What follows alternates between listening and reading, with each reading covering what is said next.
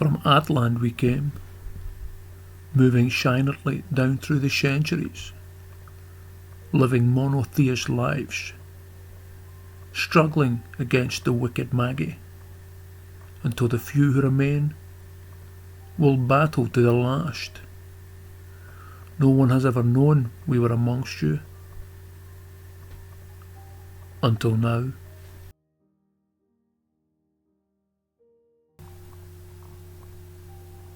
The Oera book, from a manuscript of the 13th century, with the permission of the proprietor, see over the linden of the Helder, the original Frisian text, as verified by Dr. J. O. Otema, accompanied by an English version of Dr. Otema's Dutch translation by William R. Sandbach, London, Trudner & Co., Ludgate Hill, 1876. A purported chronicle of the descendants of the lost Atlantis of the North Sea. This material was compiled from various sources in the United States public domain. Translator's Preface. The work of which I here offer an English translation has excited, among the Dutch and German literary societies, a keen controversy in regard to its authenticity. A controversy not yet brought to a conclusion, some affirming that it contains internal evidence of truth, while others declare it to be a forgery. But even the latter do not insist on its being the work of a modern fabricator. They allow it to be 100 or perhaps 150 years old. If they admit that, I do not see why they refuse it a greater antiquity. And as to the improbability of the stories related in it, I refer the reader to the exhaustive inquiry in Dr. Otema's preface.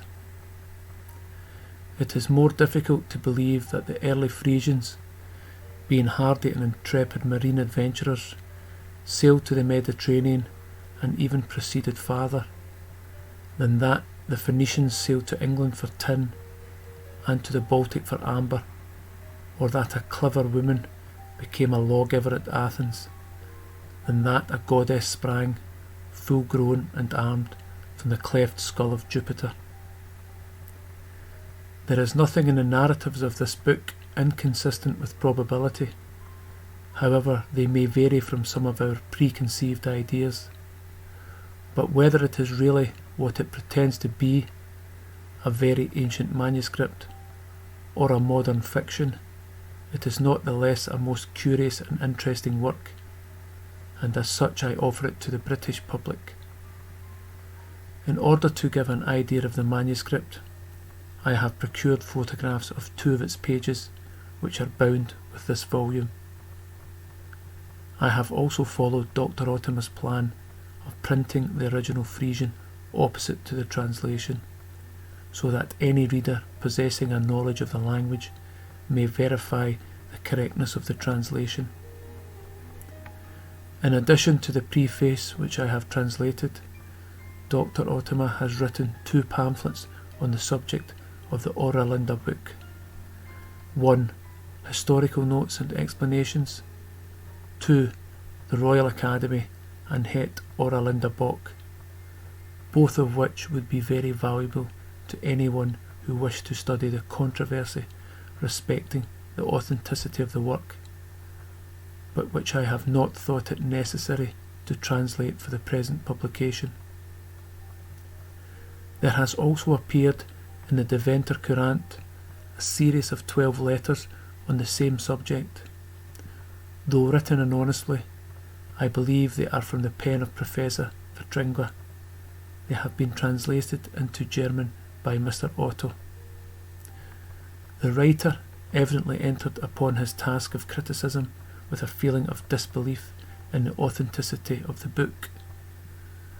But in his last letter he admits that, after a minute examination, he is unable to pronounce a positive conviction either for or against it.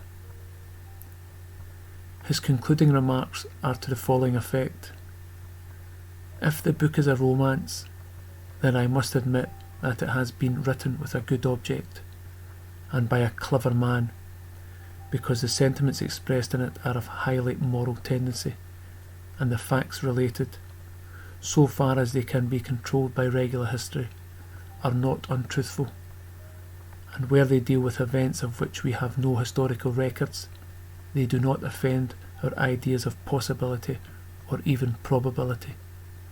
William R. Sandbach. Introduction. C. Over de Linden, Chief Superintendent of the Royal Dockyard at the Helder, possesses a very ancient manuscript, which has been inherited and preserved in his family from time immemorial, without anyone knowing whence it came or what it contained, owing to both the language and the writing being unknown.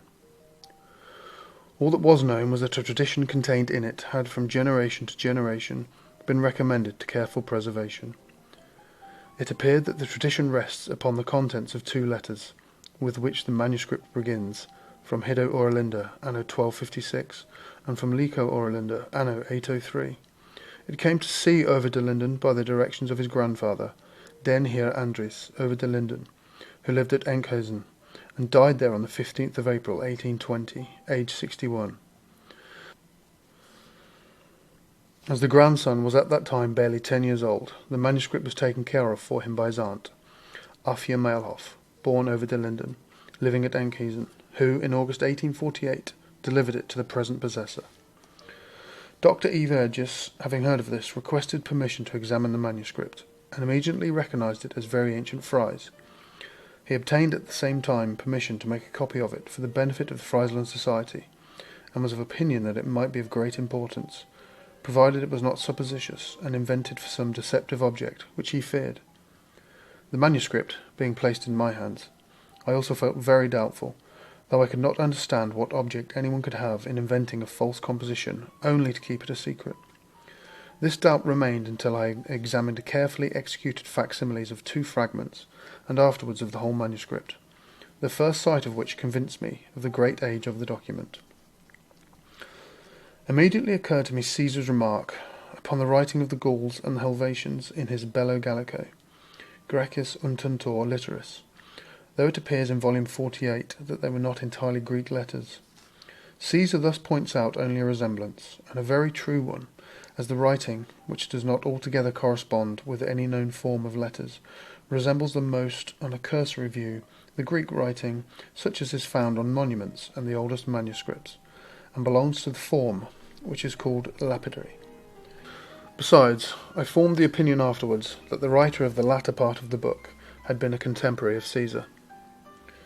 The form and the origin of the writing is so minutely and fully described in the first part of the book as it could not be in any other language. It is very complete and consists of 34 letters, among which are 3 separate forms of A and U, and 2 of E, I, Y, and O, besides 4 pairs of double consonants, th, hs, and ks. The which is a nasal sound, has no particular mark in any other Western language.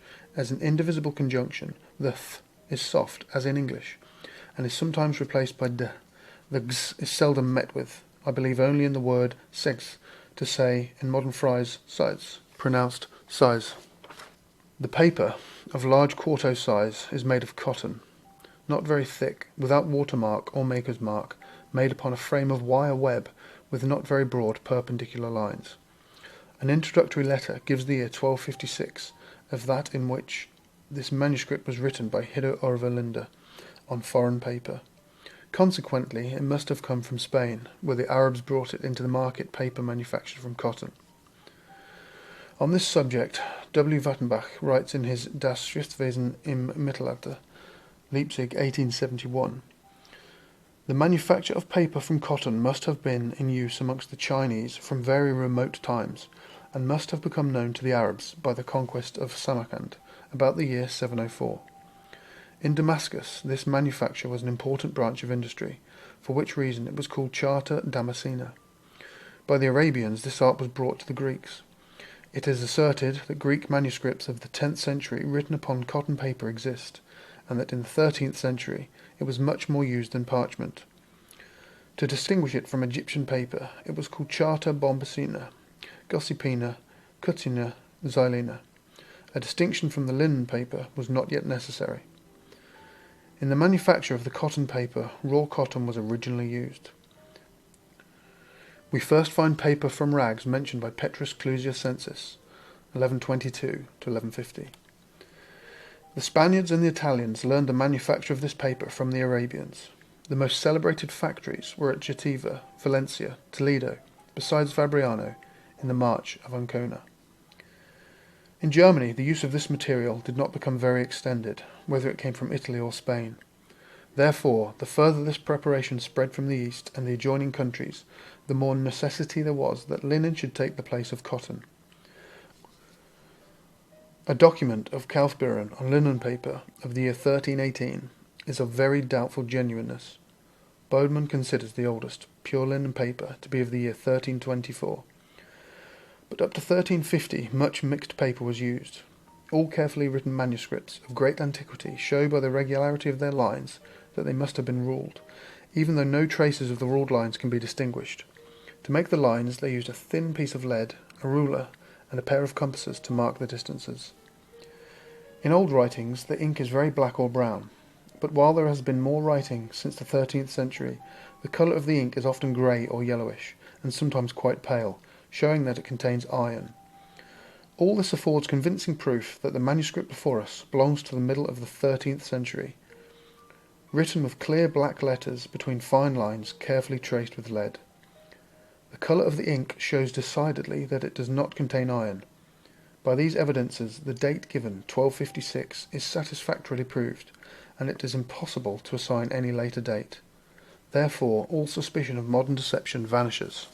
The language is very old Fry's, still older and purer than the Fry's Richtbook, or Old Fry's Laws, differing from that both in form and spelling, so that it appears to be an entirely distinct dialect, and shows that the locality of the language must have been, as it was spoken, between the Vlie and the Scheldt. The style is extremely simple, concise, and unembarrassed, resembling that of ordinary conversation, and free in the choice of the words.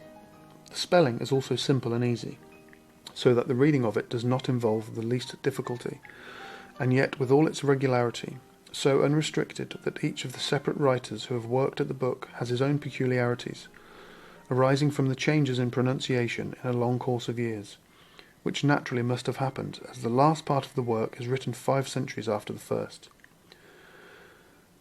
As a specimen of antiquity in language and writing, I believe I may venture to say that this book is unique of its kind. The writing suggests an observation which may be of great importance. The Greeks know and acknowledge that their writing was not their own invention. They attribute the introduction of it to Cadmus, a Phoenician. The names of their oldest letters, from alpha to tau, agree so exactly with the names of the letters in the Hebrew alphabet, with which the Phoenician will have been nearly connected, that we cannot doubt that the Hebrew was the origin of the Phoenician. But the form of their letters differs so entirely from that of the Phoenician and Hebrew writing that in that particular no connection can be thought of between them. Whence, then, have the Greeks derived the form of their letters? From Thek Bok Thera Alda Falsta, the book of Adela's followers, we learn that in the time when Cadmus is said to have lived, about 16 centuries before Christ, a brisk trade existed between the Frisians and the Phoenicians, whom they named Cadamar, or dwellers on the coast. The name Cadmus comes too near the word Cadamar for us not to believe that Cadmus simply meant a Phoenician. Further on, we learn that about the same time a priestess of the castle in the island of Walcheren, Minerva, also called Nilenia, had settled in Attica at the head of a Frisian colony, and had founded a castle at Athens. Also, from the accounts written on the walls of Waraburgt, that the Finns likewise had a writing of their own, a very troublesome and difficult one to read, and that therefore the Tyrians and the Greeks had learned the writing of Frya. By this representation the whole thing explains itself, and it becomes clear whence comes the exterior resemblance between the Greek and the old Fry's writing, which Caesar also remarked among the Gauls, as likewise in what manner the Greeks acquired and retained the names of the Finn and the forms of the Fry's writing. Equally remarkable are the forms of their figures. We usually call our figures Arabian, although they have not the least resemblance to those used by the Arabs. The Arabians did not bring their ciphers from the East, because the Semitic nations used the whole alphabet in writing numbers. The manner of expressing all numbers by 10 signs the Arabs learned in the West, though the form was in some measure corresponding with their writing, and was written from left to right, after the Western fashion. Our ciphers seem here to have sprung from the Fry's ciphers, Sifar, which form had the same origin as the handwriting, and is derived from the lines of the Yule.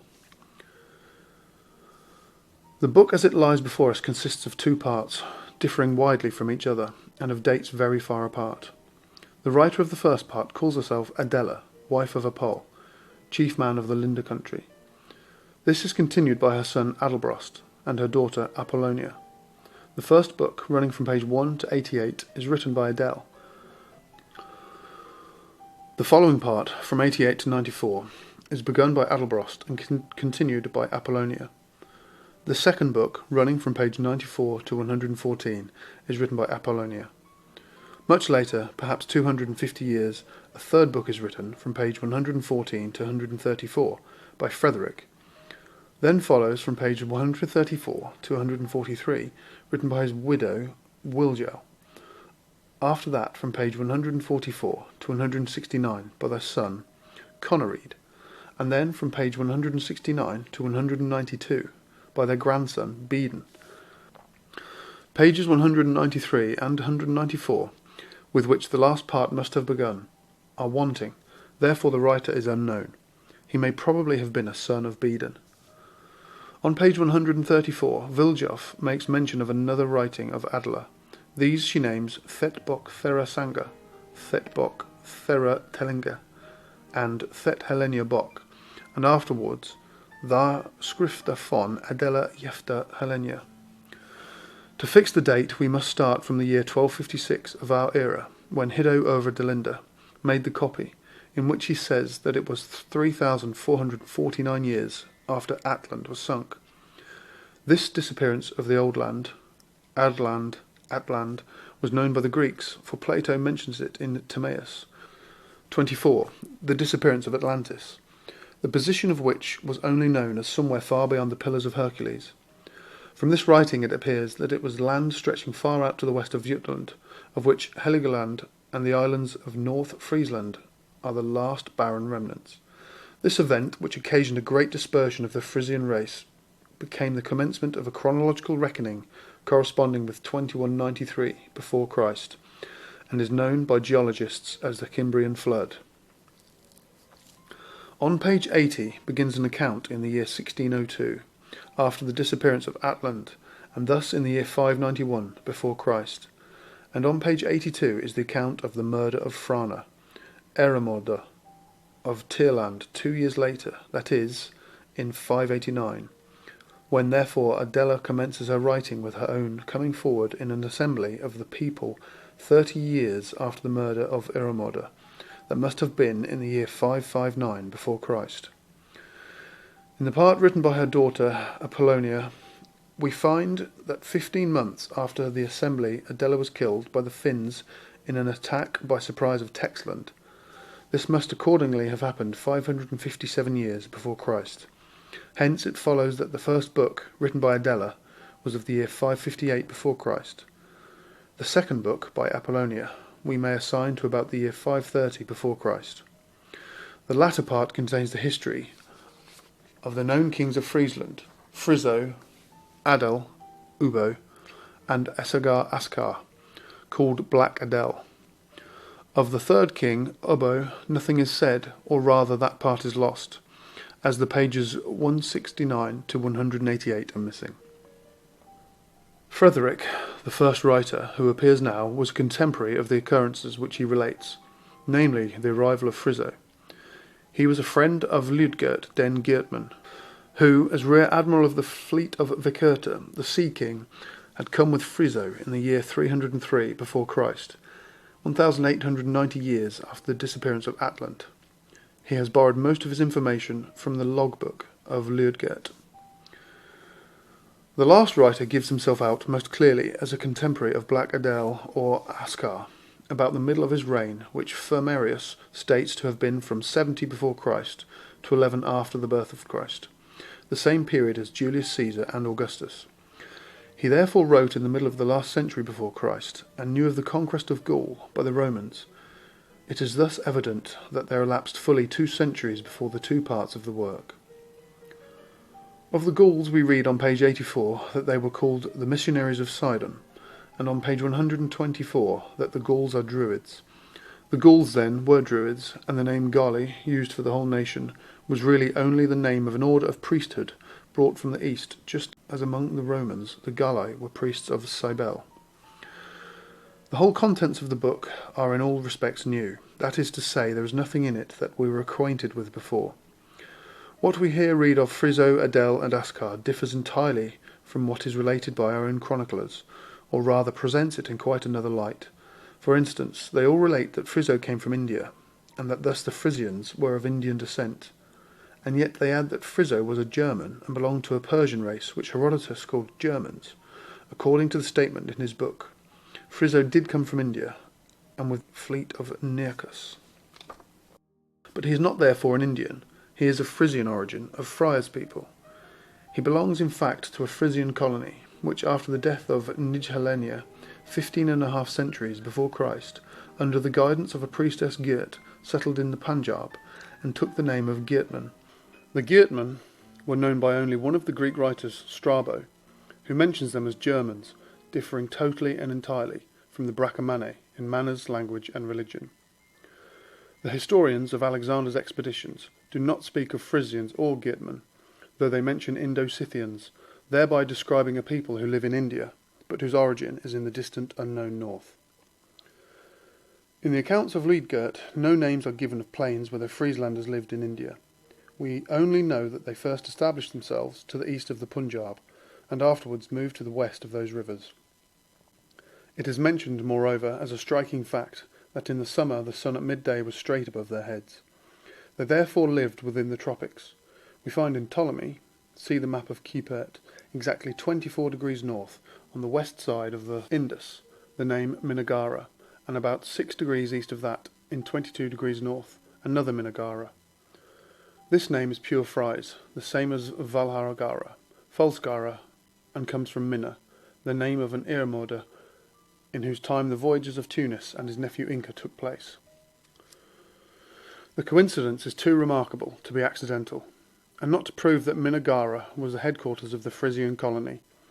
The establishment of the colonists in the Punjab in 1551 before Christ, and their journey thither, we find fully described in Adela's book, and with the mention of one most remarkable circumstance, namely, that the Frisian mariners sailed through the strait, which in those times still ran into the Red Sea. In Strabo, Book 1, pages 38 and 50, it appears that Eratosthenes was acquainted with the existence of the strait, of which the later geographers make no mention. It existed still in the time of Moses, Exodus 14, verse 2, for he encamped at Fi-ha-Shirot, the month of the strait. Moreover, Strabo mentions that Sesostris made an attempt to cut through the isthmus, but that he was not able to accomplish it. That in very remote times the sea really did flow through is proved by the result of the geological investigations on the isthmus made by the Suez Canal Commission, of which M. Renaud presented a report to the Academy of Sciences on the 19th of June 1856. In that report, among other things, appears the following: Une question fort controversée est celle de savoir si à l'époque où les Hébreux fuient de l'Égypte sous la conduite de Moïse, les lacs amers faisaient encore partie de la mer Rouge. Cette dernière hypothèse s'accorderait mise que l'hypothèse contraire avec le texte du livre sacré, mais alors il faudra admettre que depuis l'époque de Moïse, le sel de 16 sera sorti des eaux. With regard to this question, it is certainly of importance to fall in with an account in this Frisian manuscript, from which it seems that in the 16th century before Christ, the connection between the Bitter Lakes and the Red Sea still existed, and that the strait was still navigable. The manuscript further states that soon after the passage of the Geatmen there was an earthquake, that the land rose so high that all the water ran out, and all the shallows and alluvial lands rose up like a wall. This must have happened after the time of Moses, so that at the date of Exodus, 1564 BC, the tract between Suez and the Bitter Lakes was still navigable, but could be forded dry foot at low water. This point, then, is the commencement of the isthmus. after the forming of which the northern inlet was certainly soon filled up as far as the Gulf of Pelusium. The map by Louis Figuier in the Année Scientifique et Industrielle, Première Année, Paris Hachette, 1857, gives a distinct illustration of the formation of this land. Another statement, which occurs only in Strabo, finds also here a confirmation. Strabo alone, of all the Greek writers, relates that Nearchus, after he had landed his troops in the Persian Gulf, at the mouth of the Pasitigris, sailed out of the Persian Gulf by Alexander's command, and steered round Arabia through the Arabian Gulf. As the account stands, it is not clear what Nearchus had to do there, and what the object of the farther voyage was. If, as Strabo seems to think, it was only for geographical discovery, he need not have taken the whole fleet. 1 or 2 ships would have sufficed. We do not read that he returned. Where, then, did he remain with that fleet? The answer to this question is to be found in the Frisian version of the story. Alexander had bought the ships on the Indus, or had had them built by the descendants of the Frisians, who settled there, the Geatmen, and had taken into his service sailors from among them, and at the head of them was Friso. Alexander, having accomplished his voyage and the transport of his troops, had no further use for the ships in the Persian Gulf, but wished to employ them in the Mediterranean. He had taken that idea into his head, and it must be carried into effect. He wished to do what no one had done before him. For this purpose Nearchus was to sail up the Red Sea, and on his arrival at Suez was to find 200 elephants, 1,000 camels, workmen and materials, timber and ropes, in order to haul the ships by land over the isthmus. This work was carried on and accomplished with so much zeal and energy that after 3 months' labour the fleet was launched in the Mediterranean. That the fleet really came to the Mediterranean appears in Plutarch's Life of Alexander, but he makes Nearchus bring the fleet round Africa and sail through the Pillars of Hercules. After the defeat at Actium, Cleopatra, in imitation of this example, tried to take her fleet over the isthmus in order to escape to India, but was prevented by the inhabitants of Arabia Petrea, who burnt her ships. See Plutarch's Life of Antony. When Alexander shortly afterwards died, Friso remained in the service of Antigonus and Demetrius, until, having been grievously insulted by the latter, he resolved to seek out with his sailors their fatherland, Friesland. To India he could not indeed return. Thus these accounts chime in with and clear up each other, and in that way afford a mutual confirmation of the events. Such simple narratives and surprising results led me to conclude that we had to do here with more than mere saga and legends.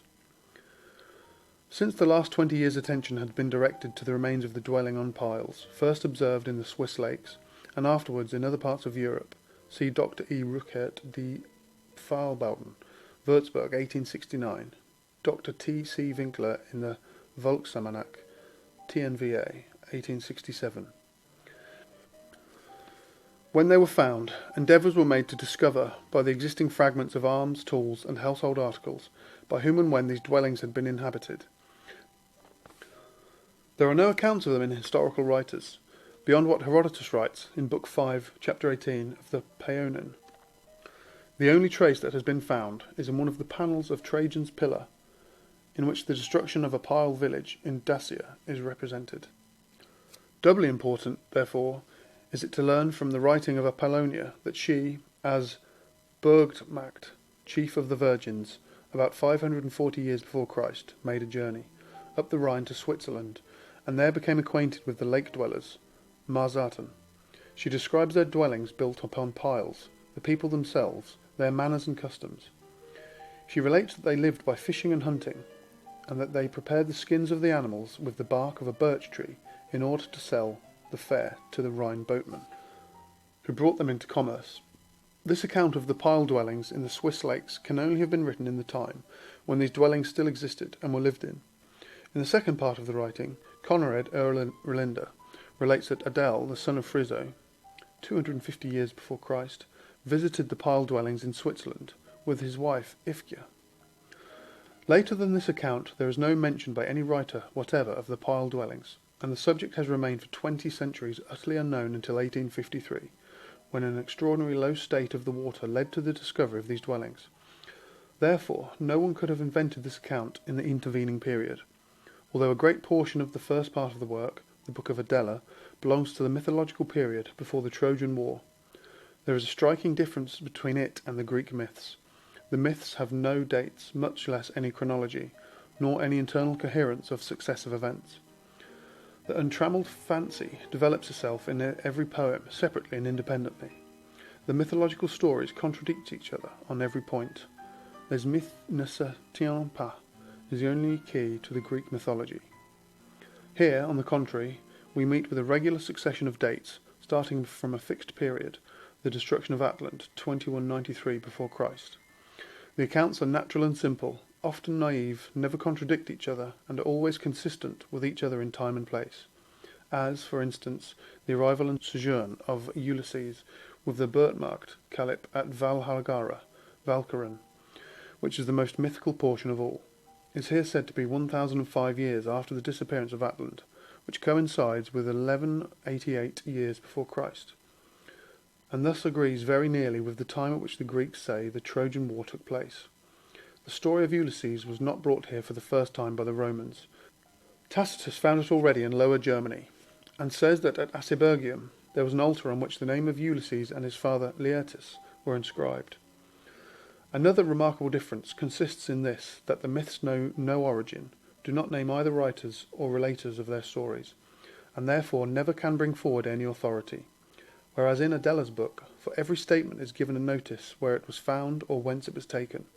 For instance, this comes from Minno's writings, this is written on the walls of Waraburgt, this in the town of Frya, this at Stavia, this at Valhalla. There is also this further: laws, regular legislative enactments, such as are found in great numbers in Adela's books, are utterly unknown in mythology, and indeed are irreconcilable with its existence. Even when the myth attributes to Minos the introduction of law-giving in Crete, it does not give the least account of what the legislation consisted in. Also, among the gods of mythology there existed no system of laws. The only law was unchangeable destiny, and the will of the supreme Zeus. With regard to mythology, this writing, which bears no mythical character, is not less remarkable than with regard to history. Notwithstanding the frequent and various relations with Denmark, Sweden, and Norway, we do not find any traces of acquaintance with the northern or Scandinavian mythology. Only Wodin appears in the person of Wodan, a chief of the Frisians, who became the son-in-law of one Magy, king of the Finns, and after his death was deified. The Frisian religion is extremely simple, and pure monotheism. Wralda, or Wralda's spirit, is the only eternal, unchangeable, perfect, and almighty being. Wralda has created everything. Out of him proceeds everything. First the beginning, then time, and afterwards Eartha, the earth. Eartha bore 3 daughters, Lyda, Finda, and Frya, the mothers of the 3 distinct races, black, yellow, and white, Africa, Asia, and Europe. As such, Frya is the mother of Frya's people, the Frieslanders. She is the representative of Wralda, and is reverenced accordingly. Frya has established her text, the first law, and has established the religion of the eternal light. The worship consists in the maintenance of a perpetually burning lamp, Fodic, by priestesses, virgins.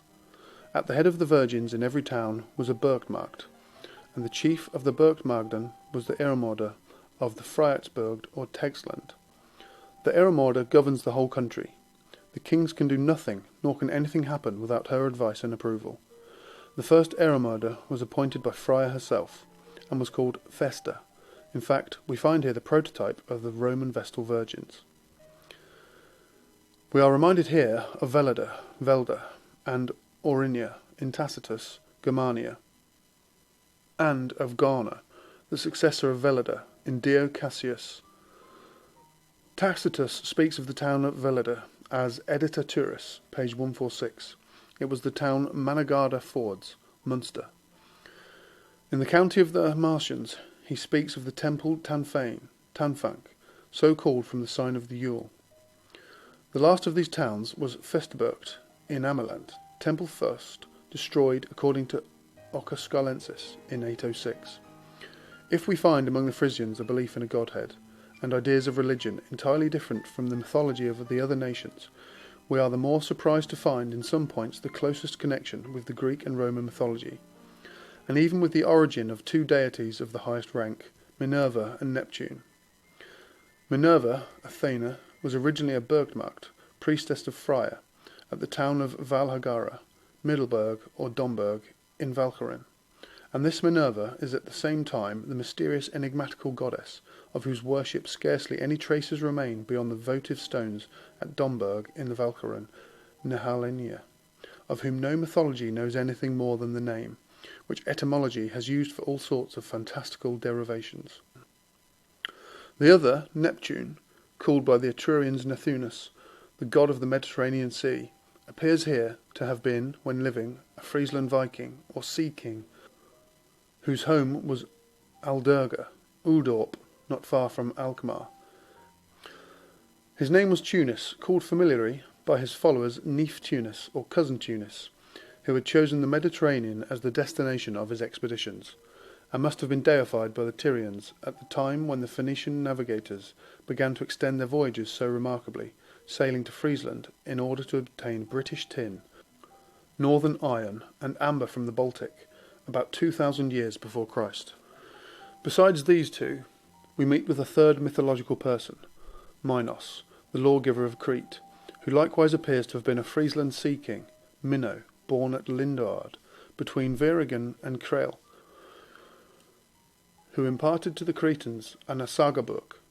He is that Minos who, with his brother Rhadamanthus and Aeacus, presided as judges over the fates of the ghosts in Hades, and must not be confounded with the later Minos, the contemporary of Aegeus and Theseus, who appears in the Athenian fables. The reader may perhaps be inclined to laugh at these statements, and apply to me the words that I myself have lately used, fantastic and improbable. Indeed, at first I could not believe my own eyes, and yet after further consideration I arrived at the discovery of extraordinary conformities which render the case much less improbable than the birth of Minerva from the head of Jupiter by a blow from the axe of Hephaestus, for instance. In the Greek mythology, all the gods and goddesses have a youthful period. Pallas alone has no youth. She is not otherwise known than adult. Minerva appears in Attica as high priestess from a foreign country, a country unknown to the Greeks. Pallas is a virgin goddess. Minerva is a Burgt. The fair, blue-eyed Pallas, differing thus in type from the rest of the gods and goddesses, evidently belongs to Frya's people. The character for wisdom and the emblematic attributes, especially the owl, are the same for both.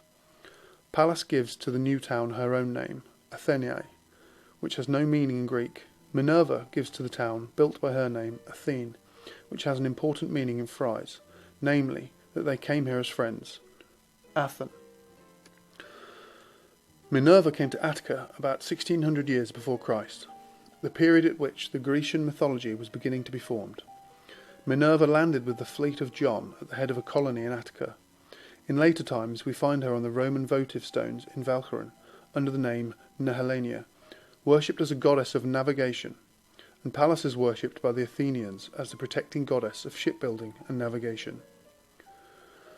Time is the carrier who must eternally turn the Yule, wheel, and carry the sun along his course through the firmament from winter to winter, thus forming the year, every turn of the wheel being a day.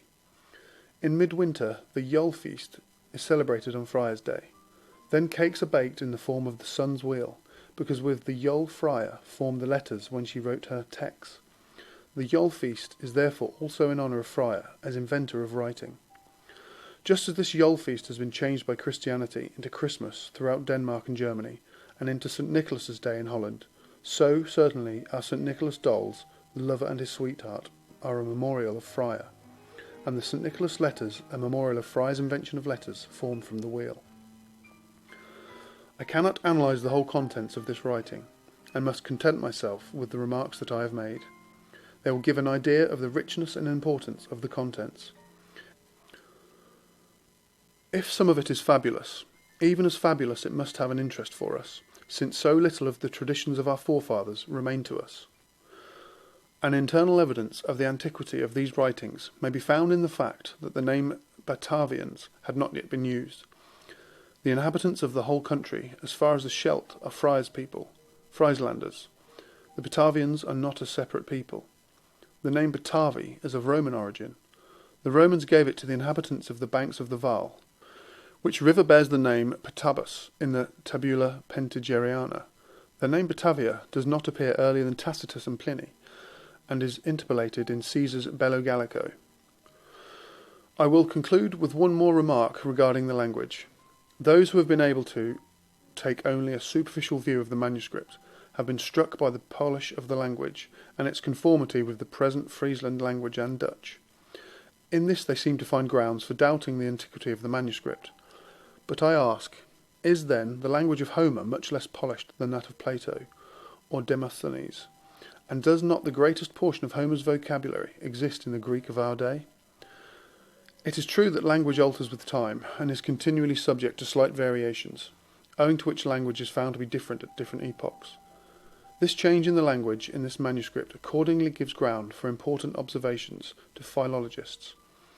It is not only that of 8 writers who have successfully worked at the book, each is recognisable by slight peculiarities in style, language and spelling, but more particularly between the 2 parts of the book, between which an interval of more than 2 centuries occurs. A striking difference of the language is visible, which shows what a slowly progressive regulation it has undergone in that period of time.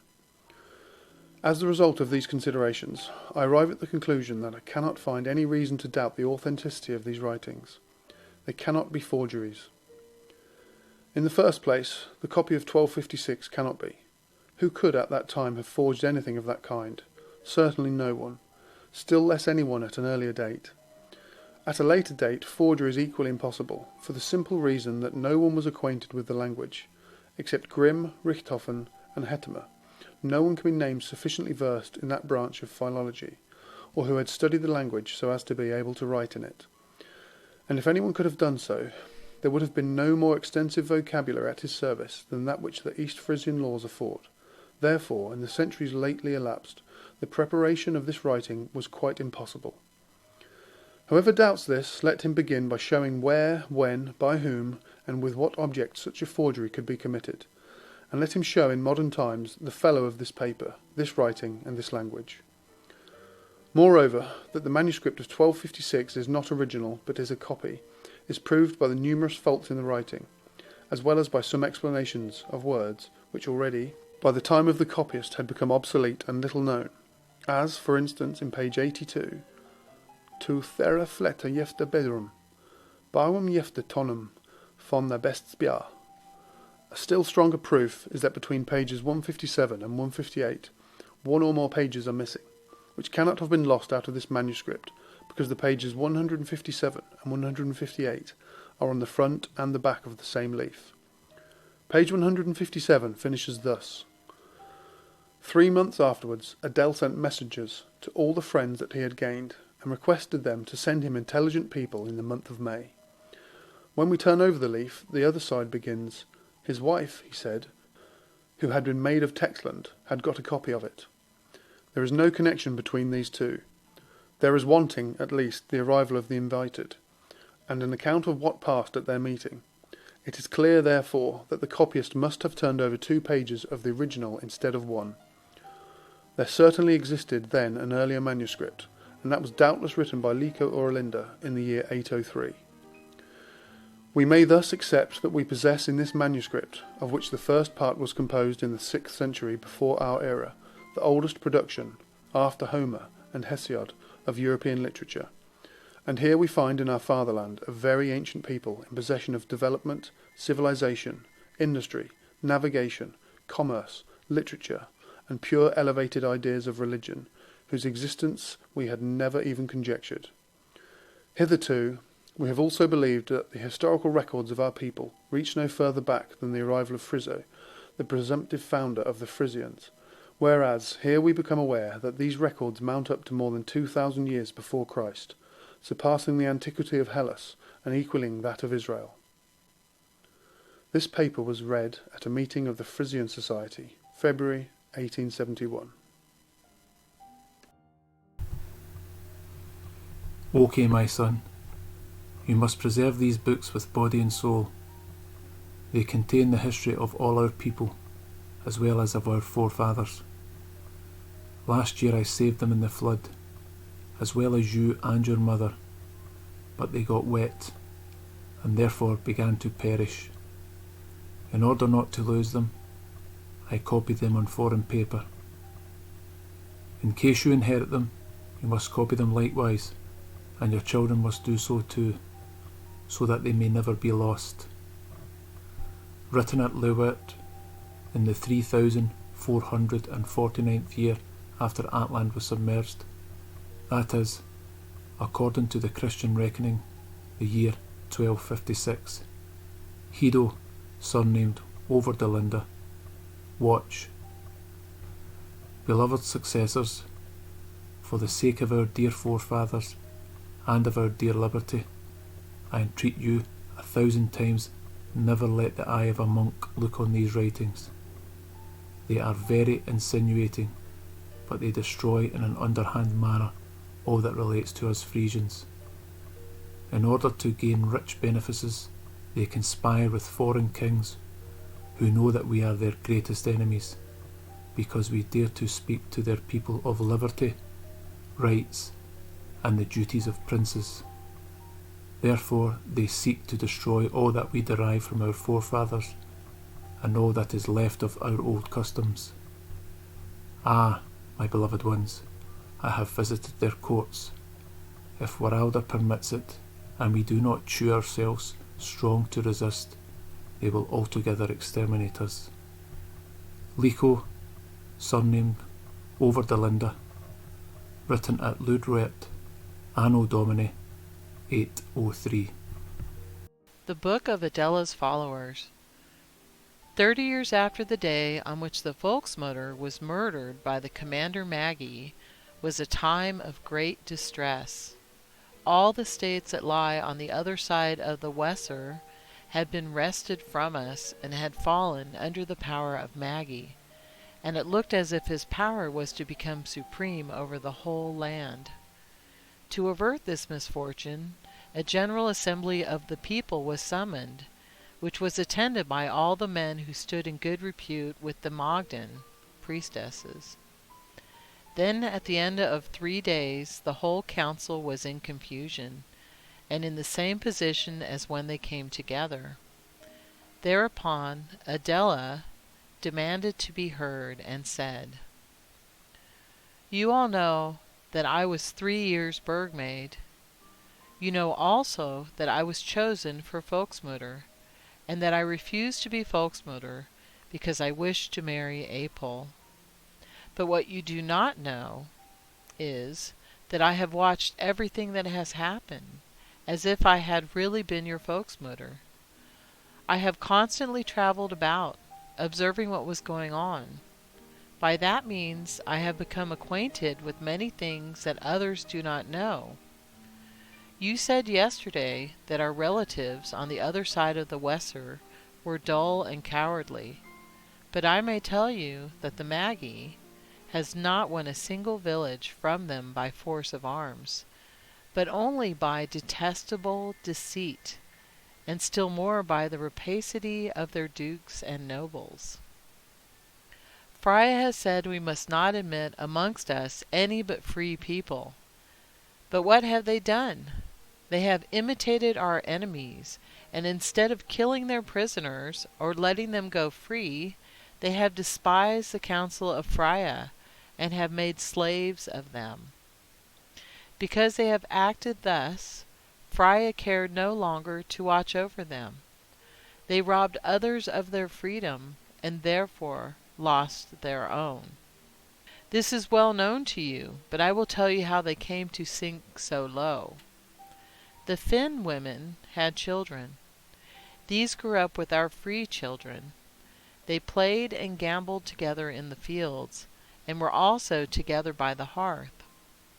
There they learned with pleasure the loose ways of the Finns, because they were bad and new, and thus they became denationalized in spite of the efforts of their parents. When the children grew up and saw that the children of the Finns handled no weapons and scarcely worked, they took a distaste for work and became proud. The principal men and their cleverest sons made up to the wanton daughters of the Finns, and their own daughters, led astray by this bad example, allowed themselves to be beguiled by the handsome young Finns in derision of their depraved fathers. When the Magy found this out, he took the handsomest of his Finns and Magyars, and promised them red cows with golden horns, to let themselves be taken prisoners by our people, in order to spread his doctrines. His people did even more. Children disappeared, were taken away to the uplands, and after they had been brought up in his pernicious doctrines, were sent back. When these pretended prisoners had learned our language, they persuaded the dukes and nobles that they should become subject to the Magy, that then their sons would succeed to them without having to be elected. Those who by their good deeds had gained a piece of land in front of their house, they promised on their side should receive in addition a piece behind. Those who had got a piece before and behind should have a rondel, complete circuit, and those who had a rondel should have a whole freehold. If the seniors were true to Frya, then they changed their course and turned to the degenerate sons. Yesterday they were among you those who have called the whole people together to compel the eastern states to return to their duty. According to my humble opinion, they would have made a great mistake. Suppose that there was a very serious epidemic among the cattle. Would you run the risk of sending your own healthy cattle among the sick ones? Certainly not. Everyone must see that doing that would turn out very badly for the whole of the cattle. Who then would be so imprudent as to send their children among a people wholly depraved? If I were to give you any advice, it would be to choose a new volksmoeder. I know that you're in a difficulty about it, because out of the 13 Burgt Maagden that we still have remaining, 8 are candidates for the dignity.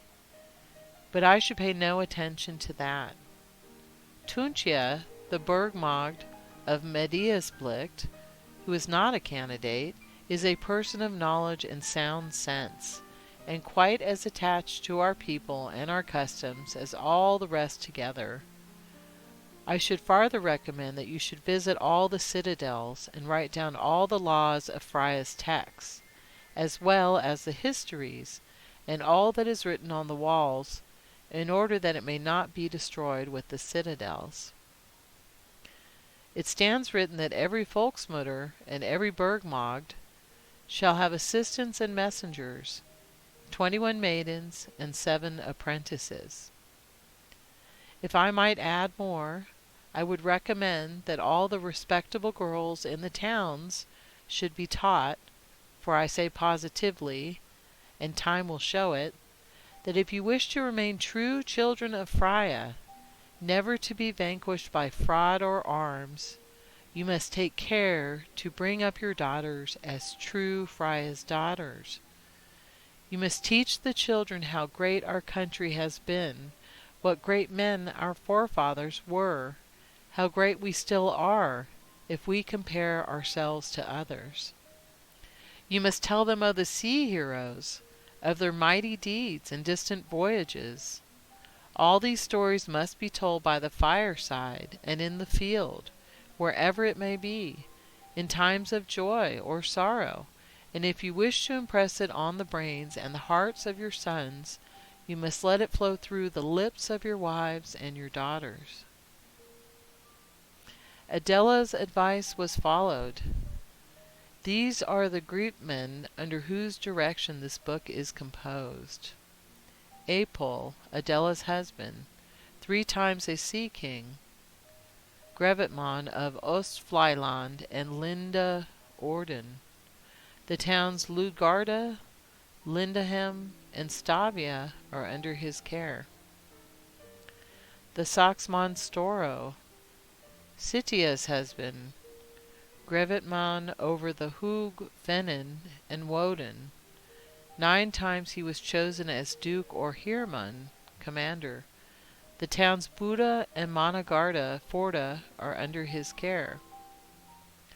Abello, Hjaltja's husband, Grevetman over the Zidurfly Landen. He was 3 times Heerman. The towns Aachen, Ludburg, and Kotsberg are under his care. Enoch, Dwicka's husband, Grevetman over West Flyland and Texel. He was chosen 9 times for Sea King. Waraburgt, Mediasblick, Forana, and Friasburg are under his care. Foppa, Dunru's husband, Grevetman over the 7 islands. He was 5 times Sea King. The town Valhalla-Gara is under his care. This was inscribed upon the walls of Friasburg in Texland, as well as Stavia and Mediasblick. It was Frya's day, and 7 times 7 years had elapsed since Fasta was appointed Volksmutter by the desire of Frya. The citadel of Mediasblick was ready, and a burgmaid was chosen. Fasta was about to light her new lamp, and when she had done so in the presence of all the people, Frya called from her watchstar, so that everyone could hear it. Fasta, take your style and write the things, that I may not speak.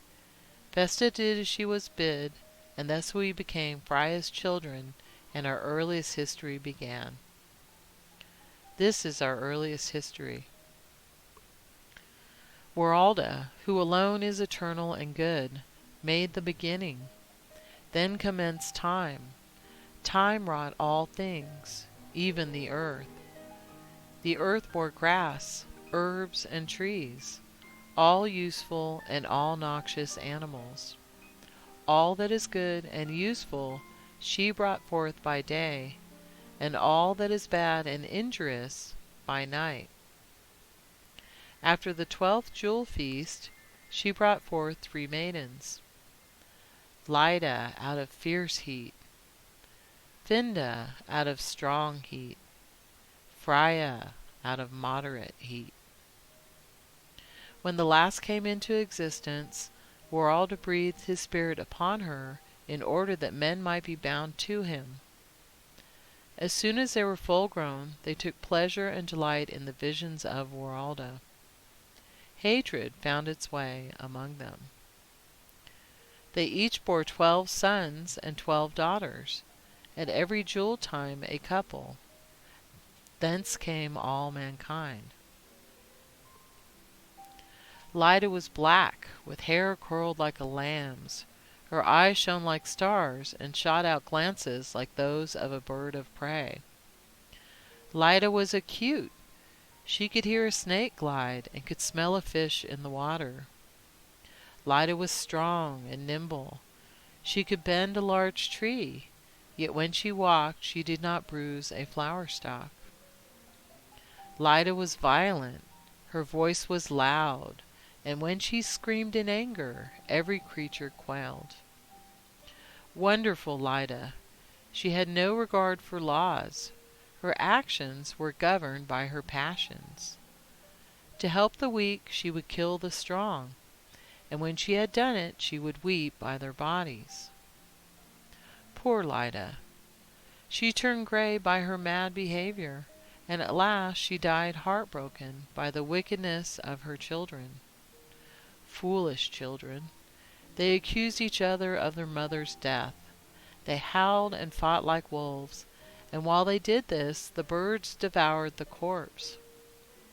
Who can refrain from tears at such a recital? Finda was yellow, and her hair was like the mane of a horse. She could not bend a tree, but where Lyda killed 1 lion, she killed 10. Finda was seductive. Her voice was sweeter than any bird's.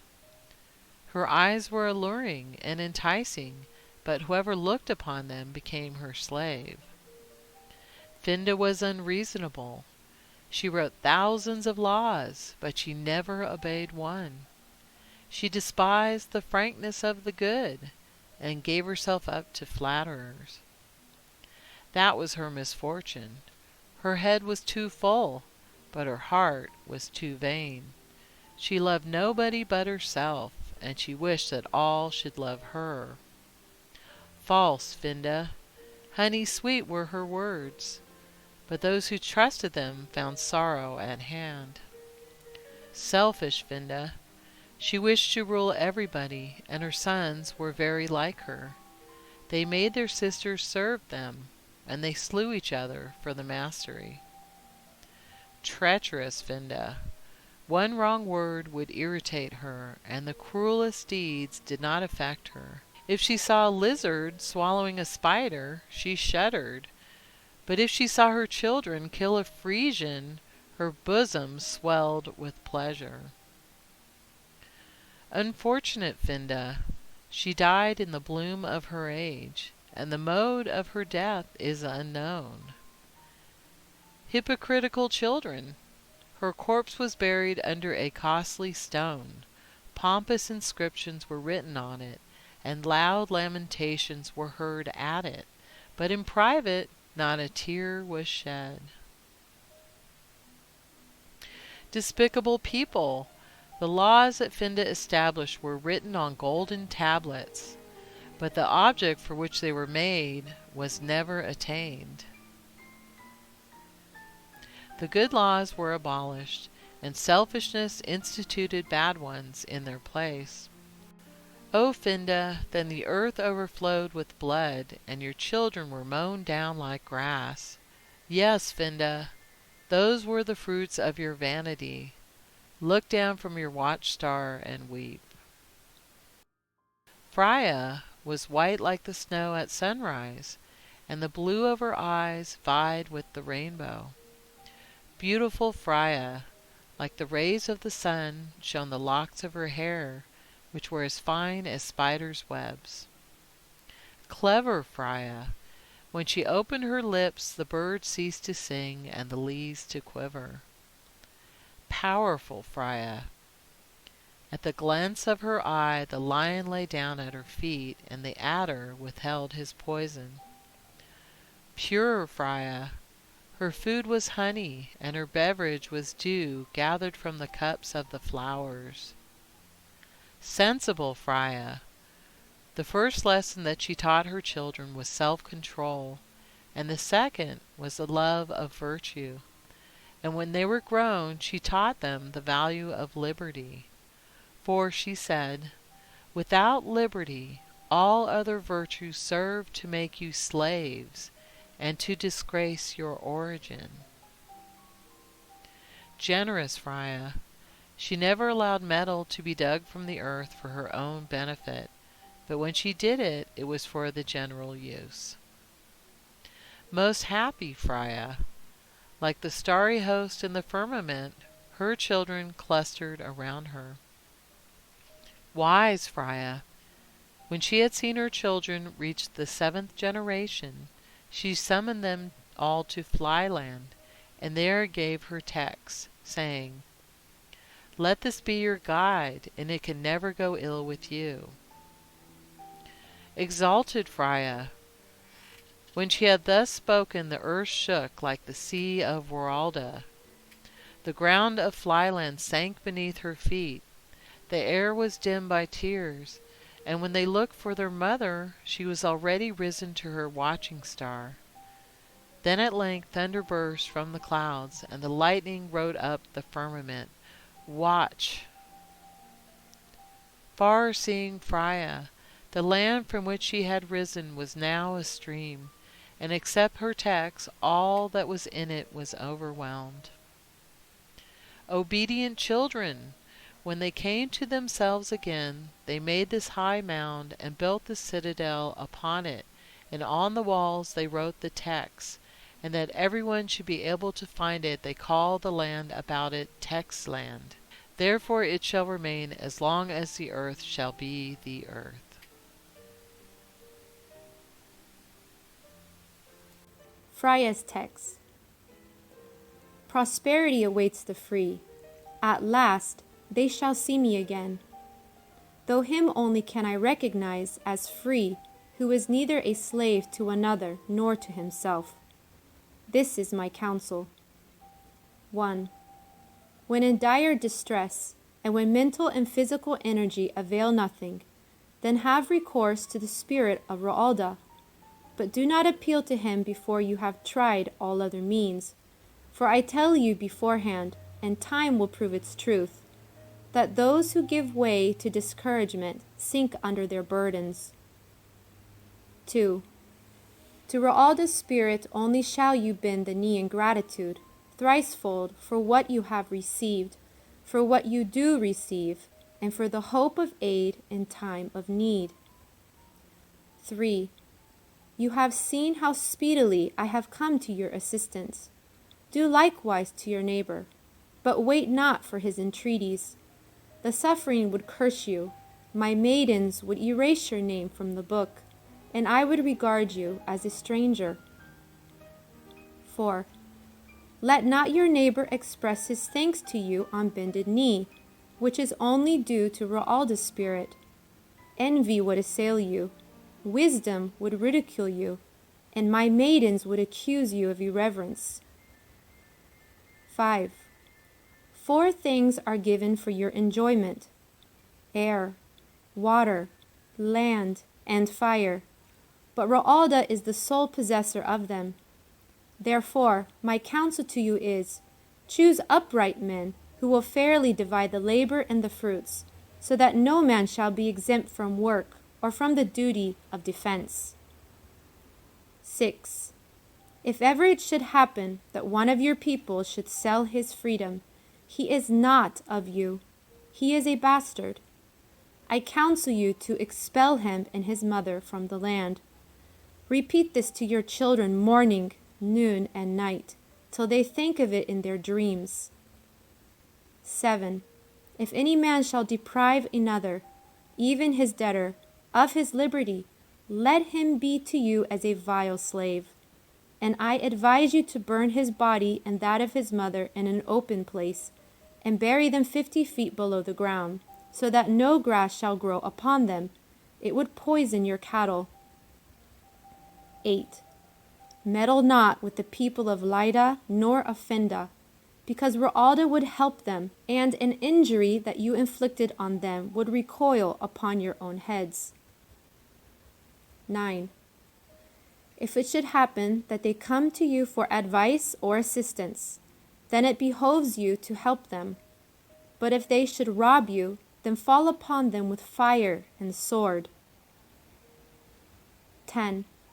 If any of them should seek a daughter of yours to wife, and she is willing, explain to her her folly, but if she will follow her lover, let her go in peace. 11. If your son wishes for a daughter of theirs, do the same as to your daughter. But let not either one or the other ever return among you, for they would introduce foreign morals and customs, and if these were accepted by you, I could no longer watch over you. 12. Upon my servant Fasta I have placed all my hopes. Therefore you must choose her for Aeromoder. Follow my advice. Then she will hereafter remain my servant, as well as all the sacred maidens who succeed her. Then shall the lamp which I have lighted for you never be extinguished. Its brightness shall always illuminate your intellect, and you shall always remain free from foreign domination, as your fresh river water is distinct from the salt sea. This has Fasta spoken.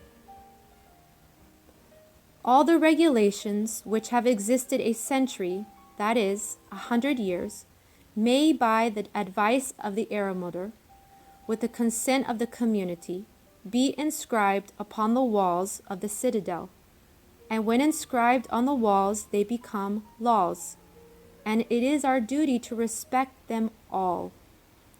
If by force or necessity any regulations should be imposed upon me at variance with our laws and customs, we must submit. But should we be released, we must always return to our own again. That is Frya's will, and must be that of all her children. Fasta said, Anything that any man commences, whatever it may be, on the day appointed for Frya's worship shall eternally fail. For time has proved that she was right, and it is become a law that no man shall, except from absolute necessity, keep that day otherwise than as a joyful feast. These are the laws established for the government of the citadels. 1. Whenever a citadel is built, the lamp belonging to it must be lighted at the original lamp in Textland, and that can only be done by the mother. 2. Every mother shall appoint her own maidens. She may even choose those who are mothers in other towns. 3. The mother of Textland may appoint her own successor, but should she die without having done so, the election shall take place at a general assembly of the whole nation. 4. The mother of Textland may have 21 maidens and 7 assistants, so that there may always be 7 to attend the lamp day and night. She may have the same number of maidens who are mothers in other towns. 5. If a maiden wishes to marry, she must announce it to the mother and immediately resign her office before her passion shall have polluted the light. 6.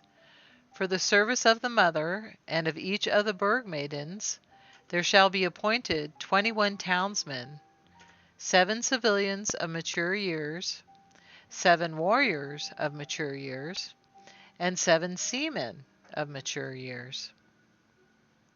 7. Out of the 7, 3 shall retire every year, and shall not be replaced by members of their own family nearer than the 4th degree.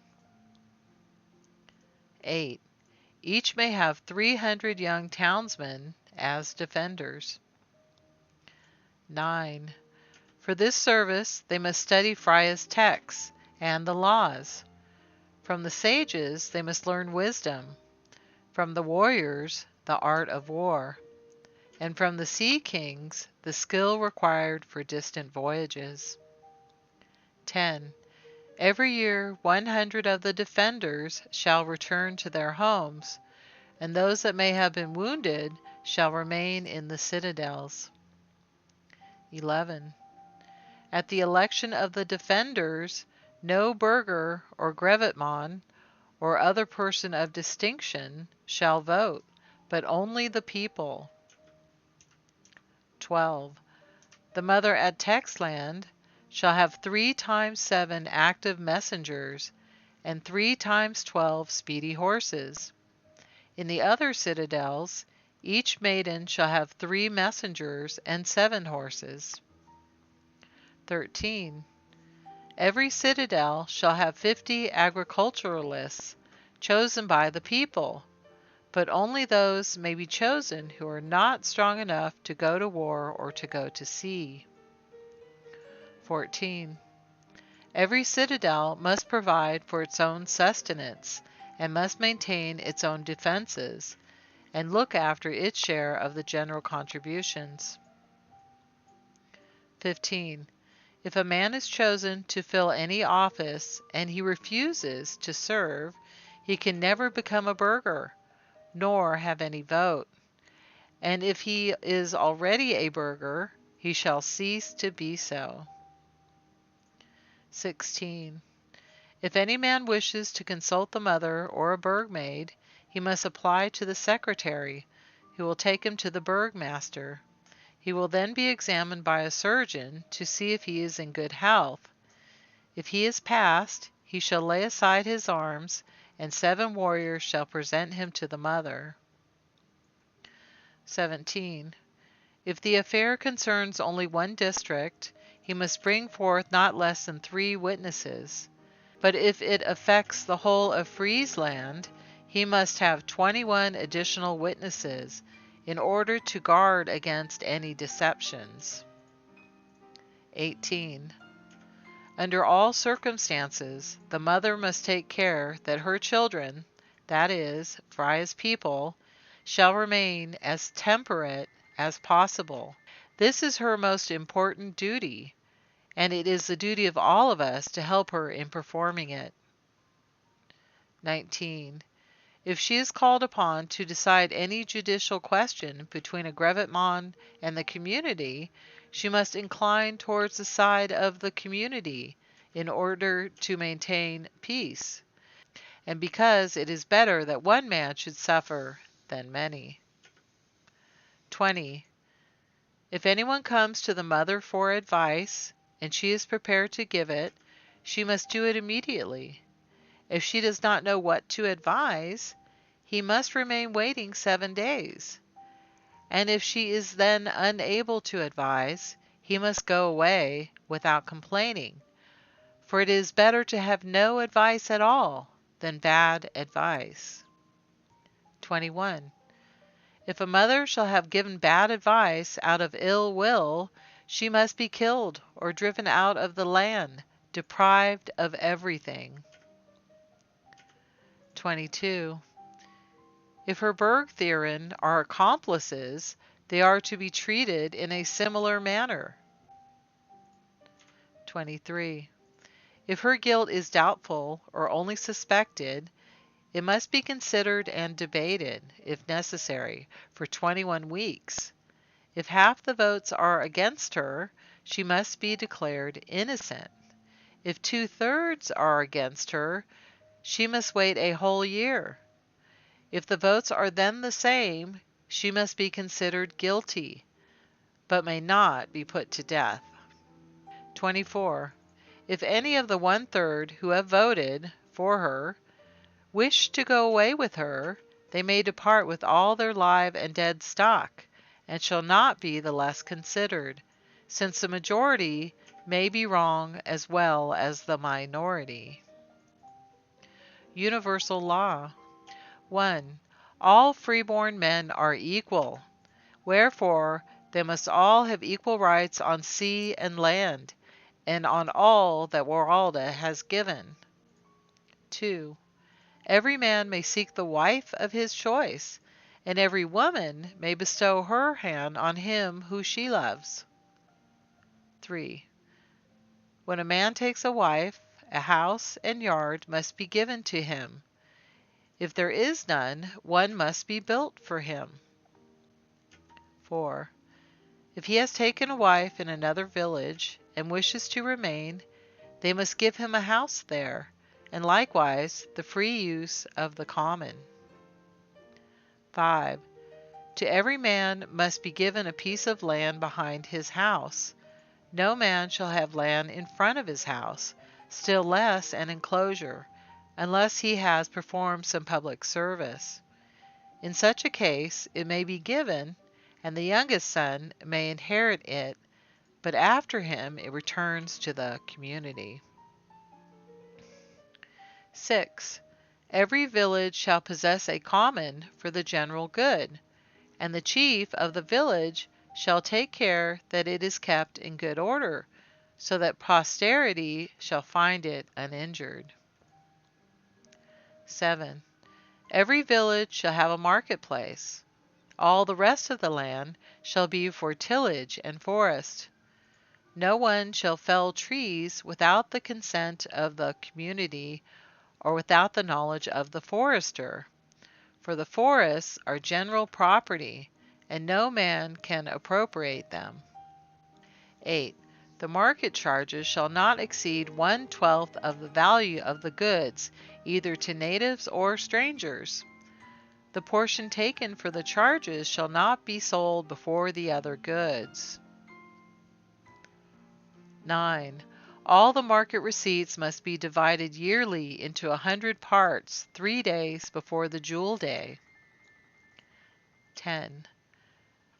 The Grevitmon and his council shall take 20 parts, the keeper of the market 10, and his assistants 5, the Folksmoder 1, the midwife 4, the village 10, and the poor and infirm shall have 50 parts.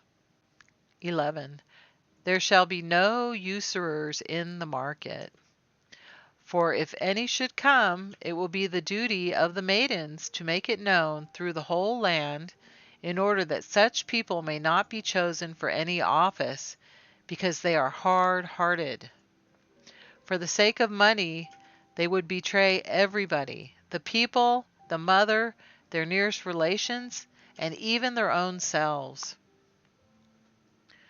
12.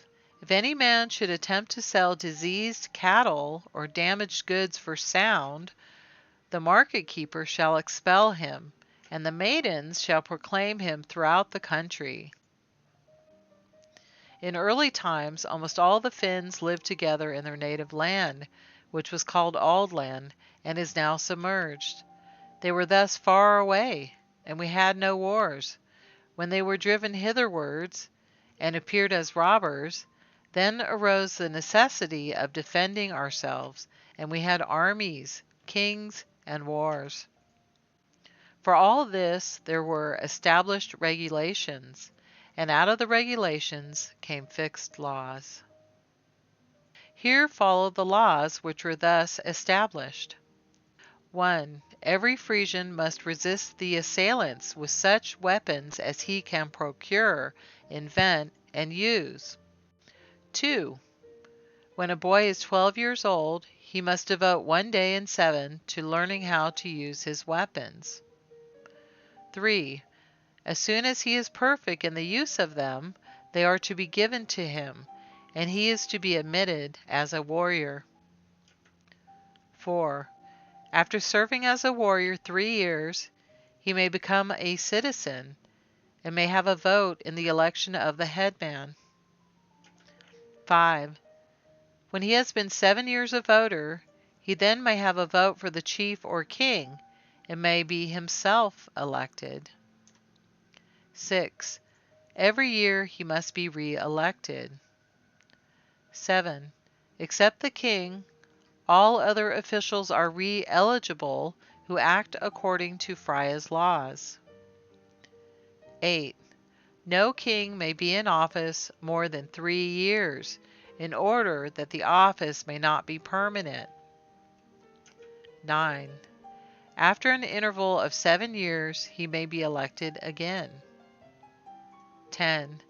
If the king is killed by the enemy, his nearest relative may be a candidate to succeed him. 11. If he dies a natural death, or if his period of service has expired, he shall not be succeeded by any blood relation nearer than the 4th degree. 12. Those who fight with arms are not men of counsel. Therefore, no king must bear arms. His wisdom must be his weapon, and the love of his warriors his shield. These are the rights of the mothers and the kings. 1. If war breaks out, the mother sends her messengers to the king, who sends messengers to the Grevetman to call the citizens to arms. 2. The Grevetmen call all the citizens together and decide how many men shall be sent. 3. All the resolutions must immediately be sent to the mother by messengers and witnesses. 4. The mother considers all the resolutions and decides upon them, and with this the king, as well as the people, must be satisfied. 5. When in the field, the king consults only his superior officers, but 3 citizens of the mother must be present, without any voice. These citizens must send daily reports to the mother, that they may be sure nothing is done contrary to the counsels of Frya. 6. If the king wishes to do anything which his council opposes, he may not persist in it. 7. If an enemy appears unexpectedly, then the king's orders must be obeyed. 8. If the king is not present, the next to him takes command, and so on in succession according to rank. 9. If there is no leader present, one must be chosen. 10. If there is no time to choose, anyone may come forward who feels himself capable of leading. 11. If a king has conquered a dangerous enemy, his successors may take his name after their own. The king may, if he wishes, choose an open piece of ground for a house and ground. The ground shall be enclosed, and may be so large that there shall be 700 steps to the boundary in all directions from the house. 12. His youngest son may inherit this, and that son's youngest son after him. Then it shall return to the community. Here are the rules established for the security of all Frisians. 1. Whenever new laws are made or new regulations established, they must be for the common good and not for individual advantage. 2. Whenever in time of war either ships or houses are destroyed, either by the enemy or as a matter of precaution, a general levy shall be assessed on the people to make it good again, so that no one may neglect the general welfare to preserve his own interest. 3. At the conclusion of a war, if any men are so severely wounded as to be unable to work, they shall be maintained at the public expense, and shall have the best seats at festivals, in order that the young may learn to honor them. 4. If there are widows and orphans, they shall likewise be maintained at the public expense, and the sons may inscribe the names of their fathers on their shields for the honor of their families. 5. If any who have been taken prisoners should return, they must be kept separate from the camp, because they may have obtained their liberty by making treacherous promises, and thus they may avoid keeping their promises without forfeiting their honor. 6. If any enemies be taken prisoners, they must be sent to the interior of the country, that they may learn our free customs. 7. If they are afterwards set free, it must be done with kindness by the maidens, in order that we may make them comrades and friends instead of haters and enemies. From Minno's writings. If anyone should be so wicked as to commit robbery, murder, arson, rape, or any other crime upon a neighbouring state, and our people wish to inflict punishment, the culprit shall be put to death in the presence of the offended, in order that no war may arise and the innocent suffer for the guilty. If the offended will spare his life and forego the revenge, it may be permitted. If the culprit should be a king, brevet man, or other person in authority, we must make good his fault, but he must be punished. If he bears on his shield the honourable name of his forefathers, his kinsmen shall no longer wear it, in order that every man may look after the conduct of his relatives. Laws for the Navigators.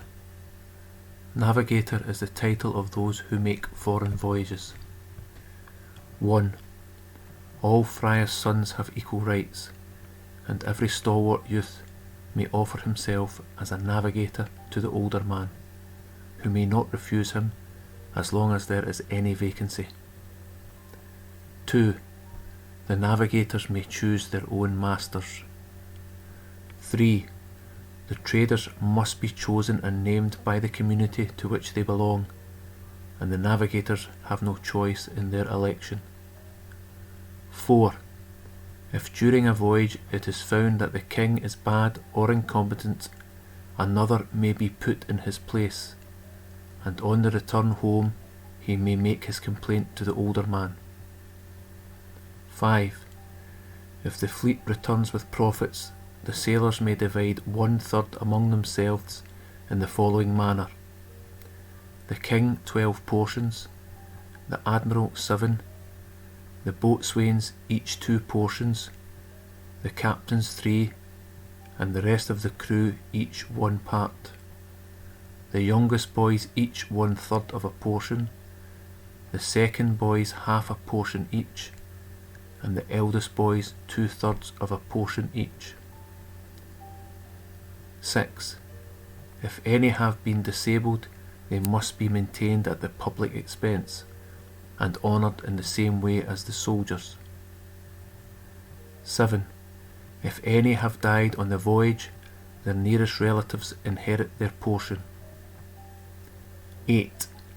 Their widows and orphans must be maintained at the public expense, and if they were killed in a sea fight, their sons may bear the names of their fathers on their shields. 9. If a top sailman is lost, his heirs shall receive a whole portion. 10. If he was betrothed, his bride may claim 7 portions in order to erect a monument to her bridegroom, but then she must remain a widow all her life. 11. If the community is fitting out a fleet, the purveyors must provide the best provisions for the voyage and for the women and children. 12. If a sailor is worn out and poor, and has no house or patrimony, one must be given him. If he does not wish for a house, his friends may take him home, and the community must bear the expense, unless his friends decline to receive it. Useful extracts from the writings left by Minno. Minno was an ancient sea king. He was a seer and a philosopher, and he gave laws to the Cretans. He was born at Lindaord, and after all his wanderings, he had the happiness to die at Lindahem. If our neighbours have a piece of land or water which it would be advantageous for us to possess, it is proper that we should offer to buy it. If they refuse to sell it, we must let them keep it. This is Frya's text, and it should be unjust to act contrary to it. If any of our neighbours quarrel and fight about any matter except land, and they request us to arbitrate, our best course will be to decline. But if they insist upon it, it must be done honourably and justly. If anyone comes and says, "I am at war, you must help me," or another comes and says, "My son is an infant and incompetent, and I am old, so I wish you to be his guardian, and to take charge of my property until he is of age," it is proper to refuse in order that we may not come into disputes about matters foreign to our free customs.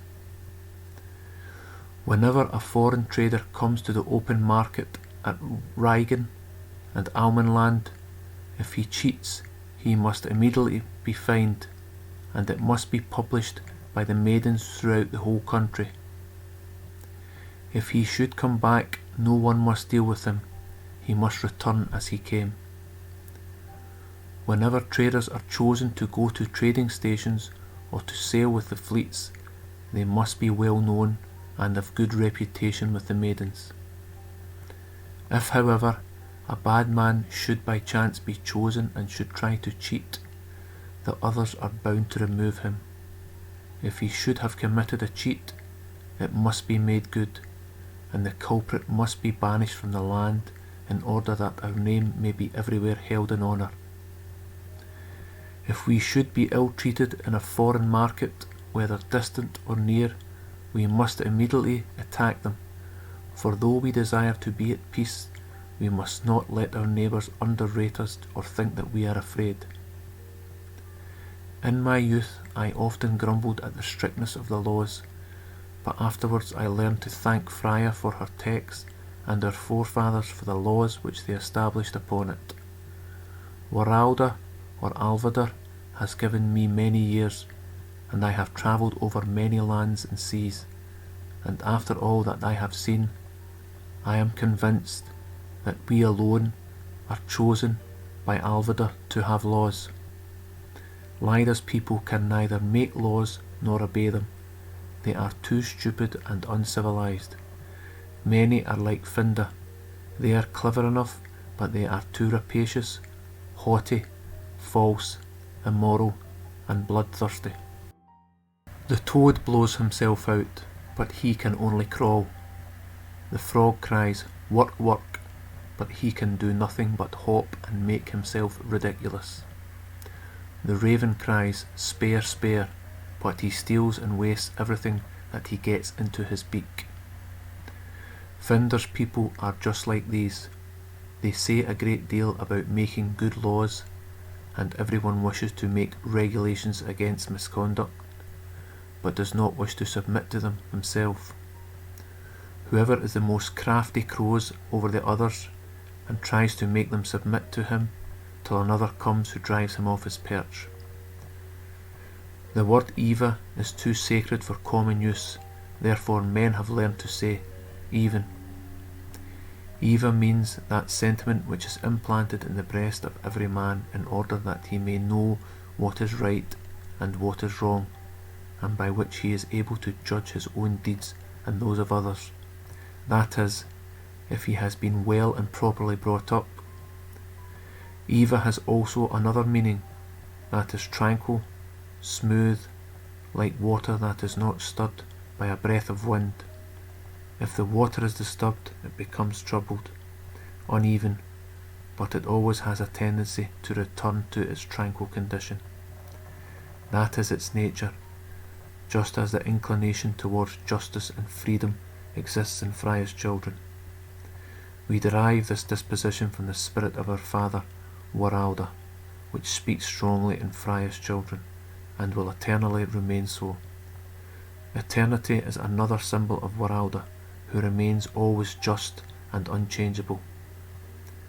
Eternal and unalterable are the signs, wisdom, and rectitude, which must be sought after by all pious people, and must be possessed by all judges.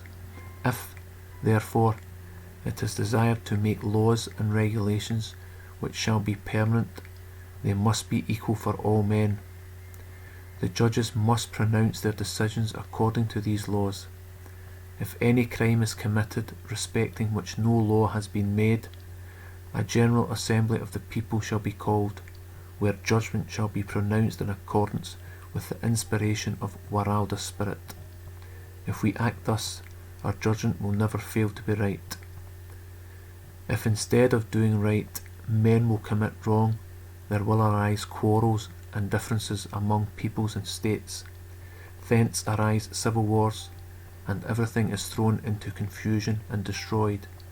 And, O foolish people, while you are injuring each other, the spiteful Finder's people with their false priests come and attack your ports, ravish your daughters, corrupt your morals, and at last throw the bonds of slavery over every freeman's neck. From Minno's writings. When Highlander, whose real name was Minerva, was well established, and the Crekelanders loved her as well as our own people did, there came some princes and priests to her citadel, and asked Minerva where her possessions lay.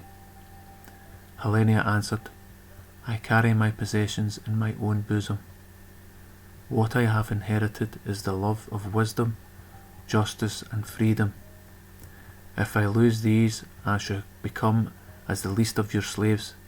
Now I give advice for nothing, but then I should sell it." The gentleman went away laughing and saying, "Your humble servants, wise Highlander." But they missed their object, for the people took up this name as a name of honour. When they saw that their shot had missed, they began to calumniate her, and to say that she had bewitched the people. But our people and the good Crekelanders understood at once that it was calumny. She was once asked, "If you are not a witch, what is the use of the eggs that you always carry with you?" Minerva answered, "These eggs are the symbols of Frya's councils, in which our future and that of the whole human race lies concealed. Time will hatch them, and we must watch with no harm happens to them." The priest said, "Well answered, but what is the use of the dog on your right hand?" Highlander replied, "Does not the shepherd have a sheepdog to keep his flock together. What the dog is to the shepherd, I am in Frya's service. I must watch over Frya's flocks. We understand that very well, said the priest, but tell us, what means the owl that always sits upon your head? Is that light-shunning animal a sign of your clear vision? No, answered Helena.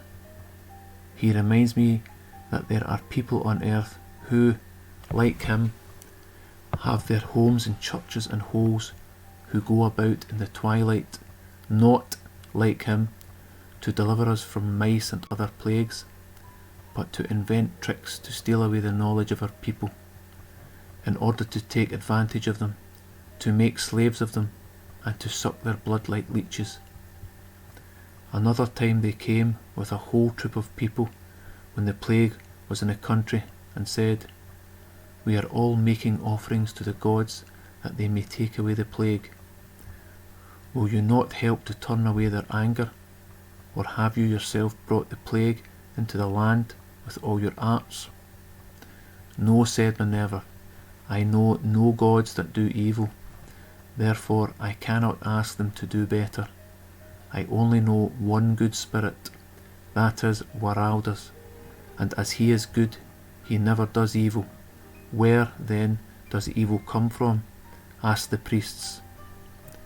All the evils come from you, and from the stupidity of the people who let themselves be deceived by you. If then your God is exceedingly good, why does he not turn away the bad? Asked the priests. Helena answered, Frya has placed us here, and the carrier, that is, time, must do the rest. For all calamities there is counsel and remedy to be found, but Wralda wills that we should search it out ourselves, in order that we may become strong and wise. If we will not do that, he leaves us to our own devices, in order that we may experience the results of wise or foolish conduct. Then a prince said, I should think it best to submit.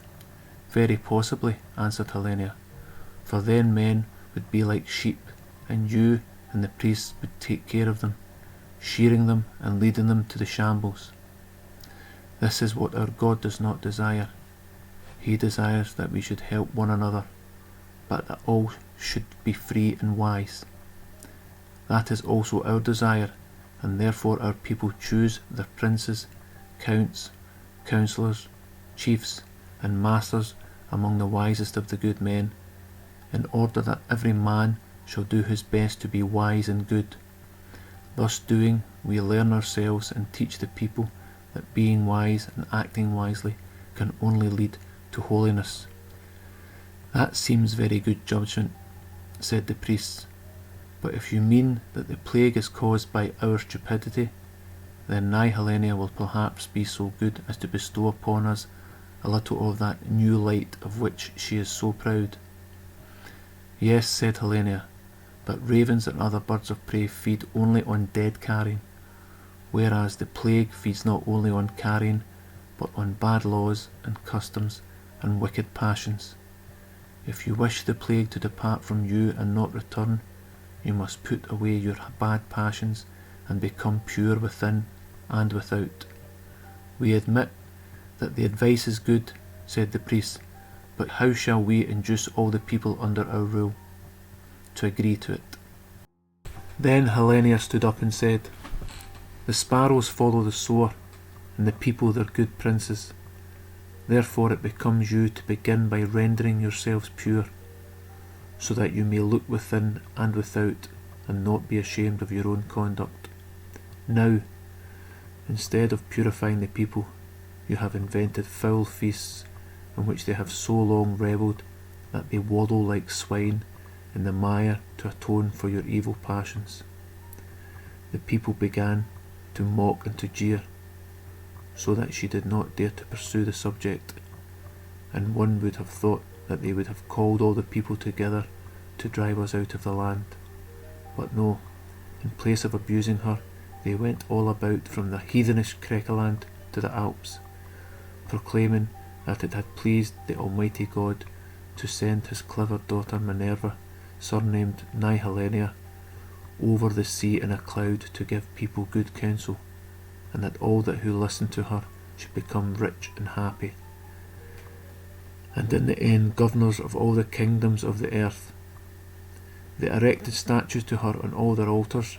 They announced and sold to the simple people advice that she had never given, and related miracles that she had never performed. They cunningly made themselves masters of our laws and customs, and by craft and subtlety were able to explain and spread them around. They appointed priestesses under their own care, who were apparently under the protection of Fasta, our first Aryan moder, to watch over the holy lamp. But that lamp they lit themselves, and instead of imbuing the priestesses with wisdom and then sending them to watch the sick and educated the young, they made them stupid and ignorant and never allowed them to come out. They were employed as advisers, but the advice which seemed to come from them was but the repetition of the behests of the priests. When Helena died, we wished to choose another mother, and some of us wished to go to Texland to look for her, but the priests, who were all powerful among their own people, would not permit it, and accused us before the people of being unholy. From the writings of Minno. When I came away from Athenia with my followers, we arrived at an island named by my crew Creta, because of the cries that the inhabitants raised on our arrival. When they really saw that we did not come to make war, they were quiet, so that at last I was able to buy a harbour in exchange for a boat and some iron implements, and a piece of land.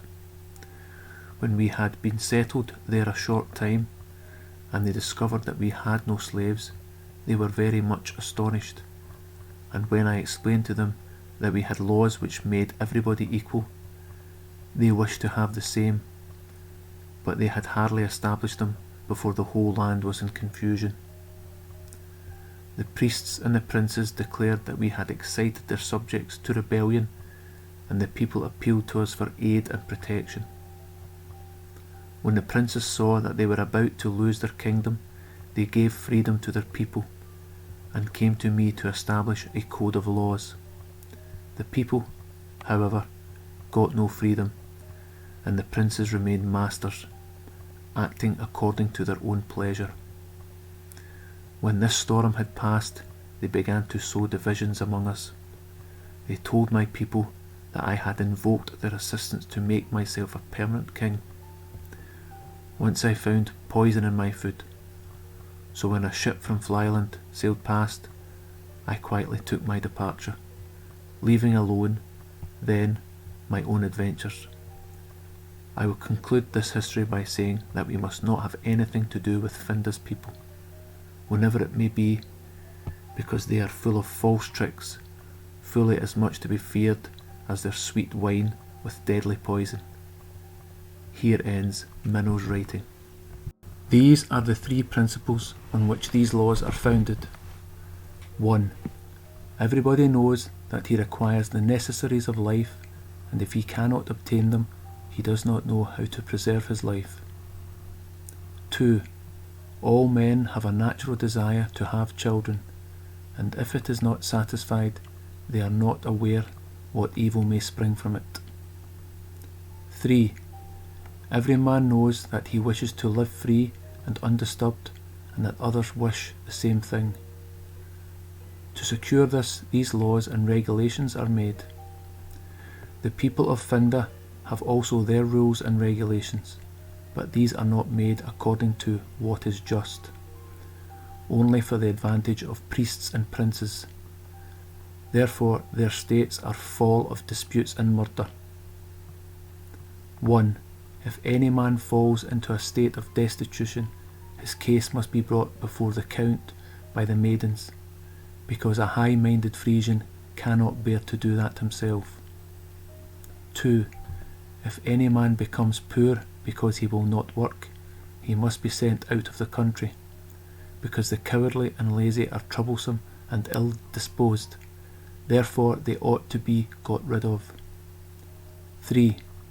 Every young man ought to seek a bride and to be married at 25. 4. If a young man is not married at 25, he must be driven from his home, and the younger men must avoid him.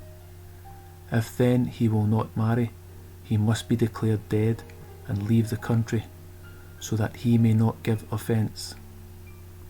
5. If a man is impotent, he must openly declare that no one has anything to fear from him. Then he may come or go where he likes. 6. If after that he commits any act of incontinence, then he must flee away. If he does not, he may be given over to the vengeance of those whom he has offended, and no one may aid him. 7. Anyone who commits a theft shall restore it threefold. For a second offence he shall be bent to the tin mines. The person robbed may forgive him if he pleases, but for a third offence no one shall protect him. These rules are made for angry people. 1. If a man in a passion or out of ill will breaks another's limbs or puts out an eye or a tooth, he must pay whatever the injured man demands. If he cannot pay, he must suffer the same injury as he has done to the other. If he refuses this, he must appeal to the Burgt in order to be sent to work in the iron or tin mines until he has expiated his crime under the general law. 2. If a man is so wicked as to kill a Frisian, he must forfeit his own life, but if the Burgt can send him to the tin mines for his life before he is taken, she may do so. 3. If the prisoner can prove by proper witness that the death was accidental, he may go free, but if it happens a second time, he must go to the tin mines in order to avoid any unseemly hatred or vengeance. These are the rules concerning bastards. 1. If any man sets fire to another's house, he is no Frisian, he is a bastard. If he is caught in the act, he must be thrown into the fire, and wherever he may flee, he shall never be secure from the avenging justice. 2. No Frisian shall speak ill of the faults of his neighbours. If any man injures himself, but does no harm to others, he must be his own judge, but if he becomes so bad that he is dangerous to others, they must bring it before the count. But if instead of going to the count, a man accuses another behind his back, he must be put on the pillory in the marketplace, and then sent out of the country, but not to the tin mines, because even there a backbiter is to be feared. 3. If any man should prove a traitor and show to our enemies the paths leading to our places of refuge, or creep into them by night, he must be the offspring of Finda. He must be burnt. The sailors must take his mother and all his relations to a desolate island, and there scatter his ashes, in order that no poisonous herbs may spring from them. The maidens must curse his name in all the states, in order that no child may be called by his name, and that his ancestors may repudiate him. Plate 1, page 45 of the manuscript of the Book of Adele's Followers. War had come to an end, but famine came in its place. There were 3 men who each stole a sack of corn from different owners, but they were all caught. The first owner brought his thief to the judge, and the maidens said everywhere that he had done right. The second owner took the corn away from his thief and let him go in peace. The maidens said, "He has done well." The third owner went to the thief's house, and when he saw what misery was there, he went and brought a wagon load of necessaries to relieve their distress. Frya's maidens came around him and wrote his deed in the eternal book, and wiped out all his sins. This was reported to the Iron, and she had it made known over the whole country. What is written hereunder is inscribed on the walls of Waraburgt. What appears at the top is the signs of the Yule, that is, the first symbol of Wralda, also of the origin or beginning from which time is derived. This is the croter, which must always go round with the Yule. According to this model, Frya formed the set hand which she used to write her texts. When Fasta was Eerdmutter, she made a running hand out of it. The Witkoning, that is, the Sea King, Godfried the Old, made separate numbers for the set hand and for the runic hand. It is therefore not too much that we celebrate it once a year. We may be eternally thankful to Wralda that he allowed his spirit to exercise such an influence over our forefathers. In her time, Finda also invented a mode of writing, but that was so high-flown and full of flourishes that her descendants have soon lost the meaning of it. Afterwards they learned our writing, that is, the Finns, the Thuriers, and the Highlalanders, but they did not know that it was taken from the Yule, and must therefore always be written round like the sun. Furthermore, they wished that their writing should be illegible by other people, because they always had matters to conceal.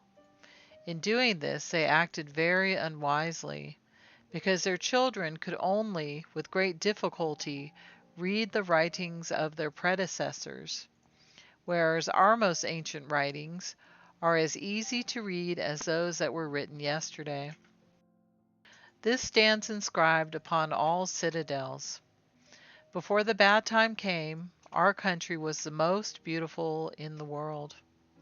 The sun rose higher, and there was seldom frost. The trees and shrubs produced various fruits, which are now lost. In the fields we had not only barley, oats, and rye, but wheat, which shone like gold, and which could be baked in the sun's rays. The years were not counted, for one was as happy as another. On one side we were bounded by Wralda's sea, on which no one but us might or could sail. On the other side we were hedged in by the broad Twiskland, Tuschenland, Deutschland, through which the Finda people dared not come on account of the thick forests and the wild beasts. Eastward our boundary went to the extremity of the East Sea, and westward to the Mediterranean Sea, so that besides the small rivers we had 12 large rivers given us by Wralda to keep our land moist, and to show our seafaring men the way to his sea. The banks of these rivers were at one time entirely inhabited by our people, as well as the banks of the Rhine, from one end to the other. Opposite Denmark and Jutland we had colonies and a Burgmagd. Thence we obtained copper and iron, as well as tar and pitch, and some other necessaries. Opposite to us we had Britain, formerly Westland, with her tin mines. Britain was the land of the exiles, who with the help of their Burgmagd had gone away to save their lives. But in order that they might not come back, they were tattooed with a bee on the forehead. The banished with a red dye, the other criminals with blue. Moreover, our sailors and merchants had many factories among the distant Highlalanders and in Lydia. In Lydia, Libya, the people are black. As our country was so great and extensive, we had many different names. Those who were settled to the east of Denmark we called Juten, because often they did nothing else than look for amber, Juten, on the shore. Those who lived on the islands were called Letten, because they lived an isolated life. All those who lived between Denmark and the Sandval, now the Scheldt, were called Storleiden, pilots, zeekampers, navalmen, and Angalaran, fishermen. The Angalaran were men who fished in the sea, and were so named because they used lines and hooks instead of nets.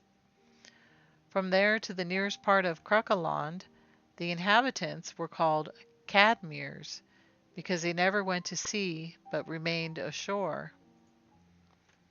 Those who were settled in the higher marches, bound by Twisklanden, Germany, were called Saxmannen, because they were always armed against the wild beasts and the savage Britons. Besides these, we had the names Lanzaten, natives of the land, Marzaten, natives of the fens, and Wood or Hootzaten, natives of the woods. How the bad time came. During the whole summer the sun had been hid behind the clouds, as if unwilling to look upon the earth.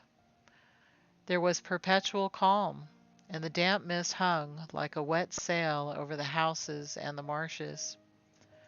The air was heavy and oppressive, and in men's hearts was neither joy nor cheerfulness. In the midst of this stillness, the earth began to tremble as if she was dying. The mountains opened to vomit forth fire and flames. Some sank into the bosom of the earth, and in other places mountains rose out of the plain. Atland, called by the seafaring people Atland, disappeared, and the wild waves rose so high over hill and dale that everything was buried in the sea. Many people were swallowed up by the earth, and others who had escaped the fire perished in the water. It was not only in Finda's land that the earth vomited fire, but also in Twiskland, Germany. Whole forests were burned one after the other, and when the wind blew from that quarter, our land was covered with ashes. Rivers changed their course, and at their mouths new islands were formed of sand and drift. During 3 years this continued, but at length it ceased, and forests became visible. Many countries were submerged, and in other places land rose above the sea, and the wood was destroyed through the half of Twiskland, Germany. Troops of Finda's people came and settled in the empty places. Our dispersed people were exterminated or made slaves. Then watchfulness was doubly impressed upon us, and time taught us that union is force. This is inscribed on the Waraburgt by the Aldegamude. The Waraburgt is not a maiden city, but the place where all the foreign articles brought by sailors were stored.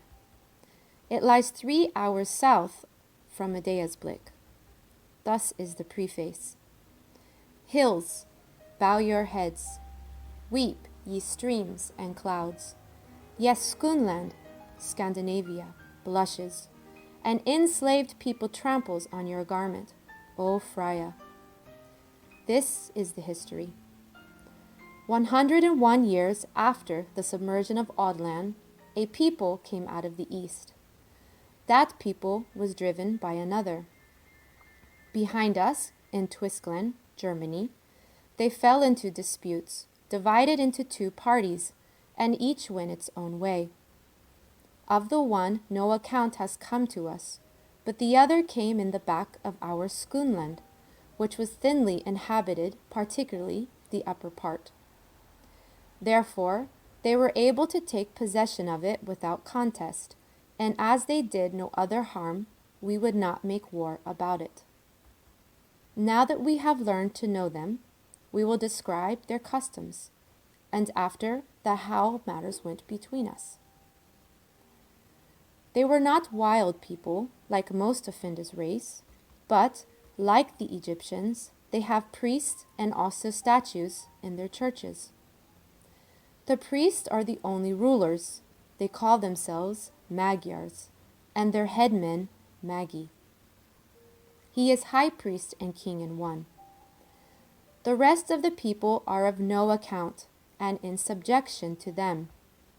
This people have not even a name, but we call them Finns, because although all the festivals are melancholy and bloody, they are so formal that we are inferior to them in that respect.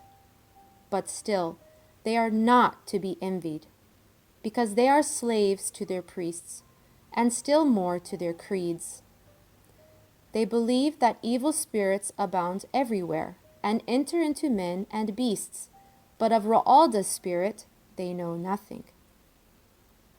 They have weapons of stone, the Magyars of copper. The Magyars affirm that they can exorcise and recall the evil spirits, and this frightens the people, so that you never see a cheerful face. When they were well established, the Magyars sought our friendship. They praised our language and customs, our cattle and our iron weapons, which they would willingly have exchanged for their gold and silver ornaments, and they always kept their people within their own boundaries, and that outwitted our watchfulness. 80 years afterwards, just at the time of Yule feast, they overran our country like a snowstorm driven by the wind. All who could not flee away were killed. Frya was appealed to, but the Schoonlanders, Scandinavians, had neglected her advice. Then all the forces were assembled, and 3 hours from Wodin they were withstood, but war continued. Kat, or Katarine, was the name of the priestess who was burgmaid of Wodin. Kat was proud and haughty, and would neither seek counsel nor aid from the mother. But when the Burgtherin, citizens, knew this, they themselves sent messengers to Texland to the Eremudr, Minno. This was the name of the mother, summoned all the soldiers and the young men from Usflyland and Denmark. From this expedition the history of Wodin sprang, which is inscribed on the citadels and is here copied. At Aldegamude there lived an old sea king whose name was Sterek, and whose deeds were famous. This old fellow had 3 nephews. Wodin, the eldest, lived at Lumkamakia, near the Emude, in Usflyland, with his parents. He had once commanded troops. Teunis and Inca were naval warriors, and were just then staying with their father at Aldegamude. When the young warriors had assembled together, they chose Wodin to be their leader or king, and the naval force chose Teunis for their sea king and Inca for their admiral.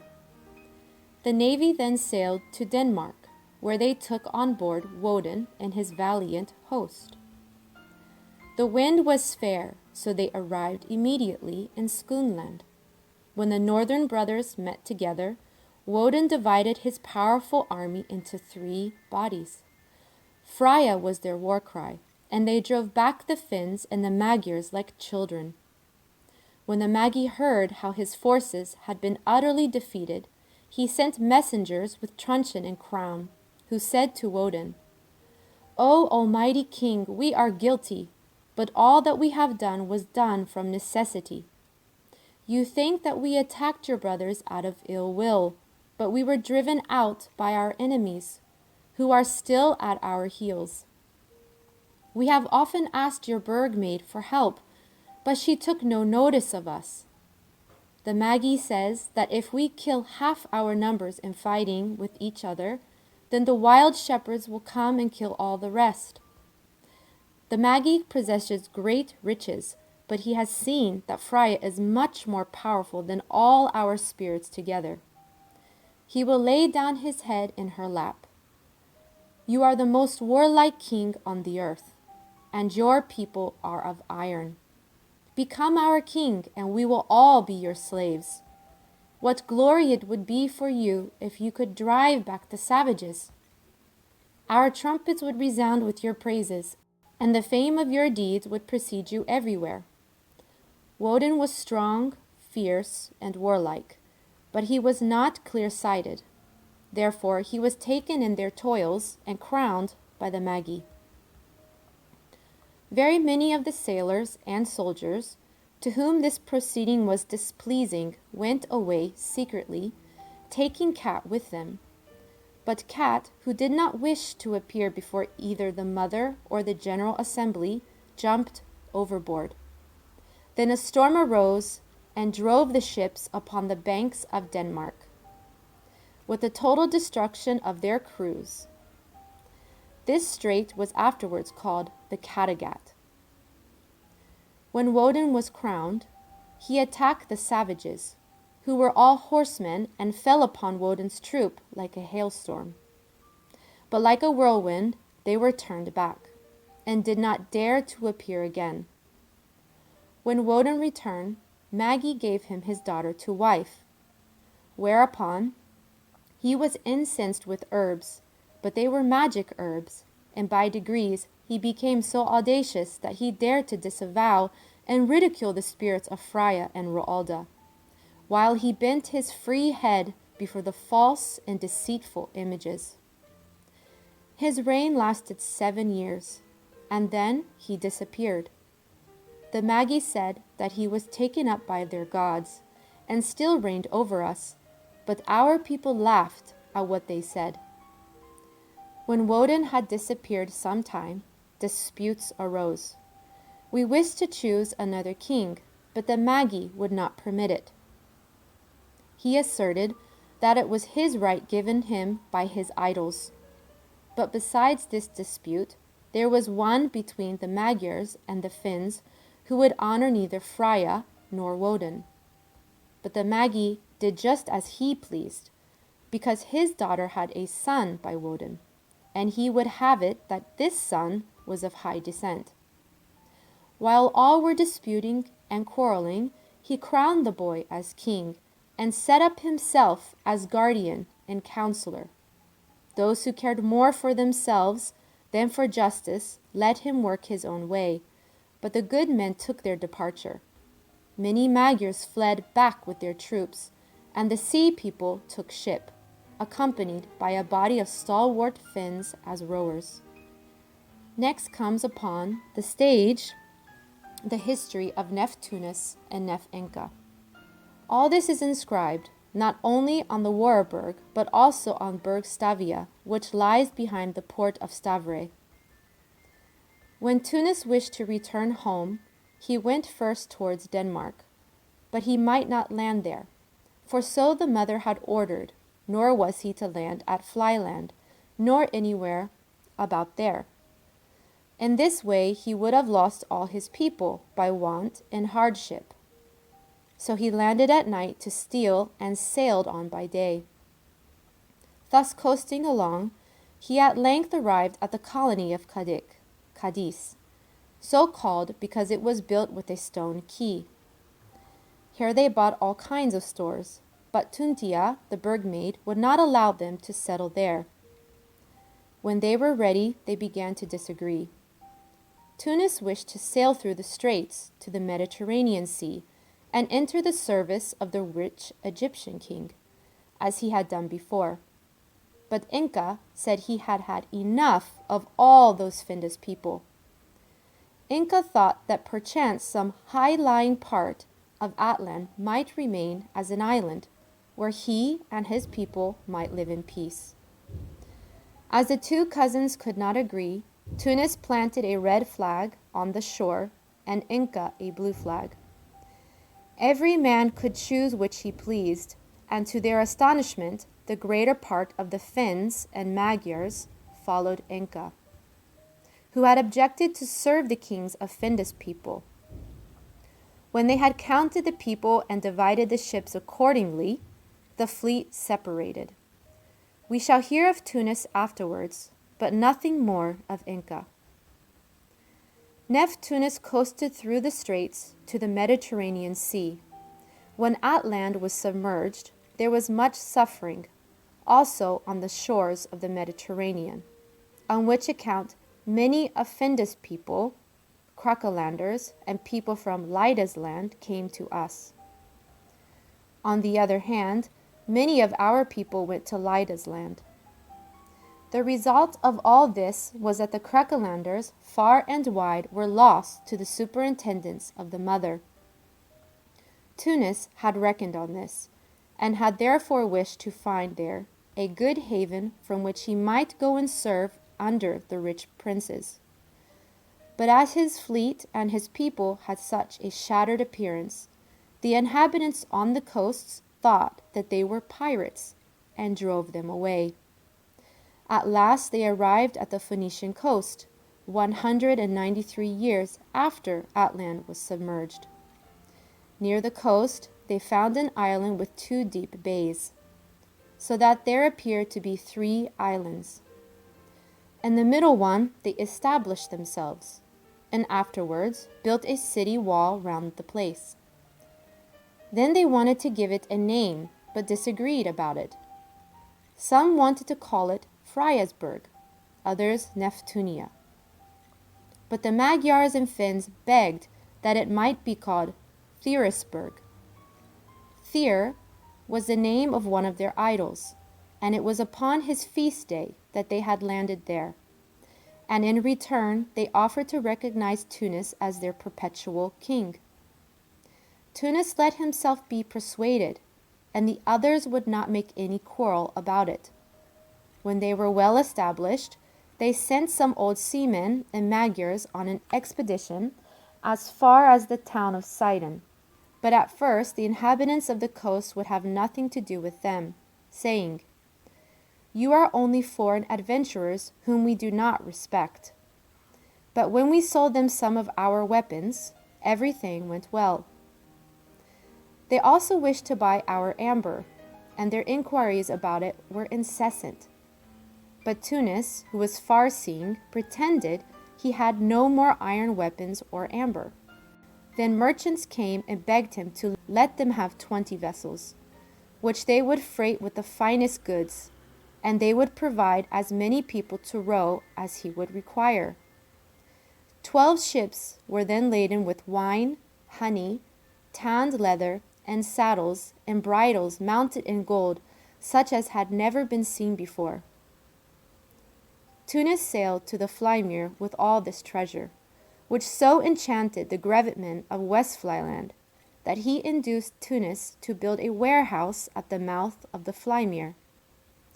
Afterwards, this place was called Almanaland, and the market where they traded at Wingren was called Tolat Market. The mother advised that they should sell everything except iron weapons, but no attention was paid to what she said. As the Thyriers had thus free play, they came from far and near to take away our goods, to the loss of our seafaring people. Therefore it was resolved in a general assembly to allow only 7 Therian ships and no more in a year. What the consequence of this was. In the northernmost part of the Mediterranean there lies an island close to the coast. They now came and asked to buy that, on which a general council was held. The mother's advice was asked, and she wished to see them at some distance, so she saw no harm in it. But as we afterwards saw what a mistake we had made, we called the island Massilia, Marseille. Hereafter will be seen what reason we had. The Golan, as the missionary priests of Sidon were called, had observed that the land there was thinly peopled, and was far from the mother.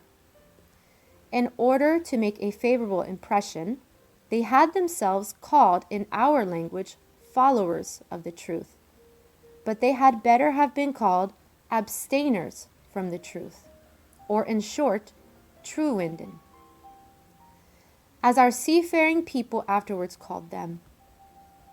When they were well established, their merchants exchanged their beautiful copper weapons and all sorts of jewels for our iron weapons and hides of wild beasts, which were abundant in our southern countries.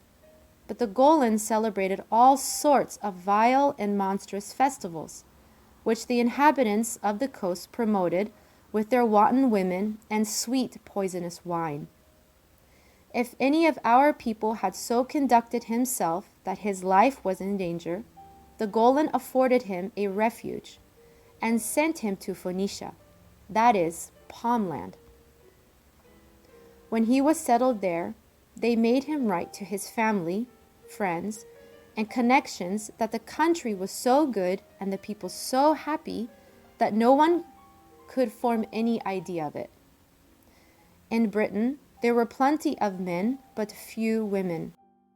When the Golan knew this, they carried off girls everywhere and gave them to the Britons for nothing. So all these girls served their purpose to steal children from Wralda in order to give them to false gods.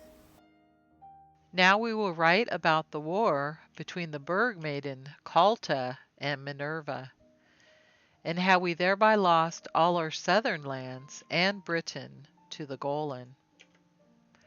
Near the southern mouth of the Rhine and the Scheldt there are 7 islands, named after Frya's 7 virgins of the week. In the middle of one island is the city of Valhalla Gara, Middelburg, and on the walls of this city the following history is inscribed. Above it are the words, "Read, learn, and watch."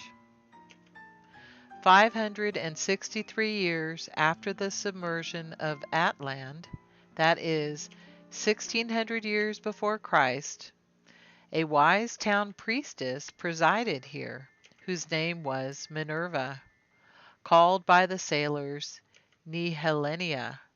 This name was well chosen, for her counsels were new and clear above all others. On the other side of the Scheldt, at Burgt, Sigrid presided. This maiden was full of tricks. Her face was beautiful, and her tongue was nimble, but the advice that she gave was always conveyed in mysterious terms. Therefore the mariners called her Calta, and the landsmen thought it was a title. In the last will of the dead mother, Rosamund was named first, Minerva second, and Sigrid third in succession. Minerva did not mind that, but Sigrid was very much offended. Like a foreign princess, she wished to be honored, feared, and worshipped. But Minerva only desired to be loved. At last all the sailors, even from Denmark and Flymere, did homage to her. This hurt Sigrid, because she wanted to excel Minerva. In order to give an impression of her great watchfulness, she had a cock put on her banner. So then Minerva went and put a sheepdog and an owl on her banner. The dog, she said, guards his master and his flock, and the owl watches that the mice shall not devastate the fields. But the cock, in his lewdness and his pride, is only fit to murder his nearest relations. When Calta found that her scheme had failed, she was still more vexed. So she secretly sent for the Magyars to teach her conjuring. When she had had enough of this, she threw herself into the hands of the Gauls, but all her malpractices did not improve her position. When she saw that the sailors kept more and more aloof from her, she tried to win them back by fear. At the full moon, when the sea was stormy, she ran over the wild waves, calling to the sailors that they would all be lost if they did not worship her. Then she blinded their eyes, so that they mistook land for water and water for land, and in this way many a good ship was totally lost. At the first war feast, when all her countrymen were armed, she brought casks of beer, which she had drugged. When they were all drunk, she mounted her war horse, leaning her head upon her spear. Sunrise could not be more beautiful. When she saw that the eyes of all were fixed upon her, she opened her lips and said, Sons and daughters of Frya, you know that in these last times we have suffered much loss and misery because the sailors no longer come to buy our paper, but you do not know what the reason of it is. I have long kept silent about it, but can do so no longer. Listen, then, my friends, that you may know on which side to show your teeth. On the other side of the Scheldt, where from time to time there come ships from all parts, they make now paper from pumpkin leaves, by which they save flax and outdo us.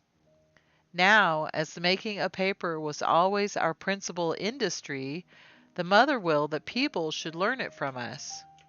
But Minerva has bewitched all the people. Yes, bewitched, my friends, as well as all our cattle that died lately. I must come out with it. If I were not Burgmagd, I should know what to do. I should burn the witch in her nest. As soon as she had uttered these words, she sped away to her citadel, but the drunken people were so excited that they did not stop to weigh what they had heard. In mad haste they hurried over the Sandfall, and as night came on they burst into the citadel. However, Calta again missed her aim, for Minerva, her maidens, and her lamp were all saved by the alertness of the seamen. We now come to the history of John. John, Jon, Jan are all the same name, though the pronunciation varies, as the seamen like to shorten everything to be able to make it easier to call. John, that is, given, was a sea king, born at Aldeburgt, who sailed from the Flymere with a fleet of 127 ships, fitted out for a long voyage, and laden with amber, tin, copper, cloth, linen, felt, otter skins, beaver and rabbit skins. He would also have taken paper from here, but when he saw how Calta had destroyed the citadel, he became so angry that he went off with all his people to Burgt, and out of revenge set fire to it.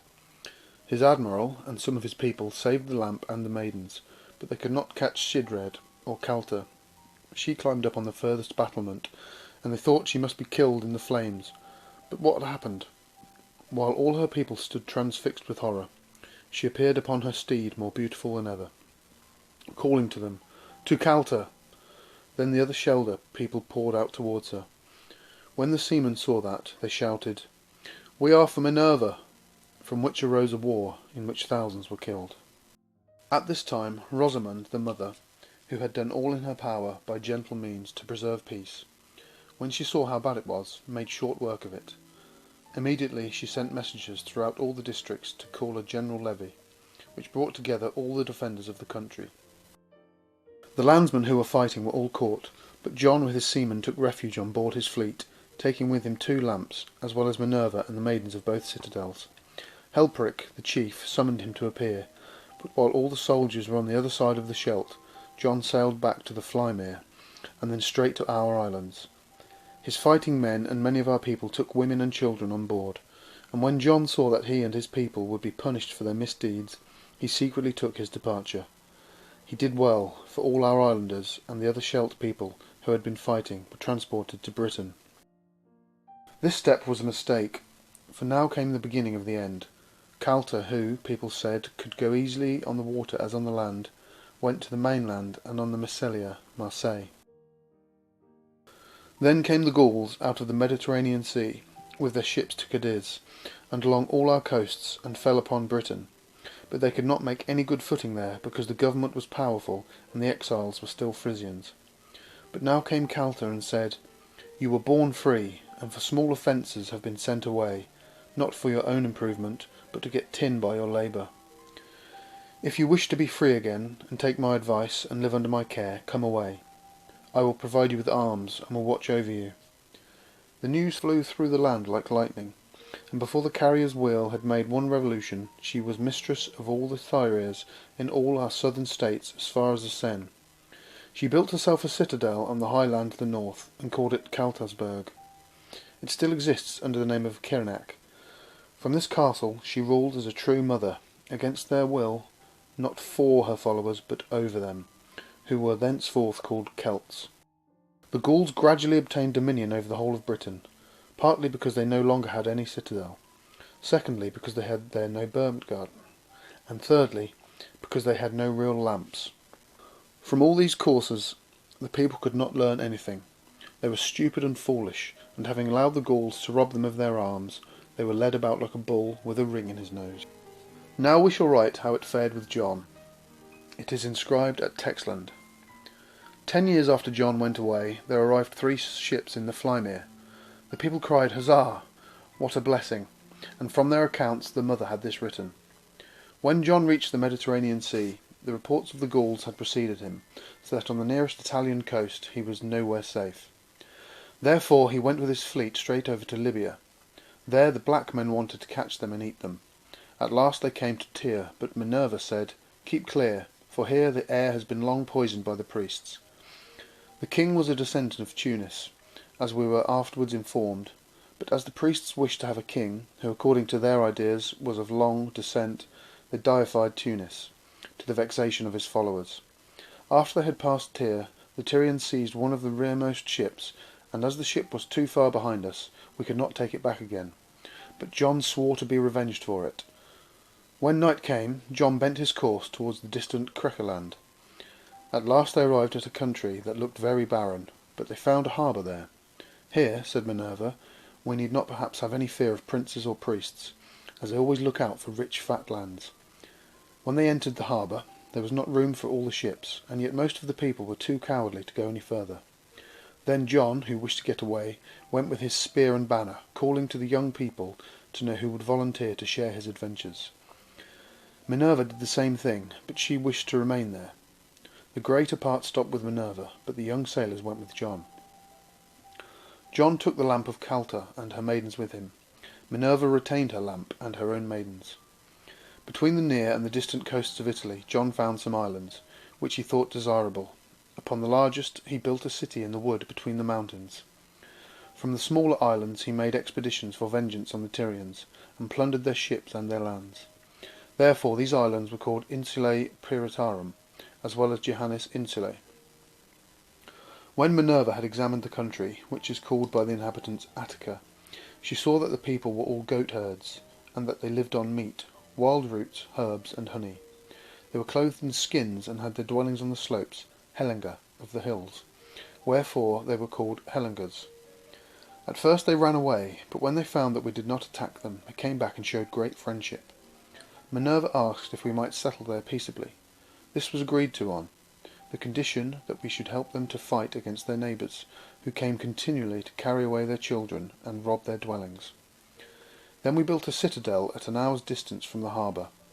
By the advice of Minerva it was called Athens, because, she said, those who came after us ought to know that we are not here by cunning or violence, but were received as friends, Atta. While we were building the citadel, the principal personages came to us, and when they saw that we had no slaves, it did not please them, and they gave her to understand it, as they thought she was a princess. But Minerva said, "How did you get your slaves?" They answered, "We bought some and took others in war." Minerva replied, "If nobody would buy slaves, they would not steal your children, and you would have no wars about it. If you wish to remain our allies, you will free your slaves." The chiefs did not like this, and wanted to drive us away, but the most enlightened of the people came and helped us to build our citadel, which was built of stone. This is the history of John and Minerva. When they had finished their story, they asked respectfully for iron weapons, for, said they, our foes are powerful, but if we had good arms we can withstand them. When this had been agreed to, the people asked if friars' customs would flourish in Athens and in other parts of Greece, Krekerlanden. The mother answered, "If the distant Greeks belong to the direct descendants of Frya, then they will flourish, but if they do not descend from Frya, then there will be a long contention about it, because the carrier must make 5,000 revolutions of his Yule before Finda's people will be ripe for liberty." This is about the Geertmen. When Helenia or Minerva died, the priests pretended to be with us, and in order to make it appear so, they deified Helenia. They refused to have any other mother chosen, saying that they feared there was no one among her maidens whom they could trust as they had trusted Minerva, surnamed Helenia. But we would not recognize Minerva as a goddess, because she herself had told us that no one could be perfectly good except the spirit of Wralda.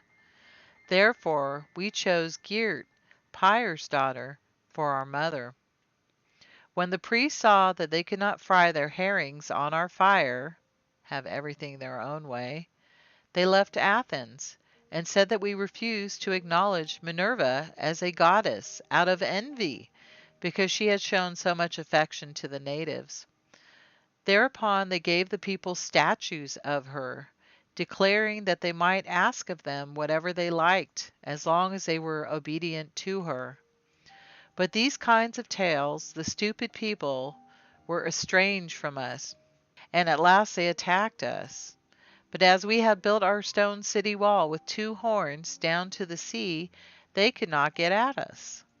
Then, and behold, I, an Egyptian high priest, bright of eye, clear of brain, and enlightened of mind, whose name was Cecrops, came to give them advice. When he saw that with his people he could not storm our wall, he sent messengers to Tyre. Thereupon there arrived 300 ships full of wild mountain soldiers, which sailed unexpectedly into our haven while we were defending the walls. When they had taken our harbor, the wild soldiers wanted to plunder the village and our ships. One had already ravished a girl, but Cecrops would not permit it. And the Tyrian sailors, who still had Frisian blood in their veins, said, "If you do that, we will burn our ships, and you shall never see your mountains again." Cecrops, who had no inclination towards murder or devastation, sent messengers to Gert, requiring her to give up the citadel, offering her free exit with all her live and dead property, and her followers the same. The wisest of the citizens, seeing that they could not hold the citadel, advised Gert to accept at once, before Cecrops became furious and changed his mind. 3 months afterwards Gert departed with the best of Frya's sons, and 7 times 12 ships. Soon after they had left the harbor, they fell in with at least 30 ships coming from Tyre with women and children. They were on their way to Athens, but when they heard how things stood there, they went with Gert. The sea king of the Tyrians brought them all together through the strait which at that time ran into the Red Sea, now re-established as the Suez Canal.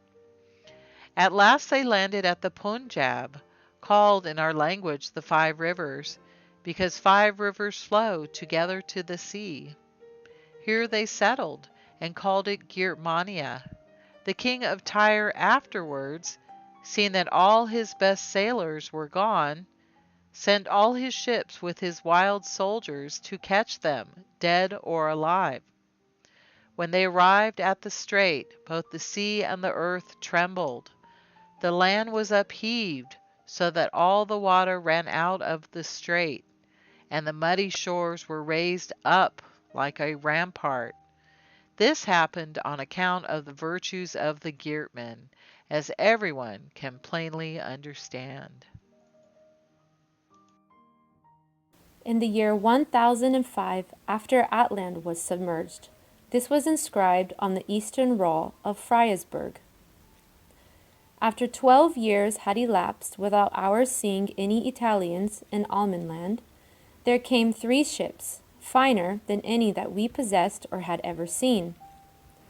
On the largest of them was a king of the Jonishtan Islands, whose name was Ulysses, the fame of whose wisdom was great.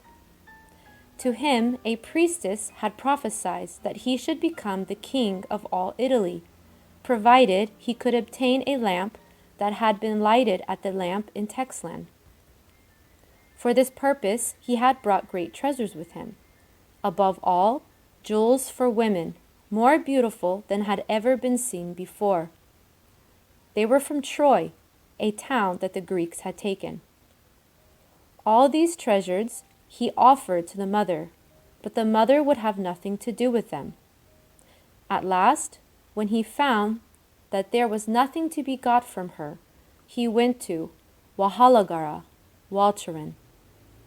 There was established a burgmaid whose name was Cat, but who was commonly called Calip, because her lower lip stuck out like a mast head. Here he tarried for years, to the scandal of all that knew it.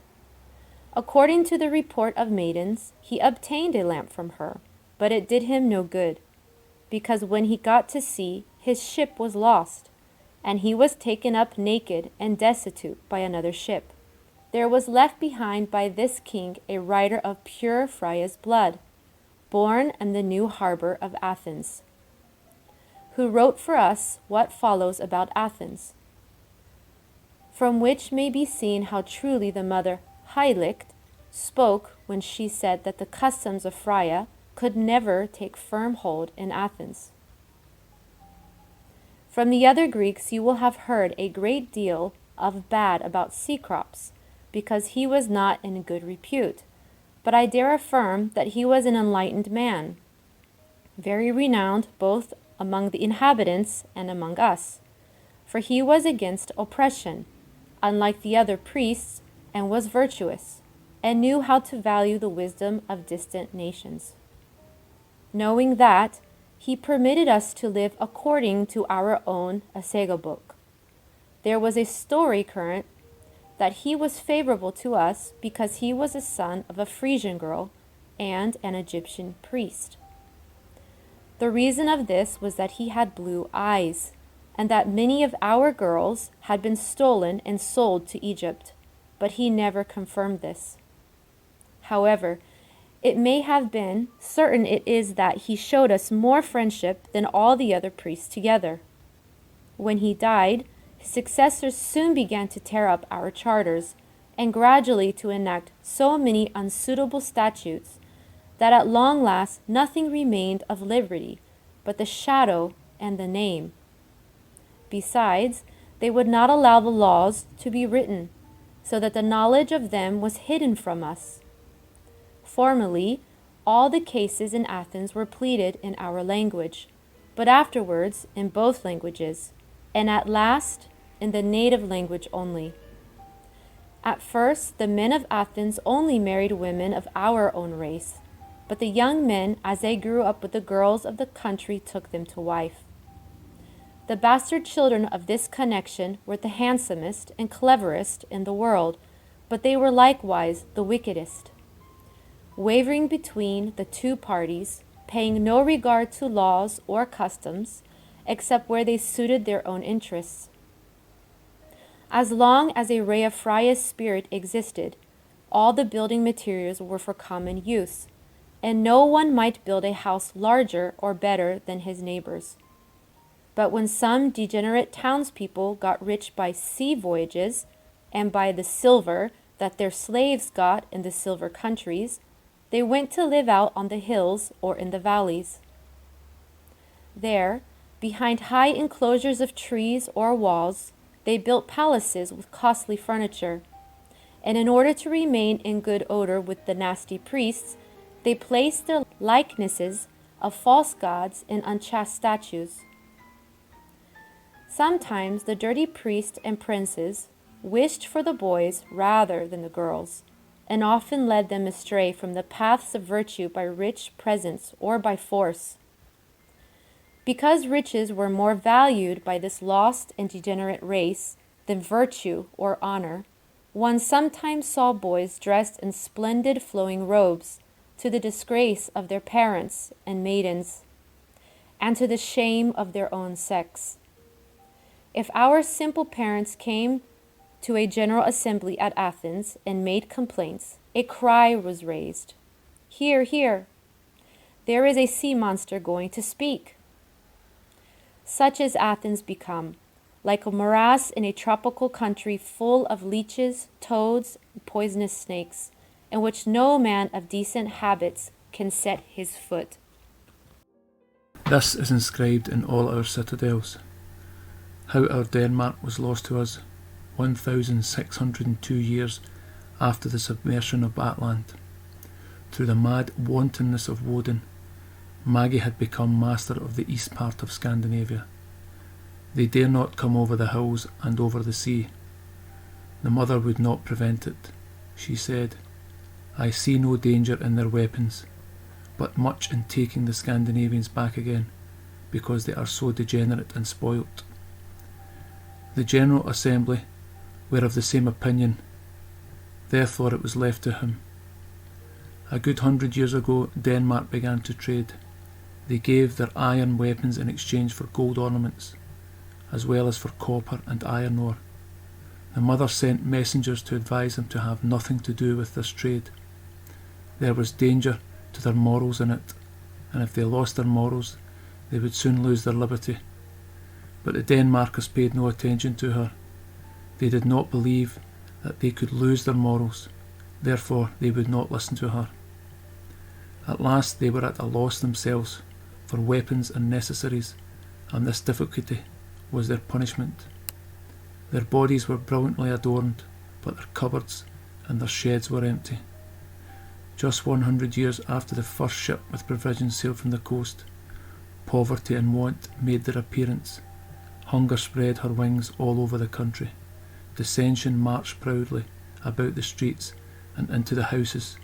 Charity found no place, and unity departed. The child asked its mother for food. She had no food to give, only jewels. The women applied to their husbands. The husbands appealed to the counts. The counts had nothing to give, or if they had, they hid it away. Now the jewels must be sold. But while the sailors were away for that purpose, the frost came and laid a plank upon the sea and the strait, the Sound. When the frost had made the bridge, vigilance ceased in the land, and treachery took its place. Instead of watching on the shores, they put their horses in their sledges and drove off to Scandinavia. Then the Scandinavians, who hungered after the land of their forefathers, came to Denmark. One bright night they all came. Now, they said, we have a right to the land of our fathers. And while they were fighting about it, the Finns came to the defenceless villages and ran away with the children.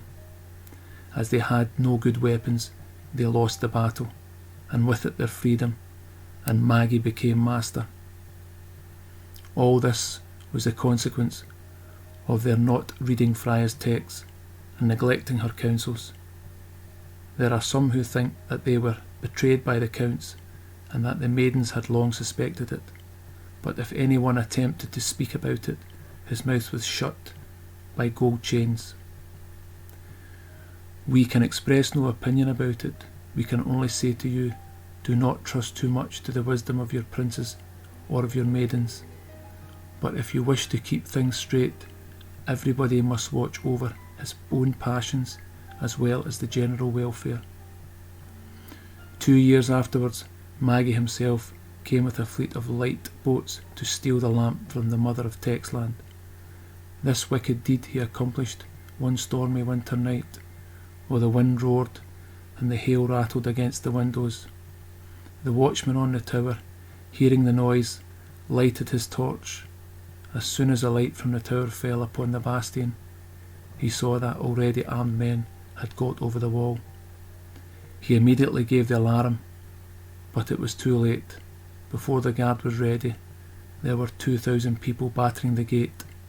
The struggle did not last long. As the guard had not kept a good watch, they were overwhelmed. While the fight was going on, a rascally Finn stole into the chamber of the mother, and would have done her violence. She resisted him, and threw him down against the wall. When he got up, he ran his sword through her. If you will not have me, you shall have my sword. A Danish soldier came behind him and clave his head in two. There came from it a stream of black blood and a wreath of blue flame. The Magy had the mother nursed on his own ship. As soon as she was well enough to speak clearly, the Magy told her that she must sail with him, but that she should keep her lamp and her maidens, and should hold a station higher than she had ever done before. Moreover, he said that he should ask her in presence of all his chief men, and if he would become the ruler of all the country and people of Frya. that she must declare and affirm this, or he would let her die a painful death. Then, when he had gathered all his chiefs around her bed, he asked in a loud voice, Frana, since you are a prophetess, shall I become ruler over all the lands and people of Frya? Frana did, as if she took no notice of him, but at last she opened her lips and said, My eyes are dim, but the other light dawns upon my soul. Yes, I see it. Hear, Eartha, and rejoice with me. At the time of the submersion of Atland, the first spoke of the Yule stood at the top. After that it went down, and our freedom with it. When 2 spokes, or 2,000 years, shall have rolled down, the sun shall arise, who have been bred of the fornication of the princes and priests with the people, and shall witness against their fathers. They shall all fall by murder, but what they have proclaimed shall endure, and shall bear fruit in the bosoms of the able men, like good seed which is laid in thy lap. Yet 1,000 years shall the spoke descend, and sink deeper into darkness, and in the blood shed over yon by the wickedness of the princes and priests. After that, the dawn shall begin to glow. When they perceive this, the false princes and priests will strive and wrestle against the freedom, but freedom, love, and unity will take the people under the protection and rise out of the Yule pool. The light which at first only glimmered shall gradually become a flame. The blood of the bad shall flow over your surface, but you must not absorb it. At last the poisoned animal shall eat it and die of it. All the stories that have been written in praise of the princes and priests shall be committed to the flames. Thenceforth your children shall live in peace. When she had finished speaking, she sank down. The Magy, who had not understood her, shrieked out, I have asked you if I should become master of all the lands and people of Frya, and now how you have been speaking to another. Frana raised herself up, stared at him, and said, Before 7 days have passed, your soul shall haunt the tombs with the night birds, and your body shall be at the bottom of the sea. Very good, said the Magy, swelling with rage. Say that I am coming. Then he said to his executioners, Throw this woman overboard. This was the end of the last of the mothers. We do not ask for revenge. Time will provide that. But 1,000 times we will call with Frya, Watch, watch, watch. How it fared afterwards with the Magy. After the murder of the mother, he brought the lamp and the maidens into his own ship, together with all the booty that he chose.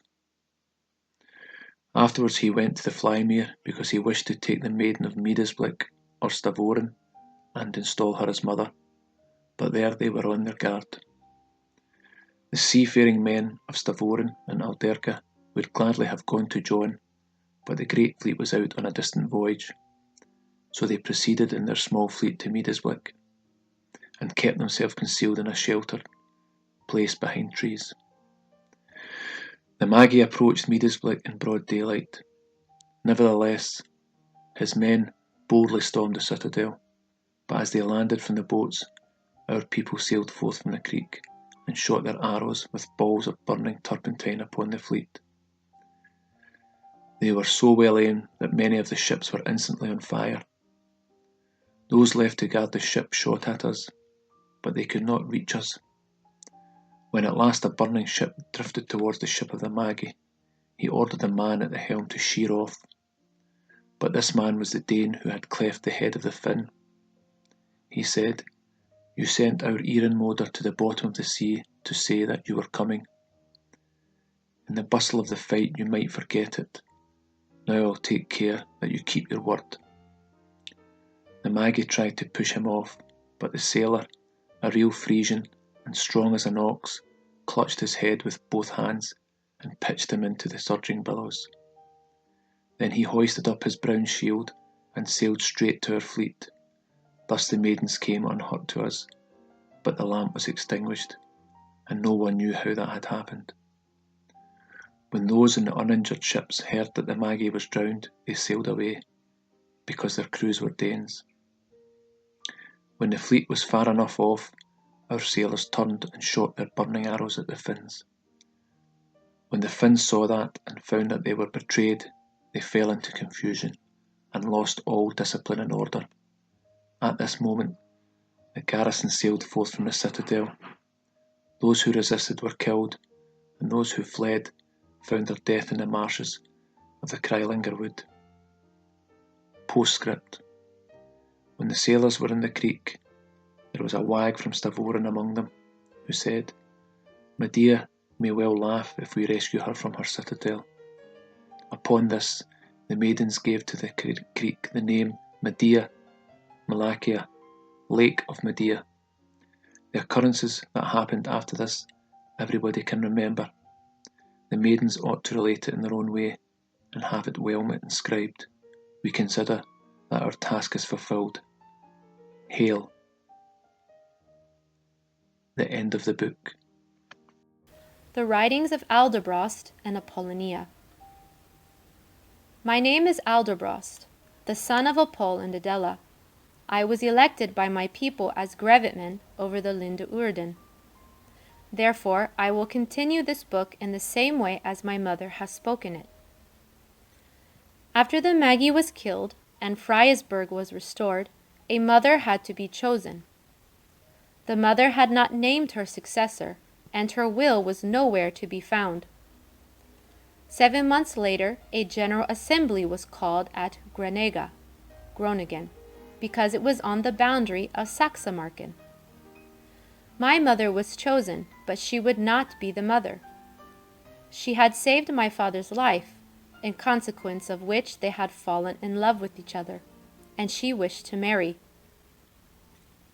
Many people wished my mother to alter her decision, but she said an Aramodr ought to be as pure in her conscience as she appears outwardly, and to have the same love for all her children.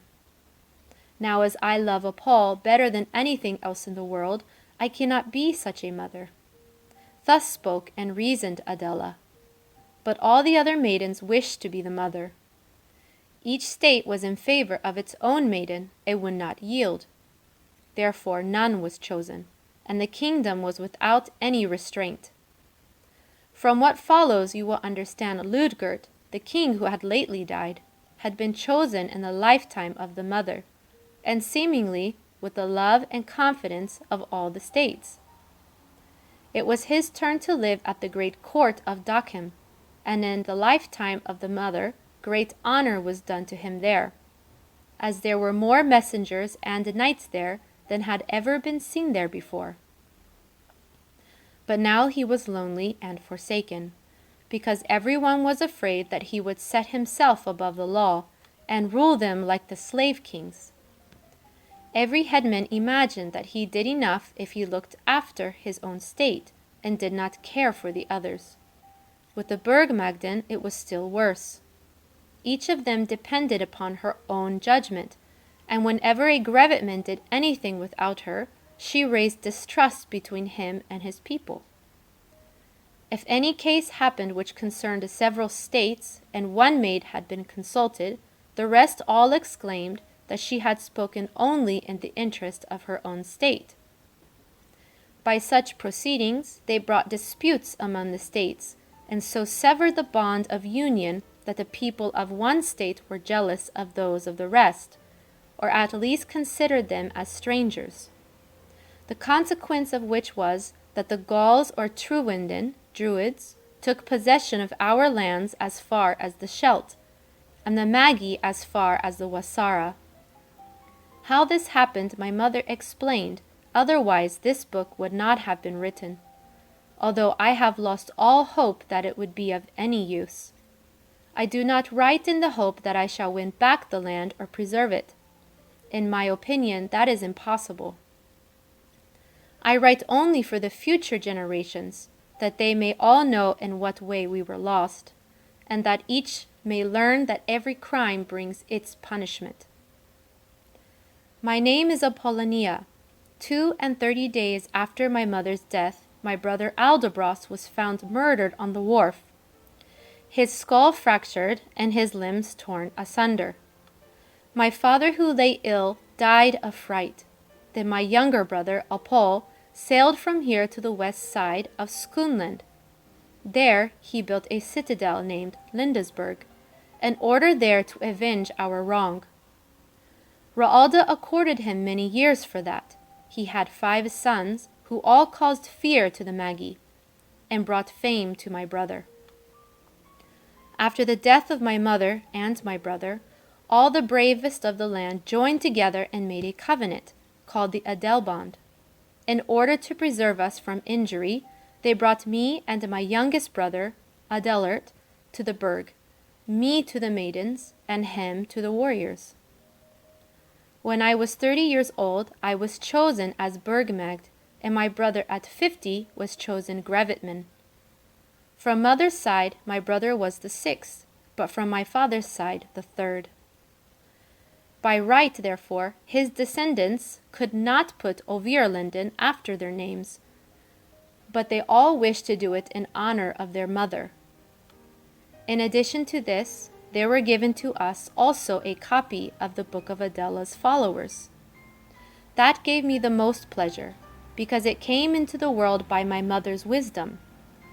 In the Burg, I have found other writings also in praise of my mother. All this I will write afterwards. These are the writings left by Bruno, who was the writer of this Burg. After the followers of Adela had made copies, each in his kingdom, of which was inscribed upon the walls of the Burg, they resolved to choose a mother. For this purpose, a general assembly was called at this farm. By the first advice of Adela, Tuntia was recommended. That would have been arranged, only that my Burgmagd asked to speak. She had always supposed that she would be chosen mother, because she was at the Burg from which mothers had generally been chosen. When she was allowed to speak, she opened her false lips and said, "You all seem to place great value on Adela's advice, but that shall not shut my mouth. Who is Adela, and whence comes it that you respect her so highly? She was what I am now, a Burgmagd of this place. Is she then wiser and better than I and all the others? Or is she more conversant with our laws and customs? If that had been the case, she would have become mother when she was chosen, but instead of that she preferred matrimony to a single life, watching over herself and her people. She is certainly very clear-sighted, but my eyes are far from being dim. I have observed that she is very much attached to her husband, which is very praiseworthy, but I see likewise that Tuntia is Apol's niece. Further, I say nothing." The principal people understood very well which way the wind blew with her, but among the people there arose disputes, and as most of the people came from here, they would not give the honor to Tuntia. The conferences were ended, knives were drawn, and no mother was chosen. Shortly afterwards, one of our messengers killed his comrade. As he had been a man of good character, hitherto my Burgmagd had permission to help him over the frontier.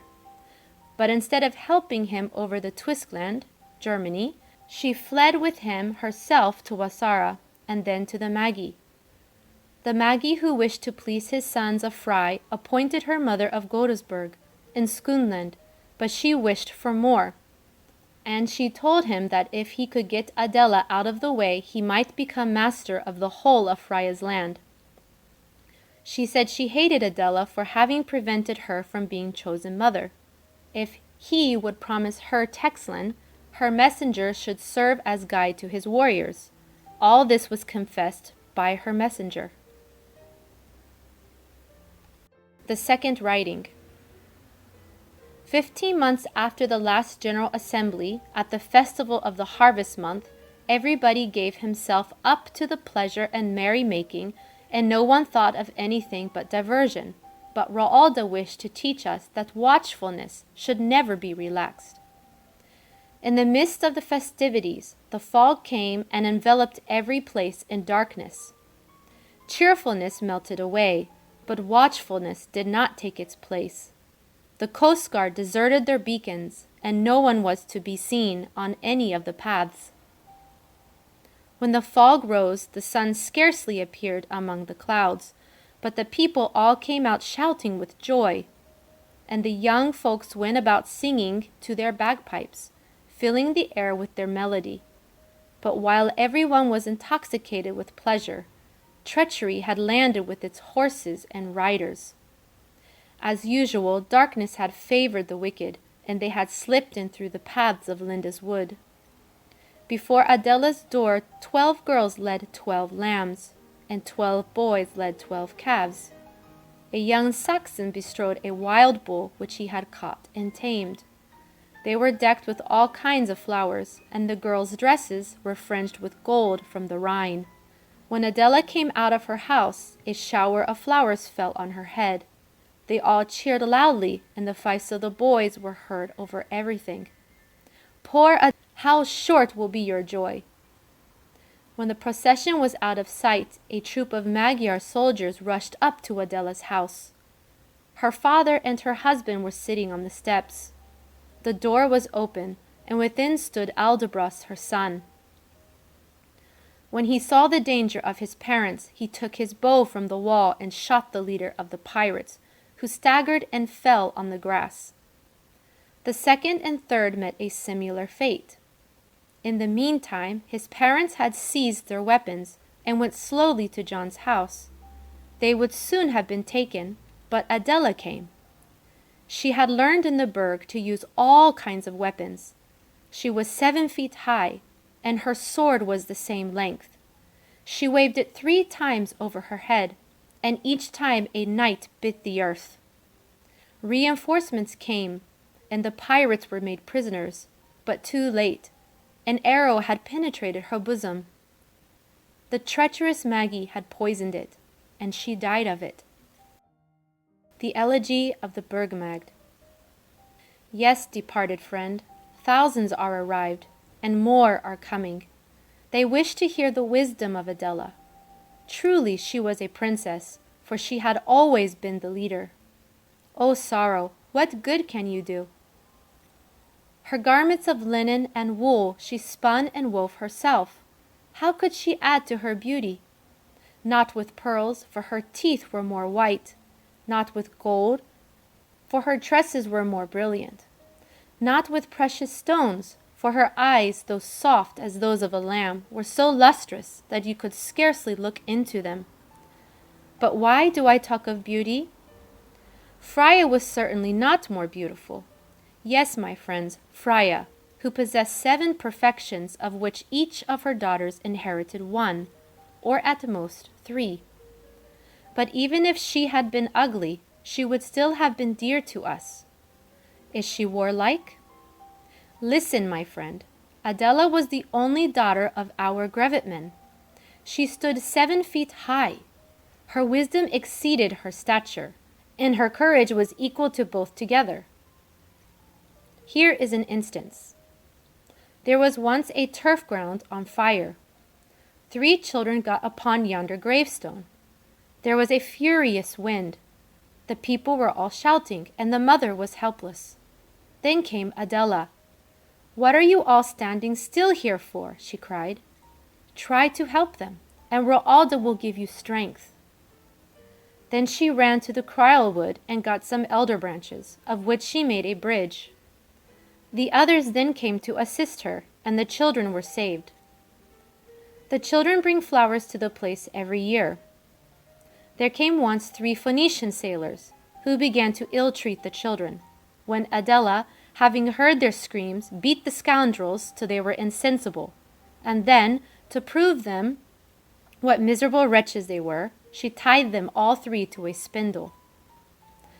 The foreign lords came to look after their people, and when they saw how ridiculously they had been treated, they were very angry, till they were told what had happened. Upon that, they bowed themselves before Adela and kissed the hem of her garment. But come, distant living friend, the birds of the forest fled before the numerous visitors. Come, friend, and you shall hear her wisdom. By the gravestone of which mention has already been made, her body is buried. Upon the stone following words are inscribed. Tread softly, for here lies Adela. The old legend, which is written on the outside wall of the city tower, is not written in the book of Adela's followers. Why this has been neglected, I do not know. But this book is my own, so I will put it in out of regard to my relations. The oldest doctrine. Hail to all the well-intentioned children of Frya. Through them the earth shall become holy. Learn and announce to the people, Wralda is the ancient of ancients, for he created all things. Wralda is all in all, for he is eternal and everlasting. Wralda is omnipresent, but invisible, and therefore is called a spirit. All that we can see of him are the created beings who come to life through him and go again, because from Wralda all things proceed and return to him. Wralda is the beginning and the end. Wralda is the only almighty being, because from him all other strengths come and returns to him. Therefore, he alone is the creator, and nothing exists without him. Wralda established eternal principles upon which the laws of creation were founded, and no good laws could stand on any other foundation. But although everything is derived from Wralda, the wickedness of men does not come from him. Wickedness comes from heaviness, carelessness, and stupidity. Therefore, they may well be injurious to men, but never to Wralda. Wralda is wisdom, and the laws that he has made are the books from which we learn. Nor is any wisdom to be found or gathered but in them. Men may see a great deal, but Wralda sees everything. Men can learn a great deal, but Wralda knows everything. Men can discover much, but to Wralda everything is open. Mankind are male and female, but Wralda created both. Mankind love and hate, but Wralda alone is just. Therefore, Wralda is good, and there is no good without him. In the progress of time, all creation alters and changes, but goodness alone is unalterable. And since Wralda is good, he cannot change. As he endures, he alone exists. Everything else is show. The second part of the oldest doctrine. Among Finda's people there are false teachers who, by their over-inventiveness, have become so wicked that they make themselves and their adherents believe that they are the best part of Wralda, that their spirit is the best part of Wralda's spirit, and that Wralda can only think by the help of their brains. That every creature is a part of Wralda's eternal being, that they have stolen from us, but their false reasoning and ungovernable pride have brought them on the road to ruin. If their spirit was Wralda's spirit, then Wralda would be very stupid, instead of being sensible and wise. For their spirit labors to create beautiful statues, which they afterwards worship. Finda's people are a wicked people, for although they presumptuously pretend among themselves that they are gods, they proclaim the unconsecrated false gods, and declare everywhere that these idols created the world and all that is therein. Greedy idols, full of envy and anger, who desire to be served and honored by the people, and who exact bloody sacrifices and rich offerings. But these presumptuous and false men, who call themselves God's servants and priests, receive and collect everything in the name of the idols that have no real existence, for their own benefit. They do all of this with an easy conscience, as they think themselves gods, not answerable to anyone. If there are some who discover their tricks and expose them, they hand them over to the executioners to be burnt for their calumnies, with solemn ceremonies in honor of the false gods, but really in order to save themselves. In order that our children may be protected against their idolatrous doctrine, the duty of the maidens is to make them learn by heart the following. Wralda existed before all things, and will endure after all things. Wralda is also eternal and everlasting. Therefore nothing exists without him. From Wralda's life sprang time and all living things, and his life takes away time and every other thing. These things must be made clear and manifest in every way, so that they can be made clear and comprehensible to all.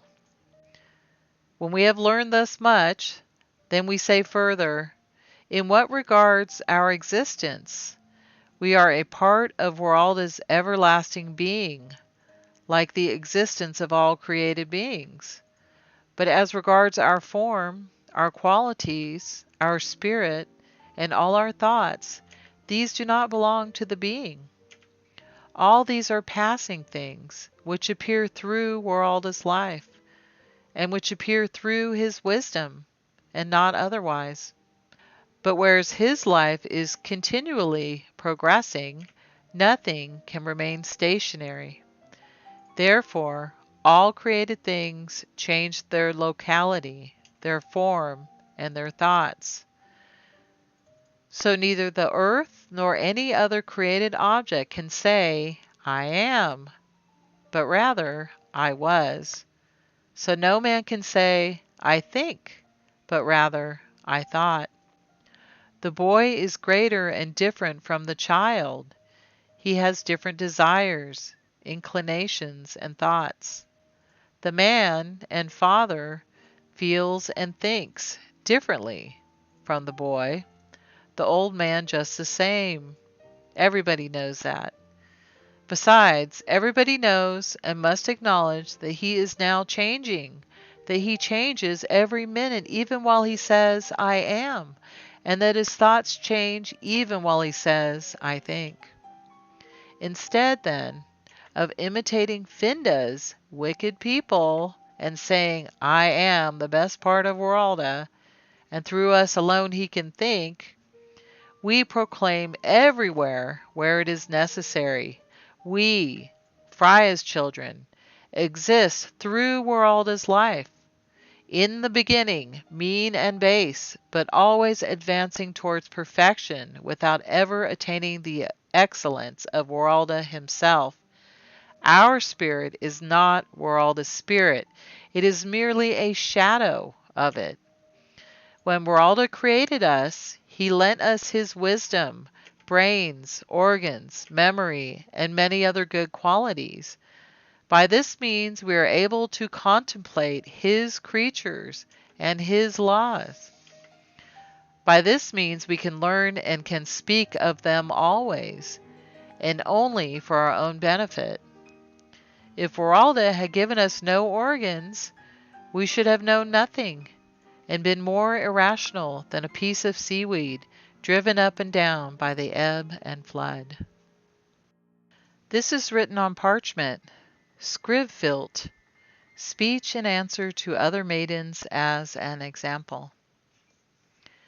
An unsociable, avaricious man came to complain to Trust, who was the maid of Stavia. He said a thunderstorm had destroyed his house. He had prayed to Wralda, but Wralda had given him no help. Are you a true Frisian? Troost asked. From father and forefathers, replied the man. Then she said, I will sow something in your conscience, in confidence that it will take root, grow, and bear fruit. She continued, When Frya was born, our mother stood naked and bare, unprotected from the rays of the sun. She could ask no one, and there was no one who could give her any help. Then Wralda wrought in her conscience inclination and love, anxiety and fright. She looked round her, and her inclination chose the best. She sought a hiding place under the sheltering lime trees, but the rain came, and the difficulty was that she got wet. She had seen how the water ran down the pendant leaves, so she made a roof of leaves fastened with sticks, but the wind blew the rain under it. She observed that the stem would afford protection. She then built a wall of sods, first on one side and then all round. The wind grew stronger and blew away the roof, but she made no complaint of Wralda. She made a roof of rushes and put stones upon it. Having found how hard it is to toil alone, she showed her children how and why she had done it. They acted and thought as she did. This is the way in which we became possessed of houses and porches, a street, and lime trees to protect us from the rays of the sun. At last we have built a citadel and all the rest. If your house is not strong enough, then you must try and make another. My house was strong enough, he said, but the flood and the wind destroyed it. Where did your house stand? Troost asked. On the bank of the Rhine, he answered. Did it not stand on a knoll? Troost asked. No, said the man. My house stood alone on the bank. I built it alone, but I could not alone make it a hillock. I knew it, Troost answered. The maidens told me. All your life you have avoided your neighbors, fearing that you might have to give or do something for them.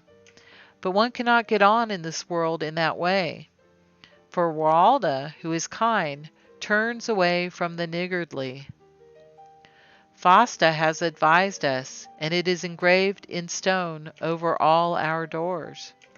If you are selfish, distrustful towards your neighbors, teach your neighbors, help your neighbors, and they will return the same to you. If this advice is not good enough for you, I can give you no better. The man blushed for shame and slunk away. Now I will write myself, first about my citadel, and then about what I have been able to see. My city lies near the north end of the Luitgard. The tower has 6 sides, and is 90 feet high, flat-roofed, with a small house upon it out of which they look at the stars. On either side of the tower is a house 300 feet long, and 21 feet abroad, and 21 feet high, besides the roof, which is round. All this is built of hard-baked bricks, and outside there is nothing else. The citadel is surrounded by a dike, with a moat 36 feet broad and 21 feet deep. If one looks down from the tower, he sees the form of the Yule. In the ground among the houses on the south side, all kinds of native and foreign herbs grow, of which the maidens must study the qualities. Among the houses on the north side, there are only fields. The 3 houses on the north are full of corn and other necessaries. The 2 houses on the south are for the maidens to live in and keep school. The most southern house is the dwelling of the Burgt maid. In the tower hangs the lamp. The walls of the tower are decorated with precious stones. On the south wall, the text is inscribed. On the right side of this are the formulae, and on the other side the laws. The other things are found upon the 3 other sides. Against the dike, near the house of the Burgmaid, stand the oven and the mill, worked by 4 oxen. Outside the citadel wall is the place where the Burgtherin and the soldiers live. The fortification outside is an hour long, not a seaman's hour, but an hour of the sun, of which 24 go to a day. Inside it is a plain 5 feet below the top. On it are 300 crossbows covered with wood and leather. Besides the houses of the inhabitants, there are along the inside of the dike 36 refuge houses for the people who live in the neighborhood. The field serves for a camp and for a meadow. On the south side of the outer fortification is the Ludeguard, enclosed by the great wood of lime trees. Its shape is 3-cornered, with the widest part outside, so that the sun may shine in it, for there are a great number of foreign trees and flowers brought by the seafarers. All the other citadels are the same shape as ours, only not so large. But the largest of all is that of Texland. The tower of the Wraburgt is so high that it rends the sky, and all the rest is in proportion to the tower. In our citadel, this is the arrangement. 7 young maidens attend to the lamp. Each watch is 3 hours. In the rest of their time, they do housework, learn, and sleep. When they have watched for 7 years, they are free. Then they may go among the people to look after their morals and to give advice. When they have been 3 years maidens, they may sometimes accompany the older ones. The writer must teach the girls to read, to write, and to reckon. The elders, or griva, must teach them justice and duty, morals, botany and medicine, history, traditions, and singing, besides all that may be necessary for them to give advice. The Burgmaid must teach them how to set to work when they go among the people. Before a Burgmaid can take office, she must travel through the country a whole year. 3 gray-headed Burgtherin and 3 old maidens must go with her. This was the way that I did. My journey was along the Rhine, on this side up, and on the other side down. The higher I went, the poorer the people seemed to be. Everywhere about the Rhine the people dug holes, and the sand that was got out was poured with water over fleeces to get the gold, but the girls did not wear golden crowns of it.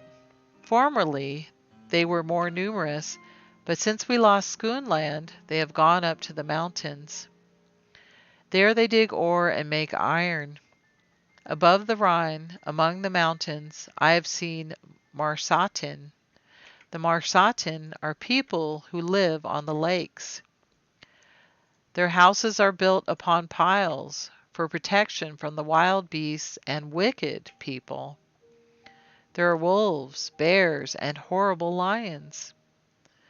Then come the Swiss, the nearest to the frontiers of the distant Italians, the followers of Calta, and the savage Twiskar, all greedy for robbery and booty. The Marsatin gain their livelihood by fishing and hunting. The skins are sewn together by the women and prepared with birch bark. The small skins are as soft as a woman's skin. The Burgmaid at Fryasburg, Freiburg, told us that they were good, simple people, but if I had not heard her speak of them first, I should have thought that they were not Frya's people, they looked so impudent. Their wool and herbs are bought by the Rhine people and taken to foreign countries by the ship captains. Along the other side of the Rhine it was just the same as at Leidesburg, Leiden. There was a great river or lake, and upon this lake also there were people living upon piles. But they were not Frya's people. They were black and brown men who had been employed as rowers to bring home the men who had been making foreign voyages, and they had to stay there till the fleet went back. At last we came to Aldegamude. At the head of the south harbor lies the Waraburgt, built of stone, in which all kinds of clothes, weapons, shells, and horns are kept, which were brought by the sea people from distant lands. A quarter of an hour's distance from there is Aldegamude, a great river surrounded by houses, sheds, and gardens, all richly decorated. In the river lay a great fleet ready, with banners of all sorts of colors. On Frya's day the shields were hung on board likewise. Some shone like the sun. The shields of the Sea King and the Admiral were bordered with gold. From the river a canal was dug, going past the Citadel. Frya,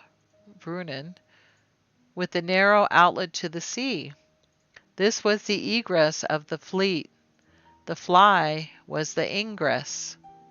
On both sides of the river are fine houses built, painted in bright colors. The gardens are all surrounded by green hedges. I saw there women wearing felt tunics, as if it were riding felt. Just as at Stavia, the girls wore golden crowns on their heads and rings on their arms and ankles. To the south of Frya lies Aldegamude. Aldegamude is a lake or river in which there is an island. On this island the black and brown people must remain, the same as at Burgt. The Burg maid of Frya told me that the Burgtherin go every day to teach them what real freedom is, and how it behoves men to live in order to obtain the blessing of Wralda's spirit. If there was anyone who was willing to listen and could comprehend, he was kept there till he was fully taught. That was done in order to instruct the distant people and to make friends everywhere. I had been before in the Saxamaran, at the Monotheist castle, Munster. There I saw more poverty than I could discover wealth here. She answered, So whenever at the Saxmarken a young man courts a young girl, the girl asks, Can you keep your house free from the banished Twixlanders? Have you ever killed any of them? How many cattle have you already caught, and how many bear and wolf skins have you brought to market? And from this it comes that the Saxons have left the cultivation of the soil to the women, that not 1 in 100 can read or write. From this it comes, too, that no one has a motto on his shield, but only a mishapen form of some animal that he has killed. And lastly, from this comes also that they are very warlike, but sometimes as stupid as the beasts that they catch, and as poor as the Twixlanders with whom they go to war. The earth and the sea were made for Frya's people. All our rivers run into the sea. The lightest people and the findest people will exterminate each other, and we must people the empty countries. In movement and sailing is our prosperity. If you wish the Highlanders to share our riches and wisdom, I will give you a piece of advice. Let the girls, when they are asked to marry, before they say yes, ask their lovers, What part of the world have you traveled in? What can you tell your children about distant lands and distant people? If they do this, then the young warriors will come to us. They will become wiser and richer, and we shall have no occasion to deal with those nasty people. The youngest of the maids who were with me came from the Sachsenmarken. When we came back, she asked leave to go home. Afterwards, she became burgmaid there, and that is the reason why in these days so many of our sailors are Saxons. The writings of Frithoric and Wiljo. My name is Frithoric, surnamed Waraburgt, which means over the linden. In Lindwardia, I was chosen as Asga. Lindwardia is a new village within the fortification of the Ludgarda, of which the name has fallen into disrepute. In my time much has happened. I had written a good deal about it, but afterwards much more was related to me. I will write an account of both one and the other after this book, to the honour of the good people and to the disgrace of the bad. In my youth I heard complaints on all sides. The bad time was coming. The bad time did come. Frya had forsaken us. She withheld from us all her watchmaidens, because monstrous idolatrous images had been found within our landmarks. I burnt with curiosity to see those images. In our neighbourhood a little old woman tottered in and out of the houses, always calling out and about the bad times. I came to her, she stroked my chin. Then I became bold, and asked her if she would show me the bad times and the images. She laughed good-naturedly, and took me to the Citadel. An old man asked me if I could read and write. No, I said. Then you must first go and learn, he replied. Otherwise it may not be shown to you. I went daily to the writer and learnt. 8 years afterwards, I heard that our Burgt had been unchaste, and that some of the Burgtherine had committed treason with the Magy, and many people took their part. Everywhere disputes arose. There were children rebelling against their parents. Good people were secretly murdered. The little old woman who had brought everything to light was found dead in a ditch. My father, who was a judge, would have her avenged. He was murdered in the night in his own house. 3 years after that, the Magy was mastered without any resistance. The Saxmen had remained religious and upright. All the good people fled to them. The mother died of it. Now I did like the others. The Magy prided himself upon his caring, but Itha made him know that she would not tolerate any Magy or idol on the holy bosom that had borne Frya. As a wild horse tosses his mane after he has thrown his rider, so Itha shook her forests and her mountains. Rivers flowed over the land, the sea raged, mountains spouted fire to the clouds, and what they vomited forth the clouds flung upon the earth. At the beginning of the Amanand harvest month, the earth bowed towards the north and sank down lower and lower. In the Welvenmand winter month, the lowlands of the Frya's land were buried under the sea. The woods in which the images were torn up and scattered by the wind. The following year, the frost came in the Hardamand, the Laumand, January, and laid Frya's land concealed under a sheet of ice. In Selamand, Sprokelmand, February, there were storms of wind from the north, driving mountains of ice and stones. When the spring tides came, the earth raised herself up. The ice melted. With the ebb, the forests with the images drifted out to sea.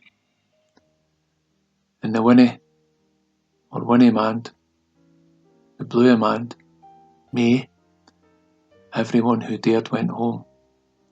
I came with a maiden to the Citadel, Ludgard. How sad it looked there. The forests of the Lindaurden were almost all gone. Where Ludgard used to be was sea. The waves swept over the fortifications. Ice had destroyed the tower, and the houses lay heaped over each other. On the slope of the dike I found a stone on which the writer had inscribed his name. That was a sign to me. The same thing had happened to other citadels as ours. In the upper lands they had been destroyed by earth.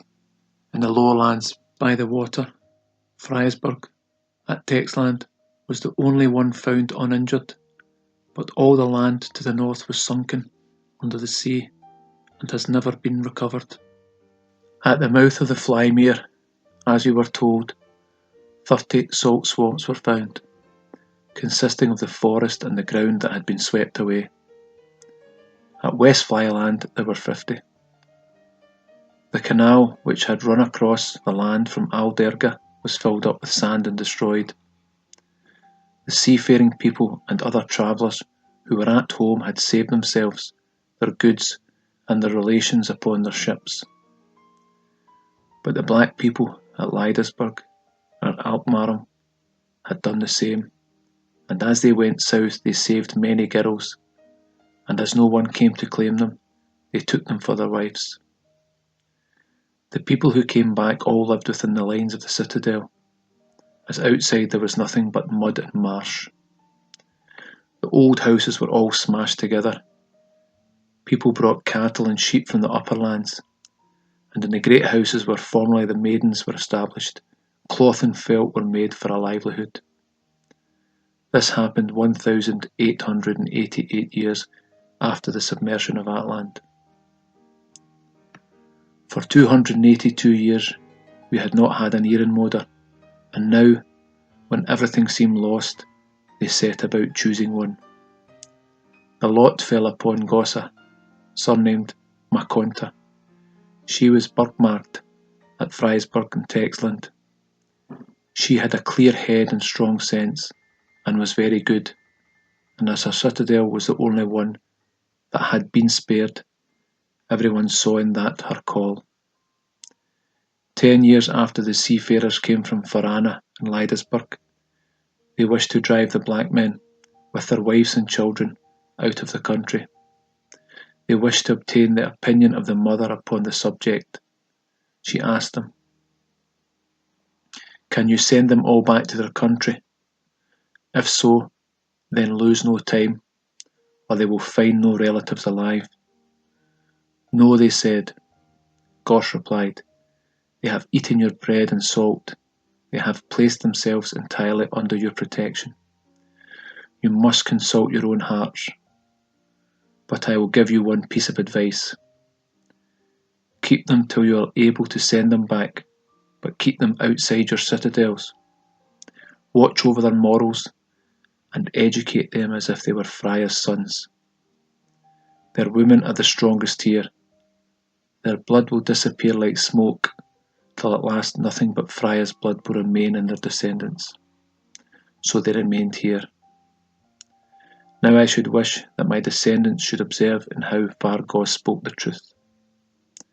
When our country began to recover, there came troops of poor Saxon men and women to the neighbourhoods of Stavia and Aldegamude to search for gold and other treasures in the swampy lands. But the sea people would not permit it, so they went and settled in the empty village of the West Flyland in order to preserve their lives. Now I will relate how the Geertman and many followers of Helenia came back. 2 years after Gossa had become the mother, 303 BC, there arrived a fleet at Flymere. The people shouted, "Ho Nassin!" What a blessing! They sailed to Stavia, where they shouted again. Their flags were hoisted, and at night they shot lighted arrows into the air. At daylight some of them rowed into the harbour in a boat, shouting again, "Ho Nassin!" When they landed, a young fellow jumped upon the rampart. In his hand he held a shield on which bread and salt were laid. After him came a grey-headed man, who said, "We come from the distant Greek land to preserve our customs. Now we wish you to be kind enough to give us as much land as will enable us to live." He told a long story, which I will hereafter relate more fully. The old man did not know what to do. They sent messengers all round. Also to me I went, and said, "Now that we have a mother, it behoves us to ask her advice." I went with them myself. The mother, who already knew it all, said, "Let them come. They will help us to keep our lands, but do not let them remain in one place, that they may not become too powerful over us." We did as she said. She was quite to their liking. Frya remained with his people at Stavia, which they made again into a port as well as they could. Witchert went with his people eastwards to the Emude. Some of the descendants of John, who imagined that they sprang from the Aldegamude people, went there.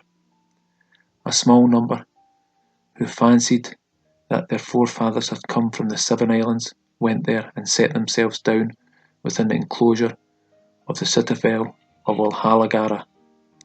Ludgert, the admiral of Witchert, was my comrade, and afterwards my friend.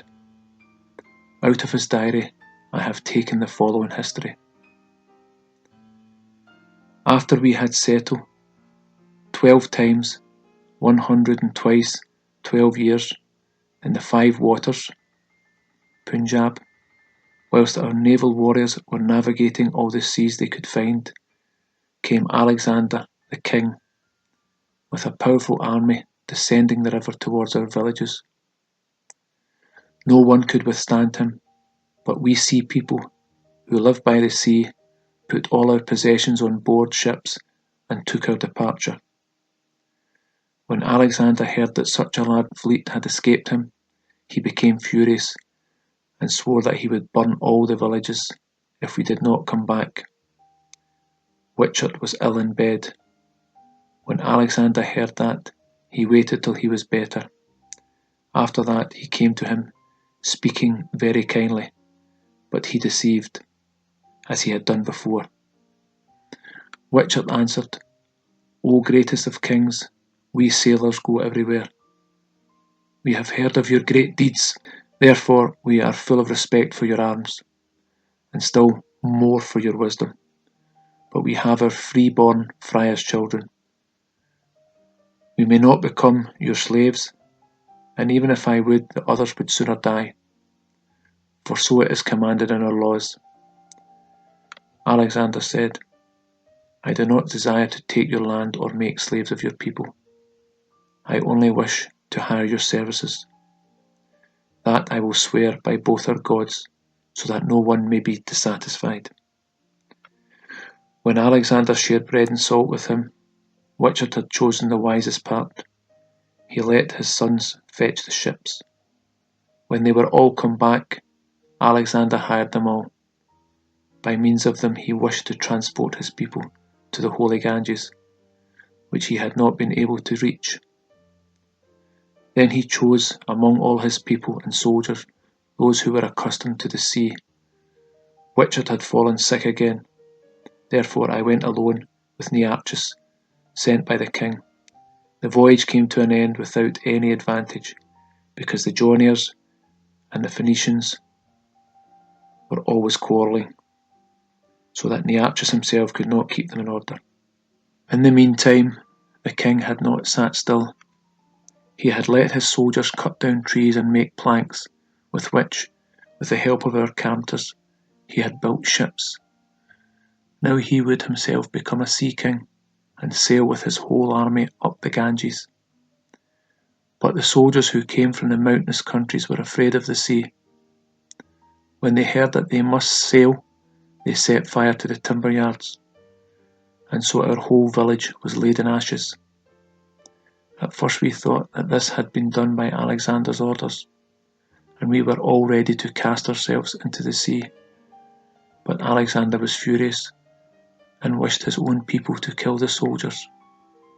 However, Nearchus, who was not only his chief officer, but also his friend, advised him not to do so. So he pretended to believe that it had happened by accident, and said no more about it. He wished now to return, but before going he made an inquiry who really were the guilty ones. As soon as he ascertained it, he had them all disarmed, and made them build a new village. His own people he kept under arms to overawe the others, and to build a citadel. We were to take the women and children with us. When we arrived at the mouth of the Euphrates, we might either choose a place to settle there or come back. Our pay would be guaranteed to us, the same in either case. Upon the new ships which had been saved from the fire, he embarked the Joniers and the Greeks. He himself went with the rest of his people along the coast, through the barren wilderness, that is, through the land that she had heaved up out of the sea when she had raised up the strait as soon as our forefathers had passed into the Red Sea. When we arrived at New Germania is the port that we had made in order to take in water, we met Alexander with his army. Nearchus went ashore and stayed 3 days. Then we proceeded further on. When we came to the Euphrates, Nearchus went ashore with the soldiers and a large body of people, but he soon returned and said, "The Bing requests you, for his sake, to go a voyage up the Red Sea. After that each shall receive as much gold as he can carry." When we arrived there, he showed us where the strait had formerly been. There he spent 31 days, always looking steadily towards the desert. At last there arrived a great troop of people, bringing with them 200 elephants, 1,000 camels, a quantity of timber, ropes, and all kinds of implements necessary to drag our fleet to the Mediterranean Sea. This astounded us and seemed most extraordinary. But Nearchus told us that his king wished to show to the other kings that he was more powerful than any kings of Tyre had ever been. We were only to assist, and that surely could do us no harm. We were obliged to yield, and Nearchus knew so well how to regulate everything, that before 3 months had elapsed, our ships lay in the Mediterranean Sea. When Alexander ascertained how his project had succeeded, he became so audacious that he wished to dig out the dried-up strait in defiance of Irtha. But Wralda deserted his soul, so that he destroyed himself by wine and rashness before he could begin it. After his death, his kingdom was divided among his princes. They were each to have preserved a share for his sons, but that was not their intention. Each wished to keep his own share, and to get more. Then war arose, and we could not return. Nearchus wished us to settle on the coast of Phoenicia, but that no one would do. We said we would rather risk the attempt to return to Frya's land. Then he brought us to the new port of Athens, where all the true children of Frya had formerly gone. We went, soldiers with our goods and weapons. Among the many princes, Nearchus had a friend named Antagonus. These two had only one object in view, as they told us, to help the royal race and to restore freedom to all the Greek lands. Antagonus had, among many others, one son called Demetrius, afterwards called the City Winner. He went once to the town of Salamis, and after he had been some time fighting there, he had an engagement with the fleet of Ptolemy. Ptolemy was the name of the prince who reigned over Egypt. Demetrius won the battle, not by his own soldiers, but because we helped him. We had done this out of friendship for Nearchus, because we knew that he was of bastard birth by his white skin, blue eyes, and fair hair. Afterwards, Demetrius attacked Rhodes, and we transported thither his soldiers and provisions. When we made our last voyages to Rhodes, the war was finished. Demetrius had sailed to Athens. When we came into the harbour, the whole village was in deep mourning. Phryso, who was king over the fleet, had a son and a daughter, so remarkably fair, as if they had just come out of Frya's land, and more beautiful than anyone could picture to himself. The fame of this went all over Greece and came to the ears of Demetrius. Demetrius was vile and immoral, and thought he could do as he pleased. He carried off the daughter. The mother did not dare await the return of her joy.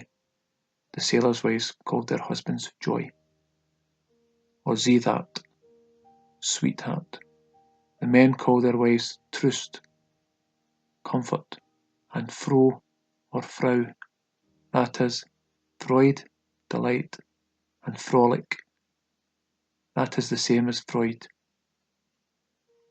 As she dared not wait for her husband's return, she went with her son to Demetrius and implored him to send back her daughter. But when Demetrius saw the son, he had him taken to his palace, and did to him as he had done to his sister. He sent a bag of gold to the mother, which she flung into the sea. When she came home, she was out of her mind, and ran about the streets calling out, "Have you seen my children? Woe is me! Let me find a place to hide in, for my husband will kill me because I have lost his children." When Demetrius heard that Frya had come home, he sent messengers to him to say that he had taken his children, to raise them to high rank, and to reward him for his services. But Frya was proud and passionate, and sent a messenger with a letter to his children, in which he recommended them to accept the will of Demetrius, as he wished to promote their happiness. But the messenger had another letter with poison, which he ordered them to take. "But," said he, "your bodies have been defiled against your will, that you are not to blame, for if your souls are not pure, you will never come into Valhalla. Your spirits will haunt the earth in darkness. Like the bats and owls, you will hide yourselves in the daytime in bowls, and in the night will come and shriek and cry about our graves, while Frya must turn her head away from you." The children did as their father had commanded. The messenger had their bodies thrown into the sea, and it was reported that they had fled. Now Frya wished to go with all his people to Frya's land, where he had formerly, but most of them would not go, so Frya set fire to the village and all the royal storehouses. Then no one could remain there, and all were glad to be out of it. We left everything behind us except wives and children, but we had an ample stock of provisions and warlike implements. Frya was not yet satisfied. When we came to the old harbour, he went off with his stout soldiers and threw fire into all the ships that he could reach with his arrows. 6 days later, we saw the war fleet of Demetrius coming down upon us. Frya ordered us to keep back the small ships in a broad line, and to put the large ship with the women and children in front. Further, he ordered us to take the crossbows that were in the forepart and fix them on the stern of the ships, because, said he, we must fight a retreating battle. No man must presume to pursue a single enemy. That is my order. While we were busy about this, all at once the wind came ahead, to the great alarm of the cowards and the women, because we had no slaves except those who had voluntarily followed us. Therefore we could not escape the enemy by rowing. But Wralda knew well why he did this, and Frya, who understood it, immediately had the fire arrows placed on the crossbows. At the same time he gave the order that no one should shoot before he did, and that we should all aim at the centre ship. If we succeeded in this, he said, the others would all go to its assistance, and then everybody might shoot as he best was able. When we were at a cable and a half distance from them, the Phoenicians began to shoot, but Frya did not reply till the first arrow fell 6 fathoms from his ship. Then he fired, and the rest followed. It was like a shower of fire, and as our arrows went with the wind, they all remained alight and reached the third line. Everybody shouted and cheered, but the screams of our opponents were so loud that our hearts sank. When Friezo thought that it was sufficient, he called us off, and we sped away. But after 2 days, slow sailing, another fleet of 30 ships came in sight and gained upon us. Friezo cleared for action again, but the others sent forward a small rowing boat with messengers, who asked permission to sail with us, as they were journeyers. They had been compelled by Demetrius to go to the old haven. There they had heard of the battle, and girding on their stout swords had followed us. Friezo, who had sailed a good deal with the journeyers, said yes, but Witchert, our king, said no. The journeyers, said he, are worshippers of heathen gods. I myself have heard and call upon them. That comes from their intercourse with the real Greeks. Friezo said, I have often done it myself, and yet I am as pious a Frya's man as any of you. Friezo was the man to take us to Friesland. Therefore the journeyers went with us.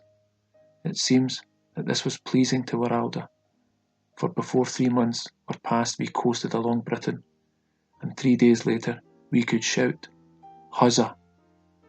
This writing has been given to me about Northland and Skånland, Scandinavia. When our land was submerged, I was in Skånland. It was very bad there. There were great lakes which rose from the earth like bubbles, then burst asunder, and from the rents flowed a stuff like red-hot iron. The tops of high mountains fell and destroyed whole forests and villages. I myself saw one mountain torn from another and fall straight down. When I afterwards went to see the place, there was a lake there. When the earth was composed, there came a Duke of Lindisberg with his people, and one maiden who cried everywhere, Magy is the cause of all the misery that we have suffered. They continued their progress, and their hosts increased. The multi fled, and his corpse was found where he had killed himself. Then the Finns were driven to one place where they might live. There were some of mixed blood who were allowed to stay, but most of them went with the Finns. The Duke was chosen as king. The temples which had remained whole were destroyed. Since that time, the good Northmen come often to Texland for the advice of the mother.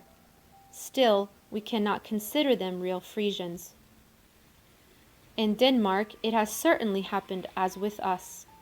The sea people, who call themselves famous sea warriors, went on board their ships and afterwards went back again.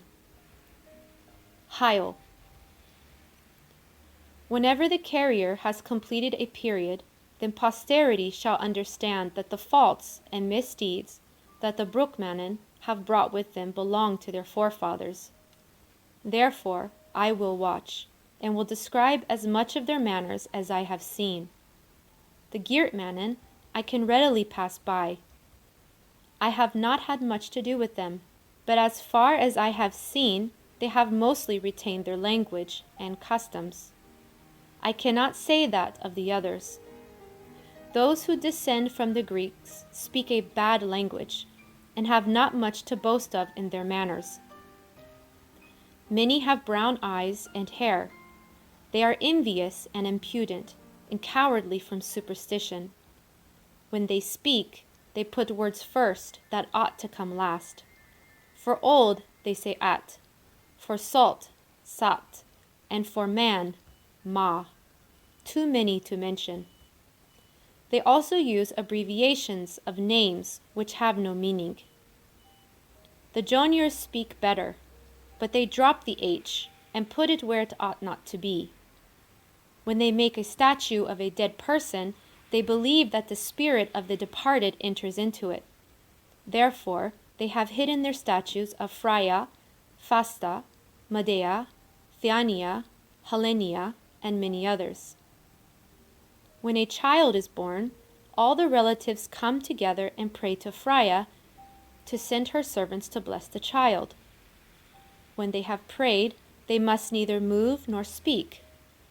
If the child begins to cry and continues some time, it is a bad sign, and they suspect that the mother has committed adultery. I have seen very bad things come from that. If the child sleeps, that is a good sign. Frya's servants are come. If it laughs in its sleep, the servants have promised it happiness. Moreover, they believe in bad spirits, witches, sorcerers, dwarves, and elves, as if they descended from the fens. Herewith I will finish, and I think I have written more than any of my forefathers. Frederick, my husband, lived to the age of 63. Since 108 years, he is the first of his race who died a peaceable death. All the others died by violence, because they all fought with their own people and with foreigners for right and duty. My name is Wiljo. I am the maiden who came home with him from Saxenmarken. In the course of our conversation, it came out that we were both of Adela's race. Thus our affection commenced, and we became man and wife. He left me with 5 children, 2 sons and 3 daughters. Conried was my eldest son, Hachgana my second. My eldest daughter is called Adela, my second Frulik, and the youngest Nacht. When I went to Saxenmarken, I preserved 3 books, the Book of Songs, the Book of Narratives, and the Hallenia book. I write this in order that people may not think they were by Apollonia. I have had a good deal of annoyance about this, and therefore now wish to have the honor of it. I also did more. When Goza Mokonta died, whose goodness and clear-sightedness have become a proverb, I went along to Texland to copy the writings that she had left. And when the last will of Frana was found, and the writings left by Adela or Hallenia, I did that again. These are the writings of Hallenia. I have put them first because they are the oldest. Hail to all true Frisians! In the olden times, the Slavonic race knew nothing of liberty. They were brought under the yoke like oxen. They were driven into the bowels of the earth to dig metals, and had to build houses of stone as dwelling places for princes and priests. Of all that they did, nothing came to themselves. Everything must serve to enrich and make more powerful the priests and the princes, and to satisfy them. Under this treatment, they grew gray and old before their time, and died without any enjoyment, although the earth produces abundantly for the good of all her children. But our runaways and exiles came through Twiskland to their boundaries, and our sailors came to their harbors. From them they heard of liberty, of justice, and laws without which man cannot exist. This was all absorbed by the unhappy people like dew into an arid soil. When they fully understood this, the most courageous among them began to clank their chains, which grieved the princes. The princes are proud and warlike. There is therefore some virtue in their hearts. They consulted together and bestowed some of their superfluity, but the cowardly hypocritical priest could not suffer this. Among their false gods, they had invented also wicked, cruel monsters. Pestilence broke out in the country, and they said that the gods were angry with the domineering of the wicked. Then the boldest of the people were strangled in their chains. The earth drank their blood, and that blood produced corn and fruits that inspired with wisdom those who ate them. 1600 years ago, she writes 593 BC, Atland was submerged, and at this time something happened which nobody had reckoned upon. In the heart of Finda's land, upon a mountain, lies a plain called Kashmir. That is extraordinary. There was a child born whose mother was the daughter of a king, and whose father was a high priest. In order to hide the shame, they were obliged to renounce their own blood. Therefore, it was taken out of the town to poor people. As the boy grew up, nothing was concealed from him, so he did all in his power to acquire wisdom. His intellect was so great that he understood everything that he saw or heard.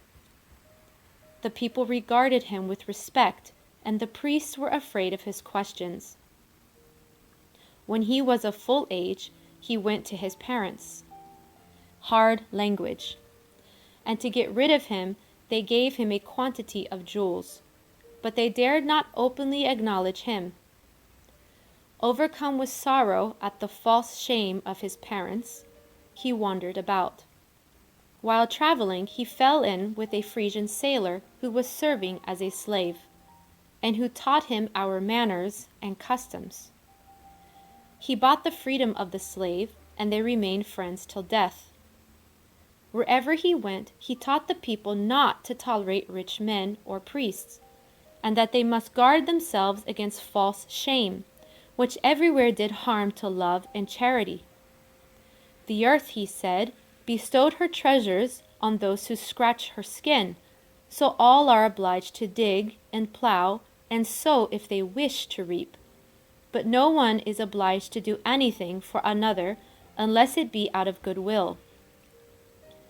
He taught that men should not seek in her bowels for gold or silver or precious stones, which occasion envy and destroy love. To embellish your wives and daughters, he said, the river offers her pure stream. No man is able to make everybody equally rich and happy, but it is the duty of all men to make each other as equally rich and as happy as possible. Men should not despise any knowledge, but justice is the greatest knowledge that time can teach, because she wards off offenses and promotes love. His first name was Jesus, but the priests who hated him called him foe, that is false. The people called him Krishna, that is shepherd, and his Frisian friend called him Buddha, purse, because he had in his head a treasure of wisdom and in his heart a treasure of love. At last he was obliged to flee from the wrath of the priest, but wherever he went, his teaching had preceded him, whilst his enemies followed him like his shadow. When Jesus had thus traveled for 12 years, he died, but his friends preserved his teaching and spread it wherever they found listeners. What do you think the priest did then? That I must tell you, and you must give your best attention to it. Moreover, you must keep guard against their acts and their tricks with all the strength that Wralda has given you. While the doctrine of Jesus was thus spreading over the earth, the false priests went to the land of his birth to make his death known. They said they were his friends, and they pretended to show great sorrow by tearing their clothes and shaving their heads. They went to live in caves in the mountains, but in them they had hid all their treasures, and they made in them images of Jesus. They gave these statues to simple people, and at last they said that Jesus was a god, that he had declared this himself to them, and that all those who followed his doctrine should enter his kingdom hereafter, where all was joy and happiness. Because they knew that he was opposed to the rich, they announced everywhere that poverty, suffering, and humility were the door by which to enter into his kingdom, and that those who had suffered the most on earth should enjoy the greatest happiness there. Although they knew that Jesus had taught that men should regulate and control their passions, they taught that men should stifle their passions, and that the perfection of humanity consisted in being as unfeeling as the cold stones. In order to make the people believe that they did as they preached, they pretended to outward poverty, and that they had overcome all sensual feelings. They took no wives. But if any young girl had made a false step, it was quickly forgiven. The weak, they said, were to be assisted, and to save their souls men must give largely to the church. Acting in this way, they had wives and children without households, and were rich without working. but the people grew poorer and more miserable than they had ever been before. This doctrine, which requires the priest to possess no further knowledge than to speak deceitfully and to pretend to be pious while acting unjustly, spreads from east to west and will come to our land also. But when the priests fancy that they have entirely extinguished the light of Frya in Jessos, then shall all classes of men rise up who have quietly preserved the truth among themselves and have hidden it from the priests. They shall be of princely blood of priests, Slavonic and Frya's blood. They will make their light visible, so that all men shall see the truth. They shall cry woe to the acts of the princes and the priests. The princes who love the truth and justice shall separate themselves from the priests. Blood shall flow, but from it the people will gather new strength. Finda's folk shall contribute their industry to the common good, Linda's folk their strength, and we our wisdom. Then the false priest shall be swept away from the earth. Wralda's spirit shall be invoked everywhere and always. The laws that Wralda in the beginning instilled into our consciences shall alone be listened to. There shall be neither princes, nor masters, nor rulers, except those chosen by the general voice. Then Frya shall rejoice, and the earth will only bestow her gifts on those who work. All this shall begin 4,000 years after the submersion of Atland, and 1,000 years later there shall exist no longer either priest or oppression. Adela, surnamed Hellenia, watch. Thus runs Frana's last will. All noble Frisians, hail! In the name of Wralda, of Frya, and of freedom, I greet you, and pray you if I die before I have named a successor, then I recommend to you Tuntja, who was burgmaid in the Citadel of Medeiasblick. Till now she is the best. This Gosa has left behind her. Hail to all men! I have named no oera, because I know none, and because it is better for you to have no mother than to have one you cannot trust. One bad time is passed by, but there is still another coming. Eartha has not given it birth, and Wralda has not decreed it. It comes from the east, out of the bosom of the priests. It will breed so much mischief that Eartha will not be able to drink the blood of her slain children.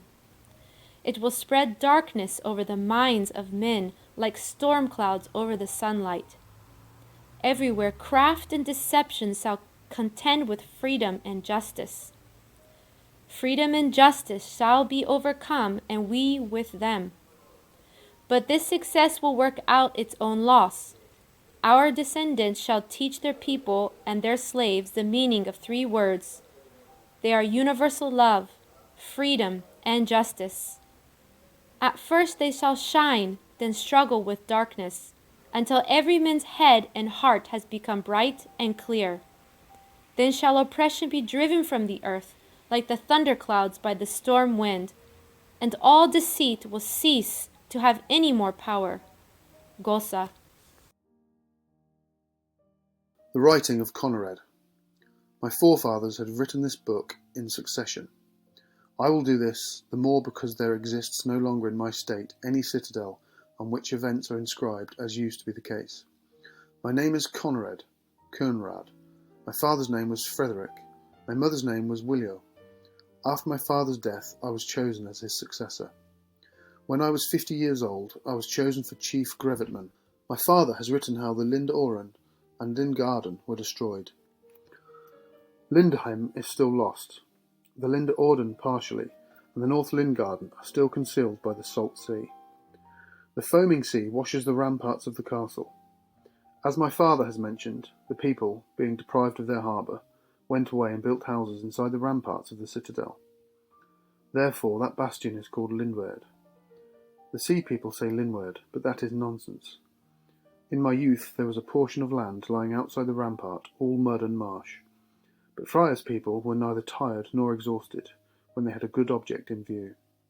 By digging ditches and making dams of the earth that came out of the ditches, we recovered a good space of land outside the rampart, which had the form of a hoof 3 poles eastward, 3 southwards, and 3 westwards. At present we are engaged in ramming piles into the ground to make a harbour to protect our rampart. When the work is finished we shall attract mariners. In my youth it looked very queer, but now there stands a row of houses.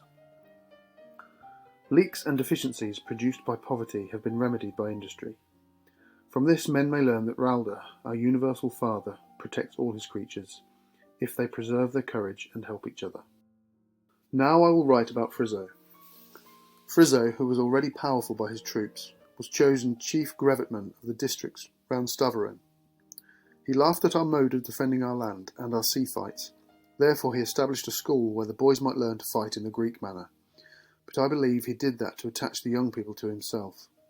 I sent my brother there 10 years ago, because I thought, now that we have not got any mother, it behoves me to be doubly watchful, in order that he may not become our master. Goss has given us no successors. I will not give any opinion about that, but there are still old suspicious people who think that she and Frya had an understanding about it. When Gossa died, the people from all parts wished to choose another mother, but Frya, who was busy establishing a kingdom for himself, did not desire to have any advice or messenger from Tierland.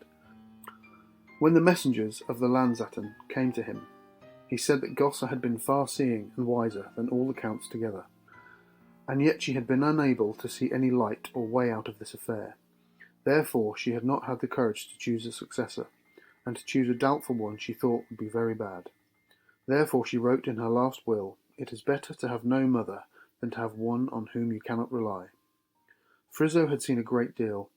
He had been brought up in the wars, and he had just learned and gathered as much of his tricks and cunning ways of the Gauls and the princes as he required, to lead the other counts wherever he wished. See here how he went to work about that. Frya had taken here another wife, a daughter of Wilfreda, who in his lifetime had been chief count of Stavia. By her he had 2 sons and 2 daughters. By his wish, Cornelia, his youngest daughter, was married to my brother. Cornelia is not a good Frisian. Her name ought to be written Cornelia. Wimerd, his eldest daughter, he married to Couch. Couch, who went to school with him, is the son of Vicherte, the king of the Geatmen, but Couch is likewise not a good Frisian, and ought to be Cap, Coop, so they have learned more bad language than good manners. Now I must return to my story. After the great flood of which my father wrote an account, there came many Jutlanders and Letlanders out of the Baltic, or Bad Sea. They were driven down the Kattegat in their boats by the ice as far as the coast of Denmark, and there they remained. There was not a creature to be seen, so they took possession of the land, and named it after themselves Jutland. Afterwards, many of the Denmarkers returned from the higher lands, but they settled more to the south. And when the mariners returned who had not been lost, they all went together to Zealand. By this arrangement the Jutlanders retained the lord to which Wralda had conducted them. The Zealand skippers, who were not satisfied to live upon fish, and who hated the Gauls, took to robbing the Phoenician ships. In the southwest point of Scandinavia there lies Lindesburgt, called Lindesnese, built by one Apol, is written in the book. All the people who live on the coasts and in the neighbouring districts had remained true Frisians, but by their desire for vengeance upon the Gauls and the followers of the Caltona, they joined the Zealanders. But that connection did not hold together, because the Zealanders had adopted many evil manners and customs of the wicked Magyars, in opposition to Frya's people. Afterwards, everybody went stealing on his own account, but when it suited them they held all together. At last the Zealanders began to be in want of good ships. Their shipbuilders had died, and their forests as well as their land had been washed out to sea. Now there arrived unexpectedly 3 ships, which anchored off the ring-dyke of our citadel. By the disruption of our land they had lost themselves and had missed Flamond. The merchant who was with them wished to buy new ships from us, and for that purpose had brought all kinds of valuables, which they had stolen from the Celtic country, and Phoenician ships. As we had no ships, I gave them active horses and 4 armed couriers to Frya, because at Stavia, along the Aldegamude, the best ships of war were built of hard oak, which never rots. While these sea rovers remained with us, some of the Jutmen had gone to Texland, and thence to Frya. The Zealanders had stolen many of their strongest boys to row the ships, and many of their finest daughters to have children by. The great Jutlanders could not prevent this, as they were not properly armed.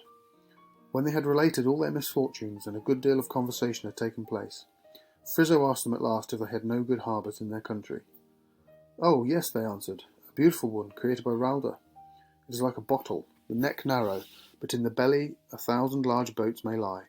But we have no citadel, and no defences to keep out the pirate ships." "Then you should make them," said Frisian.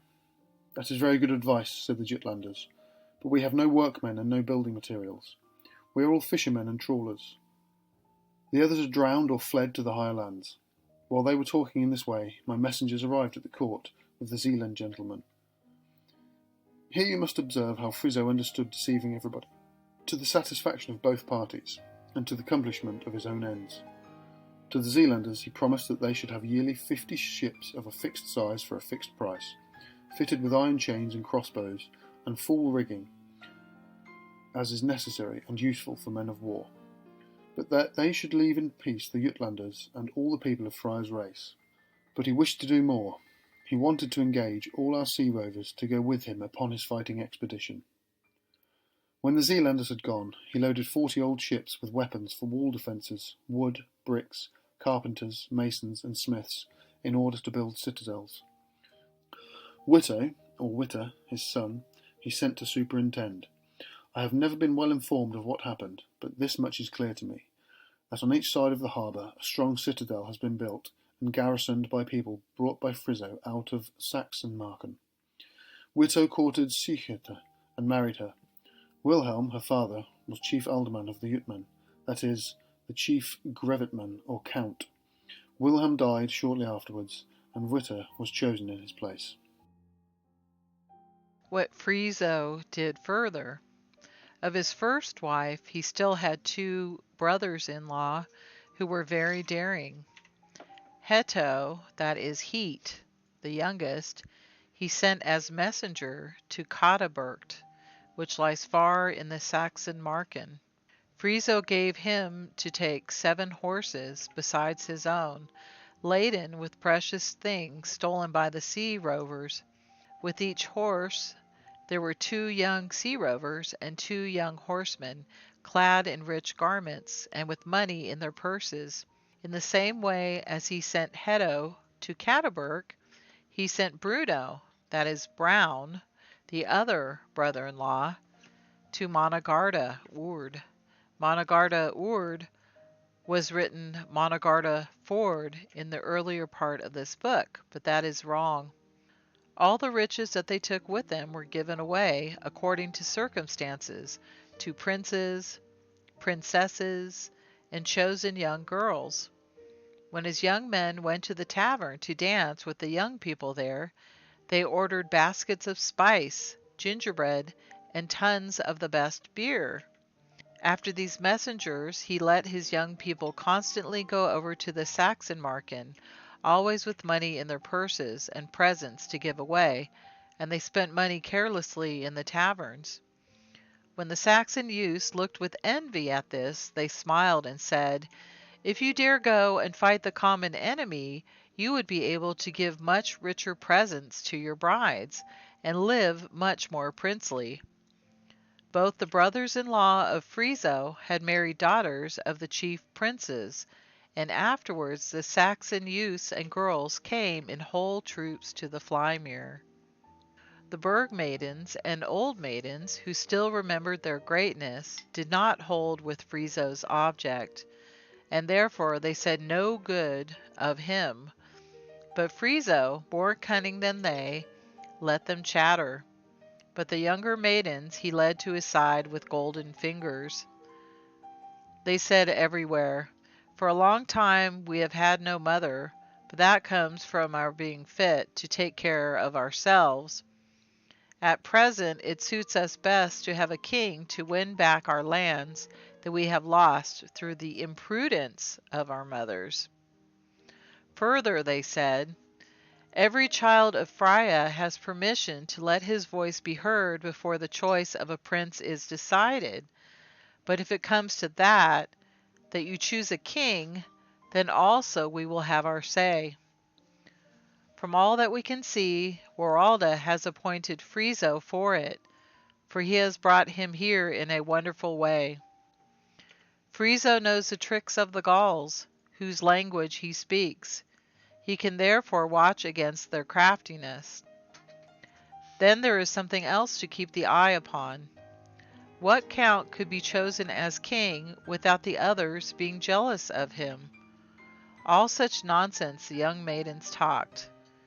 But the old maidens, though few in number, tapped their advice out of another cask. They said always and to everyone, Frya does like the spiders. At night he spreads his webs in all directions, and in the day he catches in them all his unsuspecting friends. Frya says he cannot suffer any priests or foreign princes, but we say that he cannot suffer anybody but himself. Therefore he will not allow the citadel of Stavia to be rebuilt. Therefore he will not have the mother again. Today Frya is your counselor. Tomorrow he will be your king, in order to have full power over you. Among the people there now existed two parties. The old and the poor wished to have the mother again, but the young and the warlike wished for a father and a king. The first called themselves mother's sons, the others father's sons. But the mother's sons did not count for much, because there were many ships to build. There was a good time for all kinds of workmen. Moreover, the sea rovers brought all sorts of treasures with which the maidens were pleased, the girls were pleased, and their relations and friends. When Frya had been nearly 40 years at Stavern, he died. Owing to him, many of the states had been joined together again, but that we were the better for it I am not prepared to certify. Of all the counts that preceded him, there was none so renowned as Frya, for, as I said before, the young maidens spoke in his praise, while the old maidens did all in their power to make him hateful to everybody. Although the old women could not prevent his meddling, they made so much fuss that he died without becoming king. Now I will write about his son Adela. Frya, who had learned our history from the book of the Adelingan, had done everything in his power to win their friendship. His eldest son, whom he had by his wife Swerta, he named Adela, and although he strove with all his might to prevent the building or restoring of any citadels, he sent Adela to the citadel of Texland in order to make himself better acquainted with our laws, language, and customs. When Adela was 20 years old, Frya brought him into his own school, and when he had fully educated him, he sent him to travel through all the states. Adela was an amiable young man, and in his travels he made many friends. So the people called him Atheric, that is, rich in friends, which was very useful to him afterwards. For when his father died, he took his place without a question of any other count being chosen. While Adela was studying at Texland, there was a lovely maiden at the Citadel. She came from Saxon-Marken, from the state of Swabaland. Therefore she was called at Texland Swaben, although her name was Ifgja.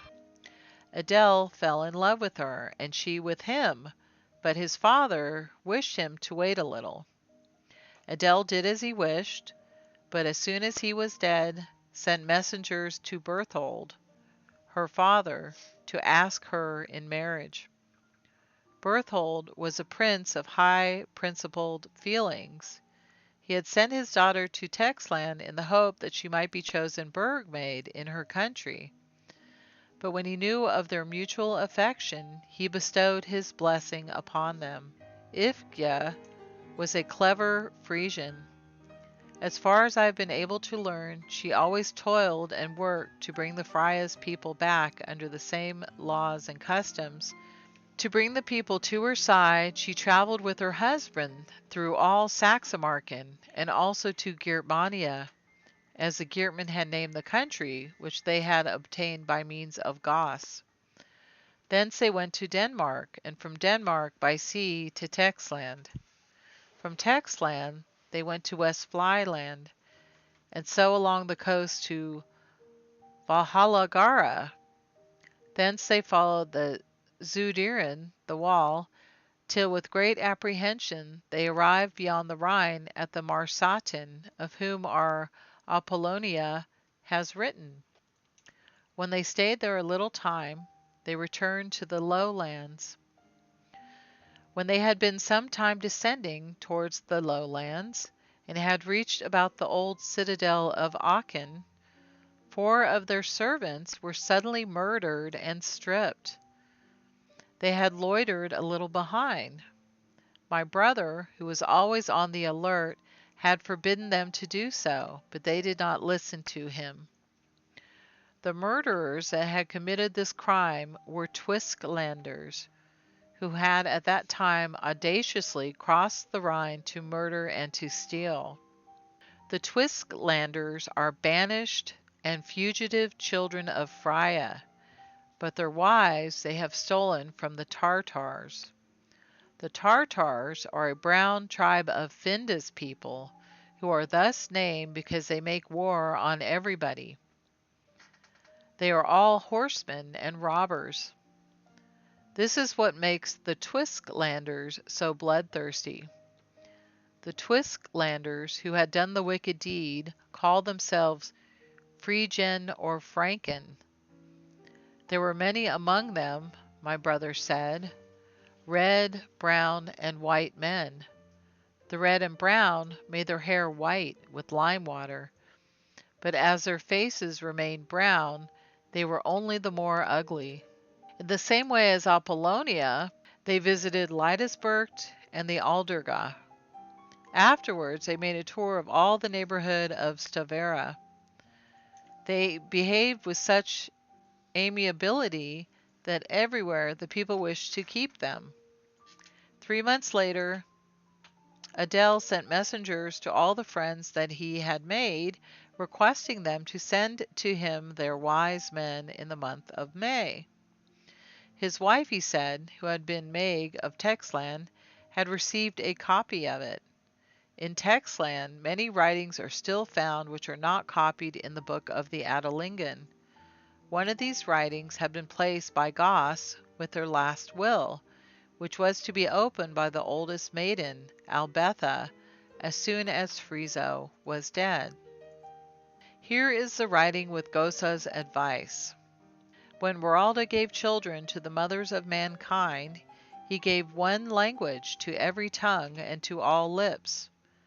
This gift Wralda had bestowed upon men in order that by its means they might make known to each other what must be avoided and what must be followed to find salvation, and to hold salvation to all eternity.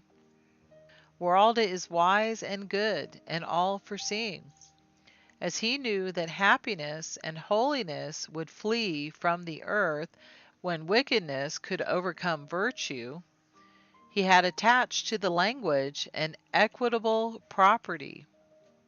This property consists in this, that men can neither lie nor use deceitful words without stammering or blushing, by which means the innately bad are easily known. As thus our language opens the way to happiness and blessedness, and thus helps to guard against evil inclinations, it is rightly named the language of the gods, and all those by whom it is held in honor derive honor from it. But what has happened? As soon as among our half-brothers and sisters deceivers arose, who gave themselves out as servants of the good, it soon became otherwise. The deceitful priests and the malignant princes, who always clung together, wished to live according to their own inclinations, without regard to the laws of right. In their wickedness, they went so far as to invent other languages, so that they might speak secretly in anybody's presence of their wicked and unworthy affairs, without betraying themselves by stammering, and without showing a blush upon their countenances. But what has that produced? Just as the seed of good herbs which has been sown by good men in the opening day springs up from the ground, so time brings to light the evil seed which is sown by wicked men in secret and in darkness. The wanton girls and effeminate youths who consorted with the immortal priests and princes taught the new language to their companions, and thus spread it among the people till God's language was clean forgotten.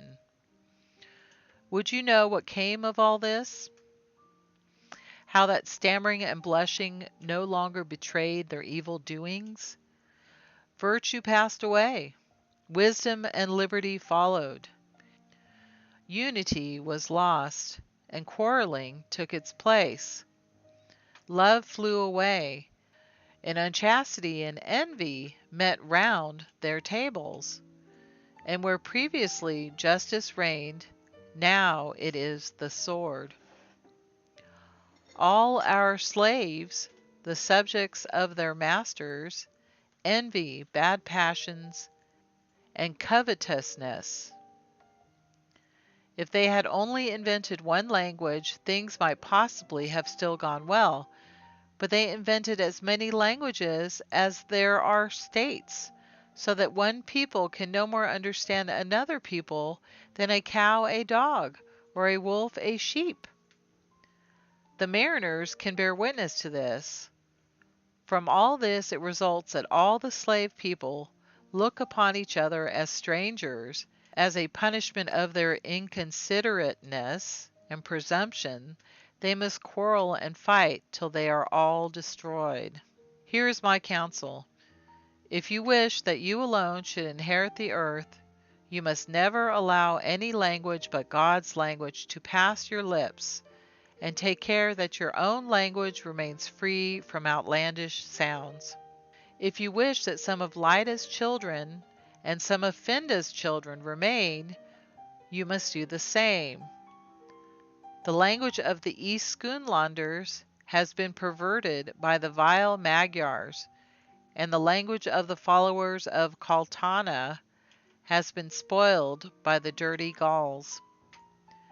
Now we have been weak enough to admit among us the returned followers of Hellenia, but I anxiously fear that they will reward our weakness by debasing our pure language.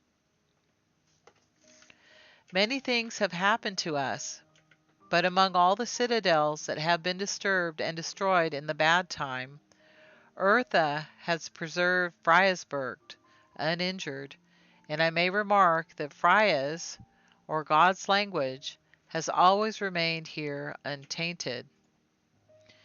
Here in Texland, therefore, schools should be established, and from all the states that have kept the old customs, the young people should be sent here, and afterwards those whose education is complete can help those who remain at home.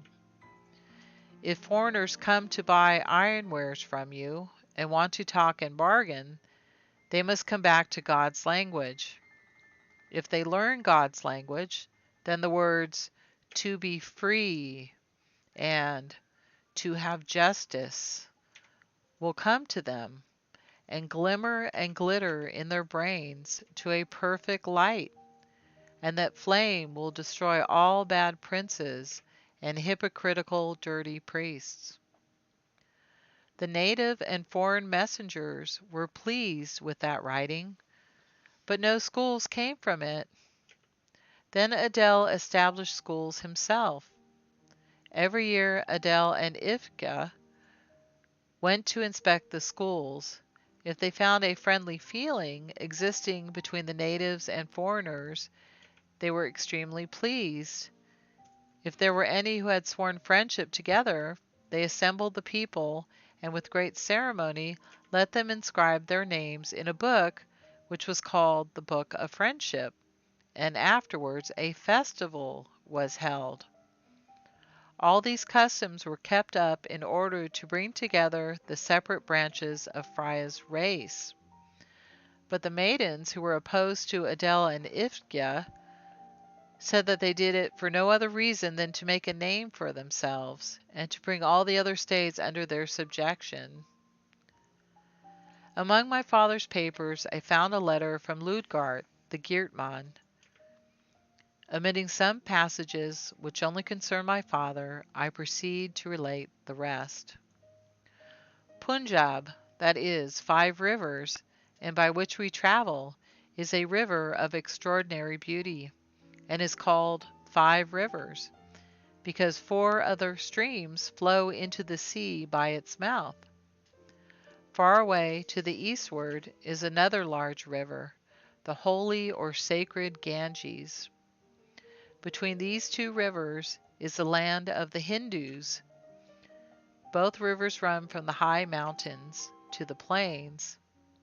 The mountains, in which their sources lie, are so high that they reach the heavens, Laya, and therefore these mountains are called Himalaya. Among the Hindus and others out of these countries there are people who meet together secretly. They believe that they are pure children of Finda, and that Finda was born in the Himalayan mountains, where she went with her children to the lowlands. Some of them believe that she, with her children, floated down upon the foam of the Ganges, and that that is the reason why the river is called the sacred Ganges. But the priests who came from another country traced out these people and had them burnt, so that they do not dare to declare openly their creed. In this country all the priests are fat and rich. In their churches there are all kinds of monstrous images, many of them gold. To the west of the Punjab are the Iraniers, or Moros, Drangian, the Gedrosiers, or runaways, and the Urgetin, or forgotten. These names are given by the priests out of spite, because they fled from their customs and religion. On their arrival, our forefathers likewise established themselves to the east of the Punjab, but on account of the priests they likewise went to the west. In that way we learn to know the Aryan and other people. The Aryan are not savages, but good people, who neither pray to nor tolerate images. Neither will they suffer priests or churches. But as we adhere to the light of Fasta, so they everywhere maintain fire in their houses. Coming still further westward, we arrived at the Gedrostan. Regarding the Gedrostan, they have been mixed with other people and speak a variety of languages. These people are really savage murderers, who always wander about the country on horseback, hunting and robbing, and hire themselves as soldiers to the surrounding princes, at whose command they destroy whatever they can reach. The country between the Punjab and the Ganges is as flat as Friesland near the sea, and consists of forests and fields, fertile in every part, but this does not prevent the people from dying by thousands of hunger.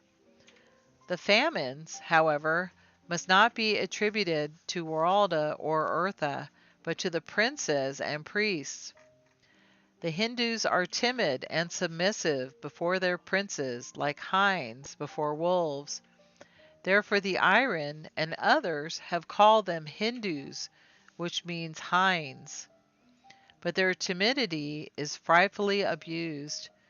If strangers come to purchase corn, everything is turned into money, and this is not prevented by the priests, because they, being more crafty and rapacious than all the other princes put together, know very well that all the money will come into their pockets. Besides what the people suffer from their princes, they suffer a great deal from poisonous and wild beasts. There are great elephants that sometimes go about in whole flocks and trample down cornfields and whole villages. There are great black and white cats which are called tigers. They are as large as calves, and they devour both men and beasts.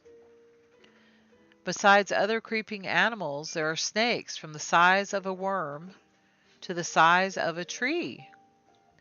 The largest can swallow a cow, but the smallest are the most deadly. They conceal themselves among the fruits and flowers and surprise the people who come to gather them. Anyone who is bitten by them is sure to die, as Eartha has given no antidote to their poison, because the people have so given themselves up to idolatry. There are, besides, all sorts of lizards, tortoises, and crocodiles. All these reptiles, like the snakes, vary from the size of a worm to the trunk of a tree. According to their size and fierceness, they have names which I cannot recollect, but the largest are called alligators, because they eat as greedily the putrid cattle that float down the stream as they do living animals that they seize. On the west of the Punjab, where we come from and where I was born, the same fruits and crops grow as on the east side. Formerly there existed also the same crawling animals, but our forefathers burnt all the underwood and so diligently hunted all the wild animals that there are scarcely any left. To the extreme west of the Punjab there is found rich clay land as well as barren heaths, which seems endless, occasionally varied lovely spots on which the eye rests enchanted. Among the fruits there are many that I have not found here. Among the various kinds of corn, some is as yellow as gold. There are also golden apples, of which some are as sweet as honey, and others as sour as vinegar. In our country there are nuts as large as a child's head. They contain cheese and milk. When they are old, oil is made from them. Of the husks, ropes are made, and of the shells, cups and other household utensils are made. I have found in the woods here bramble and holly berries. In my country we have trees bearing berries as large as your lime trees, the berries of which are much sweeter and 3 times as large as your gooseberries. When the days are at the longest, and the sun is in the zenith, a man's body has no shadow. If you sail very far to the south and look to the east at midday, the sun shines on your left side as it does in other countries on the right side. With this I will finish. It will be easy for you, by means of what I have written, to distinguish between false accounts and true descriptions. Your Ludgard. The writing of Beadon. My name is Beadon, son of Hachgana, my uncle, not having married, left no children. I was elected in his place. Adele, the third king of that name, approved of the choice, provided I should acknowledge him as master. In addition to the entire inheritance of my uncle, he gave me some land which joined my inheritance, on condition that I would settle people there who should never his people. Therefore I will allow it a place here. Letter of Lika, the Udmag, read at Stavron at the Jewel Feast. My greeting to all of you whose forefathers came here with Frizo. According to what you say, you are not guilty of idolatry. I will not speak about that now, but will at once mention a failing which is very little better. You know, or you do not know, how many titles Wralda has, but you all know that he is named Universal Provider, because that everything comes and proceeds from him for the sustenance of his creatures. It is true that Eartha is named sometimes the feeder of all, because she brings forth all the fruits and grains on which men and beasts are fed. But she would not bear any fruit or grain unless Wralda gave her the power. Women who nourish their children at their breasts are called nurses. But if Wralda did not give them milk, the children would find no advantage. So that, in short, Wralda really is the nourisher. That Eartha should be called the universal nourisher, and that a mother should be called a feeder, one can understand, figuratively speaking. But that a father should be called a feeder, because he is a father, goes against all reason. Now I know whence all this folly comes. Listen to me. It comes from our enemies. And if this is followed up, you will become slaves to the sorrow of Frya and to the punishment of your pride. I will tell you what happened to the slave people. From that you may take warning. The foreign kings who followed their own will placed Wralda below the crown. From envy that Wralda is called the universal father, they wish also to be called fathers of the people. Now everybody knows that kings do not regulate the productiveness of the earth, and that they have their sustenance by means of the people, but still they will persist in their arrogance. In order to attain their object, they were not satisfied from the beginning with free gifts, but imposed a tax upon the people. With the tax thus raised, they hired foreign soldiers, whom they retained about their courts.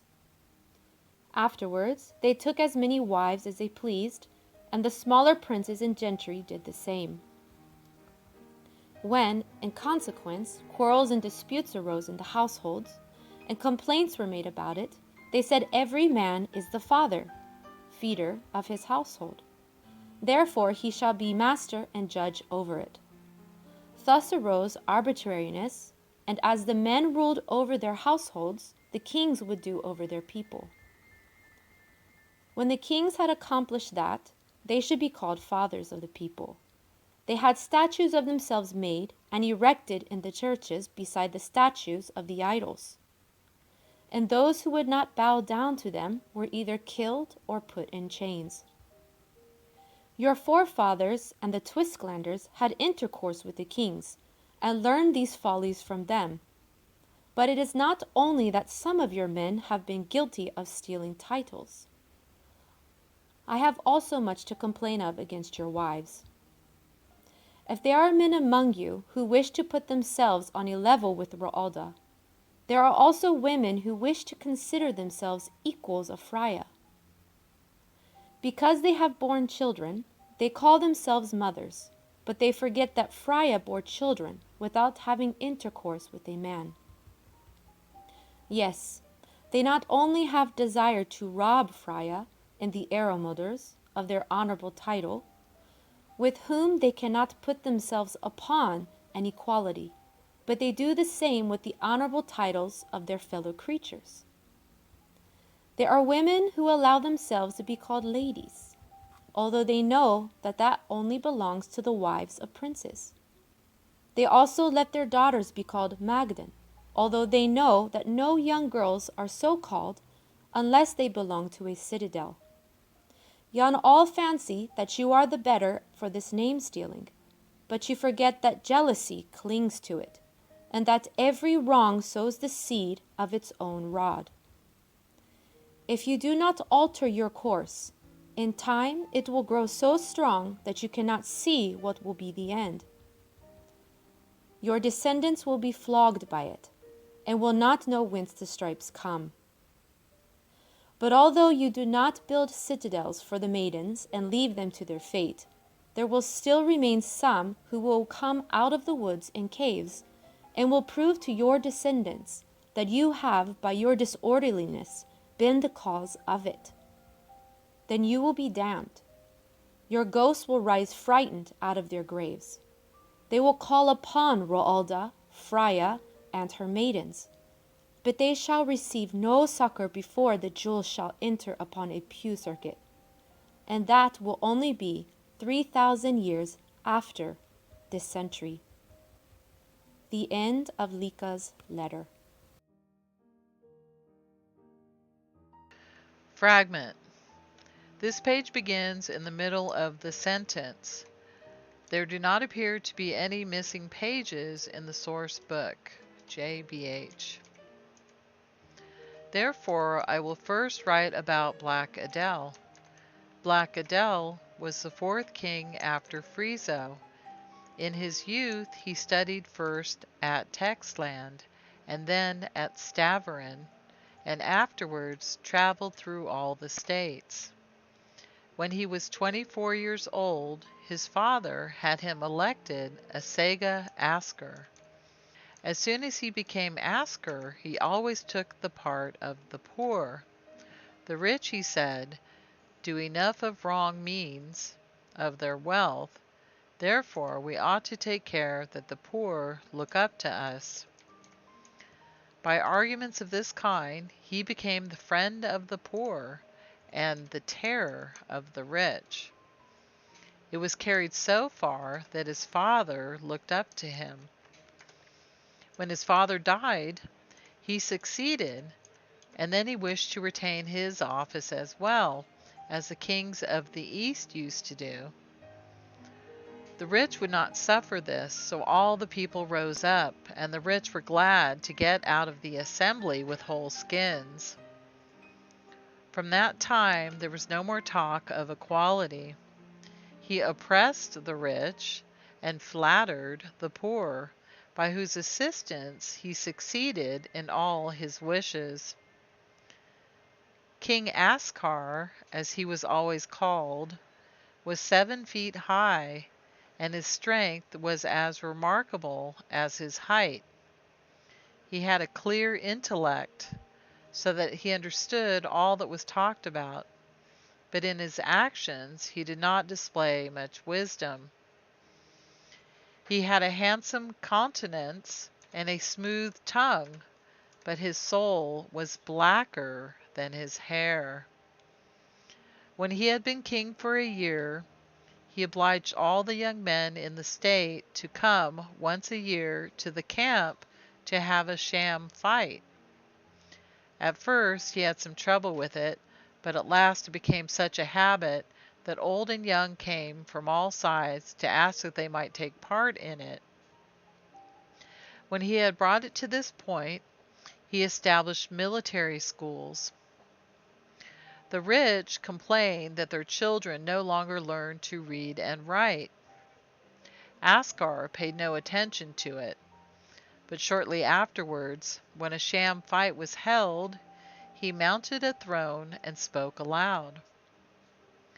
The rich have come to complain to me that their boys do not learn to read and write. I answered nothing, but I will now declare my opinion, and let the General Assembly decide. While they all regarded him with curiosity, he said further, according to my Ides, we ought to leave reading and writing at present to the Mogden and wise people. I do not wish to speak ill of our forefathers. I will only say that in the time so vaunted by some, the Burgt Mogden introduced disputes into our country, which the mothers were unable, either first or last, to put an end to. Worse still, while they talked and chattered about useless customs, the Gauls came and seized all our beautiful southern country. Even at this very time, our degenerate brothers and their soldiers have already come over the Scheldt. It therefore remains for us to choose whether we will carry a yoke or a sword. If we wish to be and to remain free, it behooves our young men to leave reading and writing alone for a time, and instead of playing games of swinging and wrestling, they must learn to play with sword and spear. When we are completely prepared, and the boys are big enough to carry helmet and shield and to use their weapons, then with your help I will attack the enemy. The Gauls may then record the defeat of their helpers and soldiers upon our fields with the blood that flows from their wounds. When we have once expelled the enemy, then we must follow it up till there are no more Gauls, slaves, or Tartars to be driven out of Frya's inheritance. That is right, the majority shouted, and the rich did not dare to open their mouths. He must certainly have thought over this address and had it written out, for on the evening of the same day there were copies in at least 20 different hands, and they all sounded the same. Afterwards he ordered the ship people to make double prows, upon which steel crossbows could be fixed. Those who were backward in doing this were fined, and if they swore that they had no means, the rich men of the village were obliged to pay. Now we shall see what resulted from all this bustle. In the north part of Britain there exists a Scotch people. The most of them spring from Frya's blood. Some of them are descended from the followers of Celtana, and for the rest from Britons and fugitives who gradually, in the course of time, took refuge there from the tin mines. Those who come from the tin mines have wives, either altogether foreign or of foreign descent. They are all under the dominion of the Gauls. Their arms are wooden bows and arrows pointed with stag's horn or flint. Their houses are of turf and straw, and some of them live in caves in the mountains. Sheep that they have stolen form their only wealth. Some of the descendants of Celtana's followers still have iron weapons, which they have inherited from their forefathers. In order to make myself well understood, I must let alone for a while my account of the Scotch people, and write something about the near Highlalanders. Italians. The Highlalanders formerly belonged to us only, but from time immemorial descendants of Lyda and Finda have established themselves there. Of these last there came in the end a whole troop from Troy. Troy is the name of a town that the far Highlalanders, Greeks, had taken and destroyed. When the Trojans had nestled themselves among the near Highlalanders, with time and industry they built a strong town with walls and citadels named Rome, that is, spacious. When this was done, the people by craft and force made themselves masters of the whole land. The people who live on the south side of the Mediterranean Sea come for the most part from Phoenicia. The Phoenicians, Puniers or Carthaginians, are a bastard race of the blood of Frya, Finda, and Lyda. The Lyda people were there as slaves, but by the unchastity of the women, these black people have degenerated the other people and dyed them brown. These people and the Romans are constantly struggling for the supremacy over the Mediterranean Sea. The Romans, moreover, live at enmity with the Phoenicians and their priests, who wish to assume the sole government of the world, cannot bear the sight of the Gauls. First they took from the Phoenicians Marseille, then all the countries lying to the south, the west, and the north, as well as the southern part of Britain, and they have always driven away the Phoenician priests, that is, the Gauls, of whom thousands have sought refuge in North Britain. A short time ago, the chief of the Gauls was established in the Citadel, which is called Karnak. that is, the corner, whence he issued his commands to the Gauls. All their gold was likewise collected there. Cirenherne, chosen corner, or Caranac, is a stone citadel which did belong to Calta. Therefore the maidens of the descendants of Caltana's followers wished to have the citadel again. Thus, through the enmity of the maidens and the Gauls, hatred and quarreling spread ever the mountain country with fire and sword. Our sea people often came there to get wool, which they paid for with prepared hides and linen. Ascar had often gone with them and had secretly made friendship with the maidens and some princes, and bound himself to drive the Gauls out of the Caranac. When he came back there again, he gave to the princes and the fighting men iron helmets and steel bows. War had come with him, and soon blood was streaming down the slopes of the mountains. When Ascar thought a favorable opportunity occurred, he went with 40 ships and took Caranac and the chief of the Gauls with all his gold. The people with whom he fought against the soldiers of the Gauls he had enticed out of the Sachsenmarken by promises of much booty and plunder. Thus nothing was left to the Gauls. After that he took 2 islands for stations for his ships, from which he used later to sally forth and plunder all the Phoenician ships and towns that he could reach. When he returned, he brought nearly 600 of the finest youths of the Scotch mountaineers with him. He said that they had been given him as hostages, that he might be sure that the parents would remain faithful to him, but this was untrue. He kept them as a bodyguard at his court, where they had daily lessons in riding and in the use of all kinds of arms. The Denmarkers, who proudly considered themselves sea warriors above all the other sea people, no sooner heard of the glorious deeds of Ascar than they became jealous of him to such a degree that they would bring war over the sea and over his lands.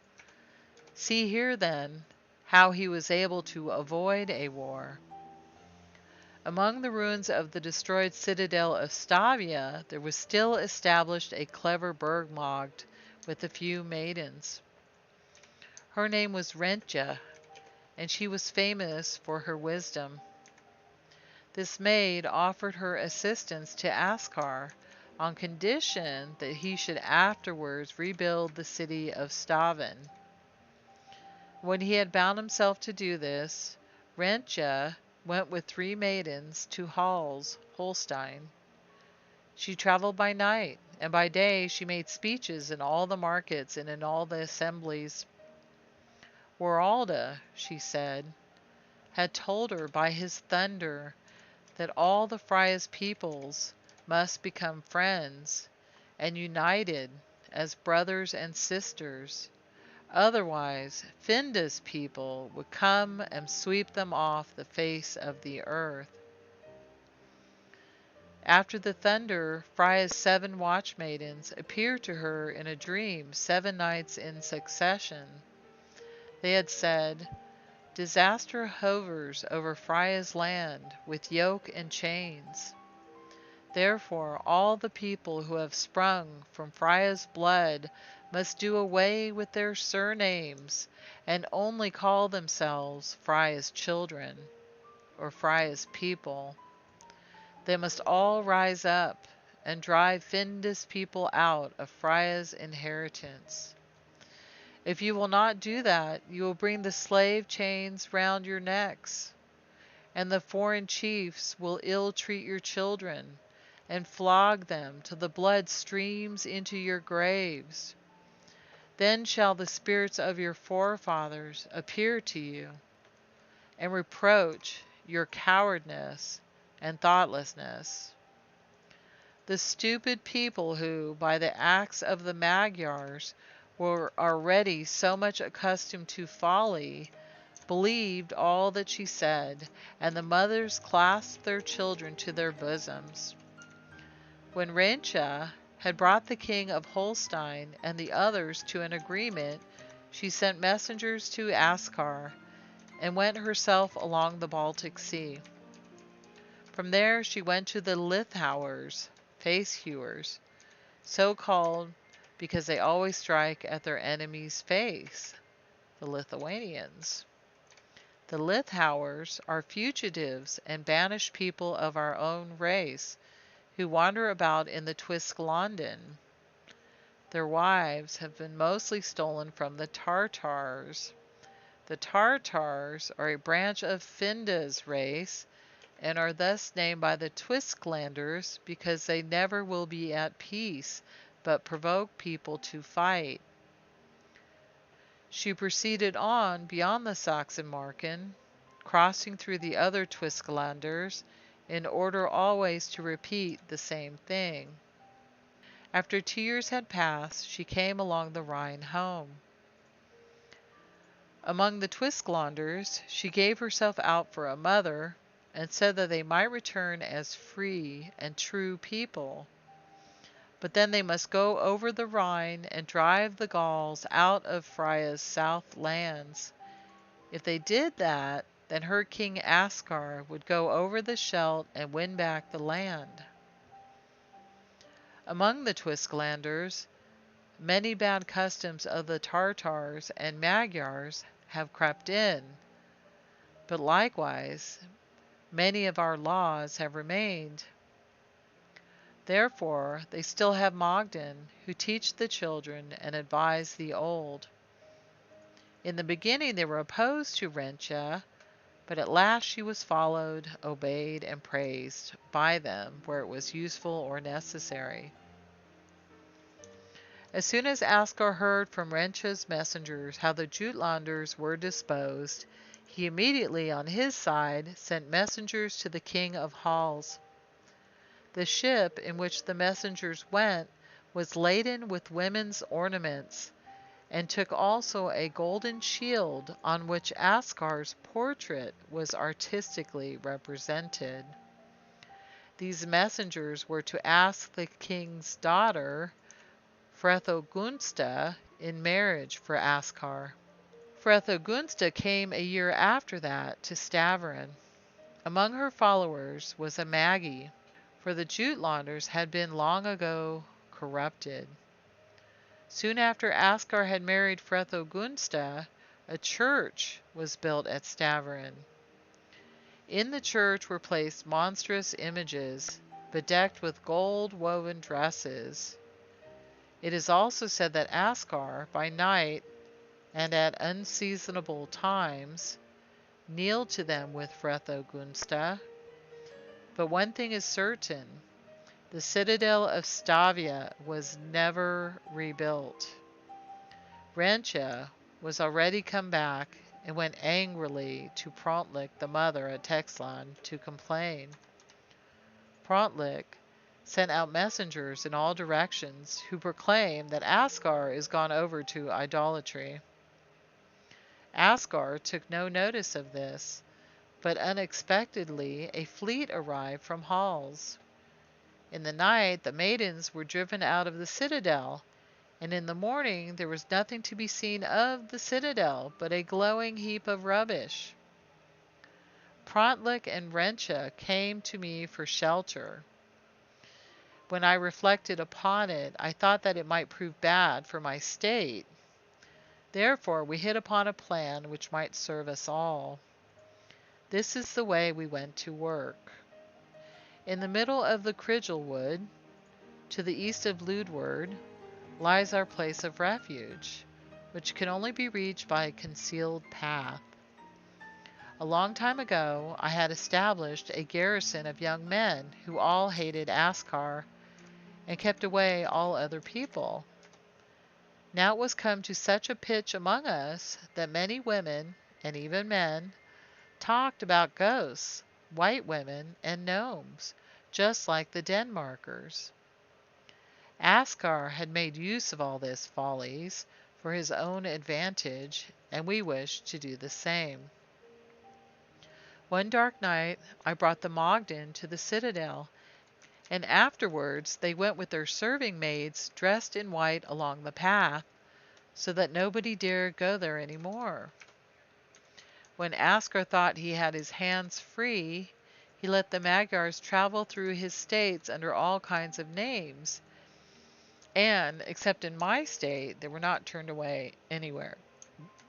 After that, Askar had become so connected with the Jutlanders and the Denmarkers, they all went roving together. But it produced no real good to them. They brought all sorts of foreign treasures home, and just for that reason the young men would learn no trades, nor work in the fields. So at last he was obliged to take slaves. But that was altogether contrary to Wralda's wish and to Frya's counsel. Therefore the punishment was sure to follow it. This is the way in which the punishment came. They had altogether taken a whole fleet that came out of the Mediterranean Sea. This fleet was laden with purple cloths and other valuables that came from Phoenicia. The weak people of the fleet were put ashore south of the Seine, but the strong people were kept to serve as slaves. The handsomest were retained ashore, and the ugly and black were kept on board ship as rowers. In the Fly, the plunder was divided, but, without their knowing it, they divided the punishment too. Of those who were placed in the foreign ships, 6 died of colic. It was thought that the food and drink were poisoned, so it was all thrown overboard, but the colic remained all the same. Wherever the slaves or the goods came, there it came too. The Saxon men took it over to their marches. The Jutlanders brought it to Skoonland and along the coast of the Baltic Sea, and with Askar's mariners it was taken to Britain. We and the people of Granaga did not allow either the people or the goods to come over our boundaries, and therefore we remained free from it. How many people were carried off by this disease I cannot tell, but Prontlick, who heard it afterwards from the maidens, told me that Askar had helped out of his states 1,000 times more free men than he had brought dirty slaves in. When the pest had ceased, the Twisklanders, who had become free, came to the Rhine, but Askar would not put himself on an equality with the princes of that vile, degenerate race. He would not suffer them to call themselves Frya's children, as Rensha had offered them, but he forgot then that he himself had black hair. Among the Twisklanders there were 2 tribes who did not call themselves Twisklanders. One came from the far southeast and called themselves Alamanen. They had given themselves this name when they had no women among them and were wandering as exiles in the forests. Later on they stole women from the slave people like the Lithauers, but they kept their name. The other tribe that wandered about in the neighborhood called themselves Franks, not because they were free, but the name of their first king was Frank, who, by the help of the degenerate maidens, had himself made hereditary king over his people. The people nearest to call themselves Theoth, his sons, that is, sons of the people, they had remained free because they would never acknowledge any king or prince or master except those chosen by general consent in a general assembly. Askar had already learned from Rensha that the Twisklander princes were almost always at war with each other. He proposed to them that they should choose a duke from his people, because, as he said, he was afraid that they would quarrel among themselves for the supremacy. He said also that his princes could speak with the Gauls. This, he said, was also the opinion of the mother. Then the princes of the Twistglanders came together, and after 21 days they chose Ulrich as duke. Ulrich was Askar's nephew. He gave him 200 Scotch and 100 of the greatest Saxmannen to go with him as a bodyguard. The princes were to send 21 of their sons as hostages for their fidelity. Thus far all had gone according to his wishes. But then when they were to go over to the Rhine, the king of the Franks would not be under Ulrich's command. Thereupon all was confusion. Askar, who thought that all was going well, landed with his ships on the other side of the Scheldt. But there they were already aware of his coming, and were on their guard. He had to flee as quickly as he had come, and was himself taken prisoner. The Gauls did not know whom they had taken, so he was afterwards exchanged for a noble Gaul whom Askar's people had taken with them. While all this was going on, the Magyars went about audaciously over the lands of our neighbors. Near Egmuda, where formerly the citadel Frya had stood, they built a church larger and richer than that which Askar had built at Stavrin. They said afterwards that Askar had lost the battle against the Gauls, because the people did not believe that Wodin could help them, and therefore they would not pray to him. They went about stealing young children, whom they kept and borrowed up in the mysteries of their abominable doctrines. Were there people who... Here the manuscript ends abruptly.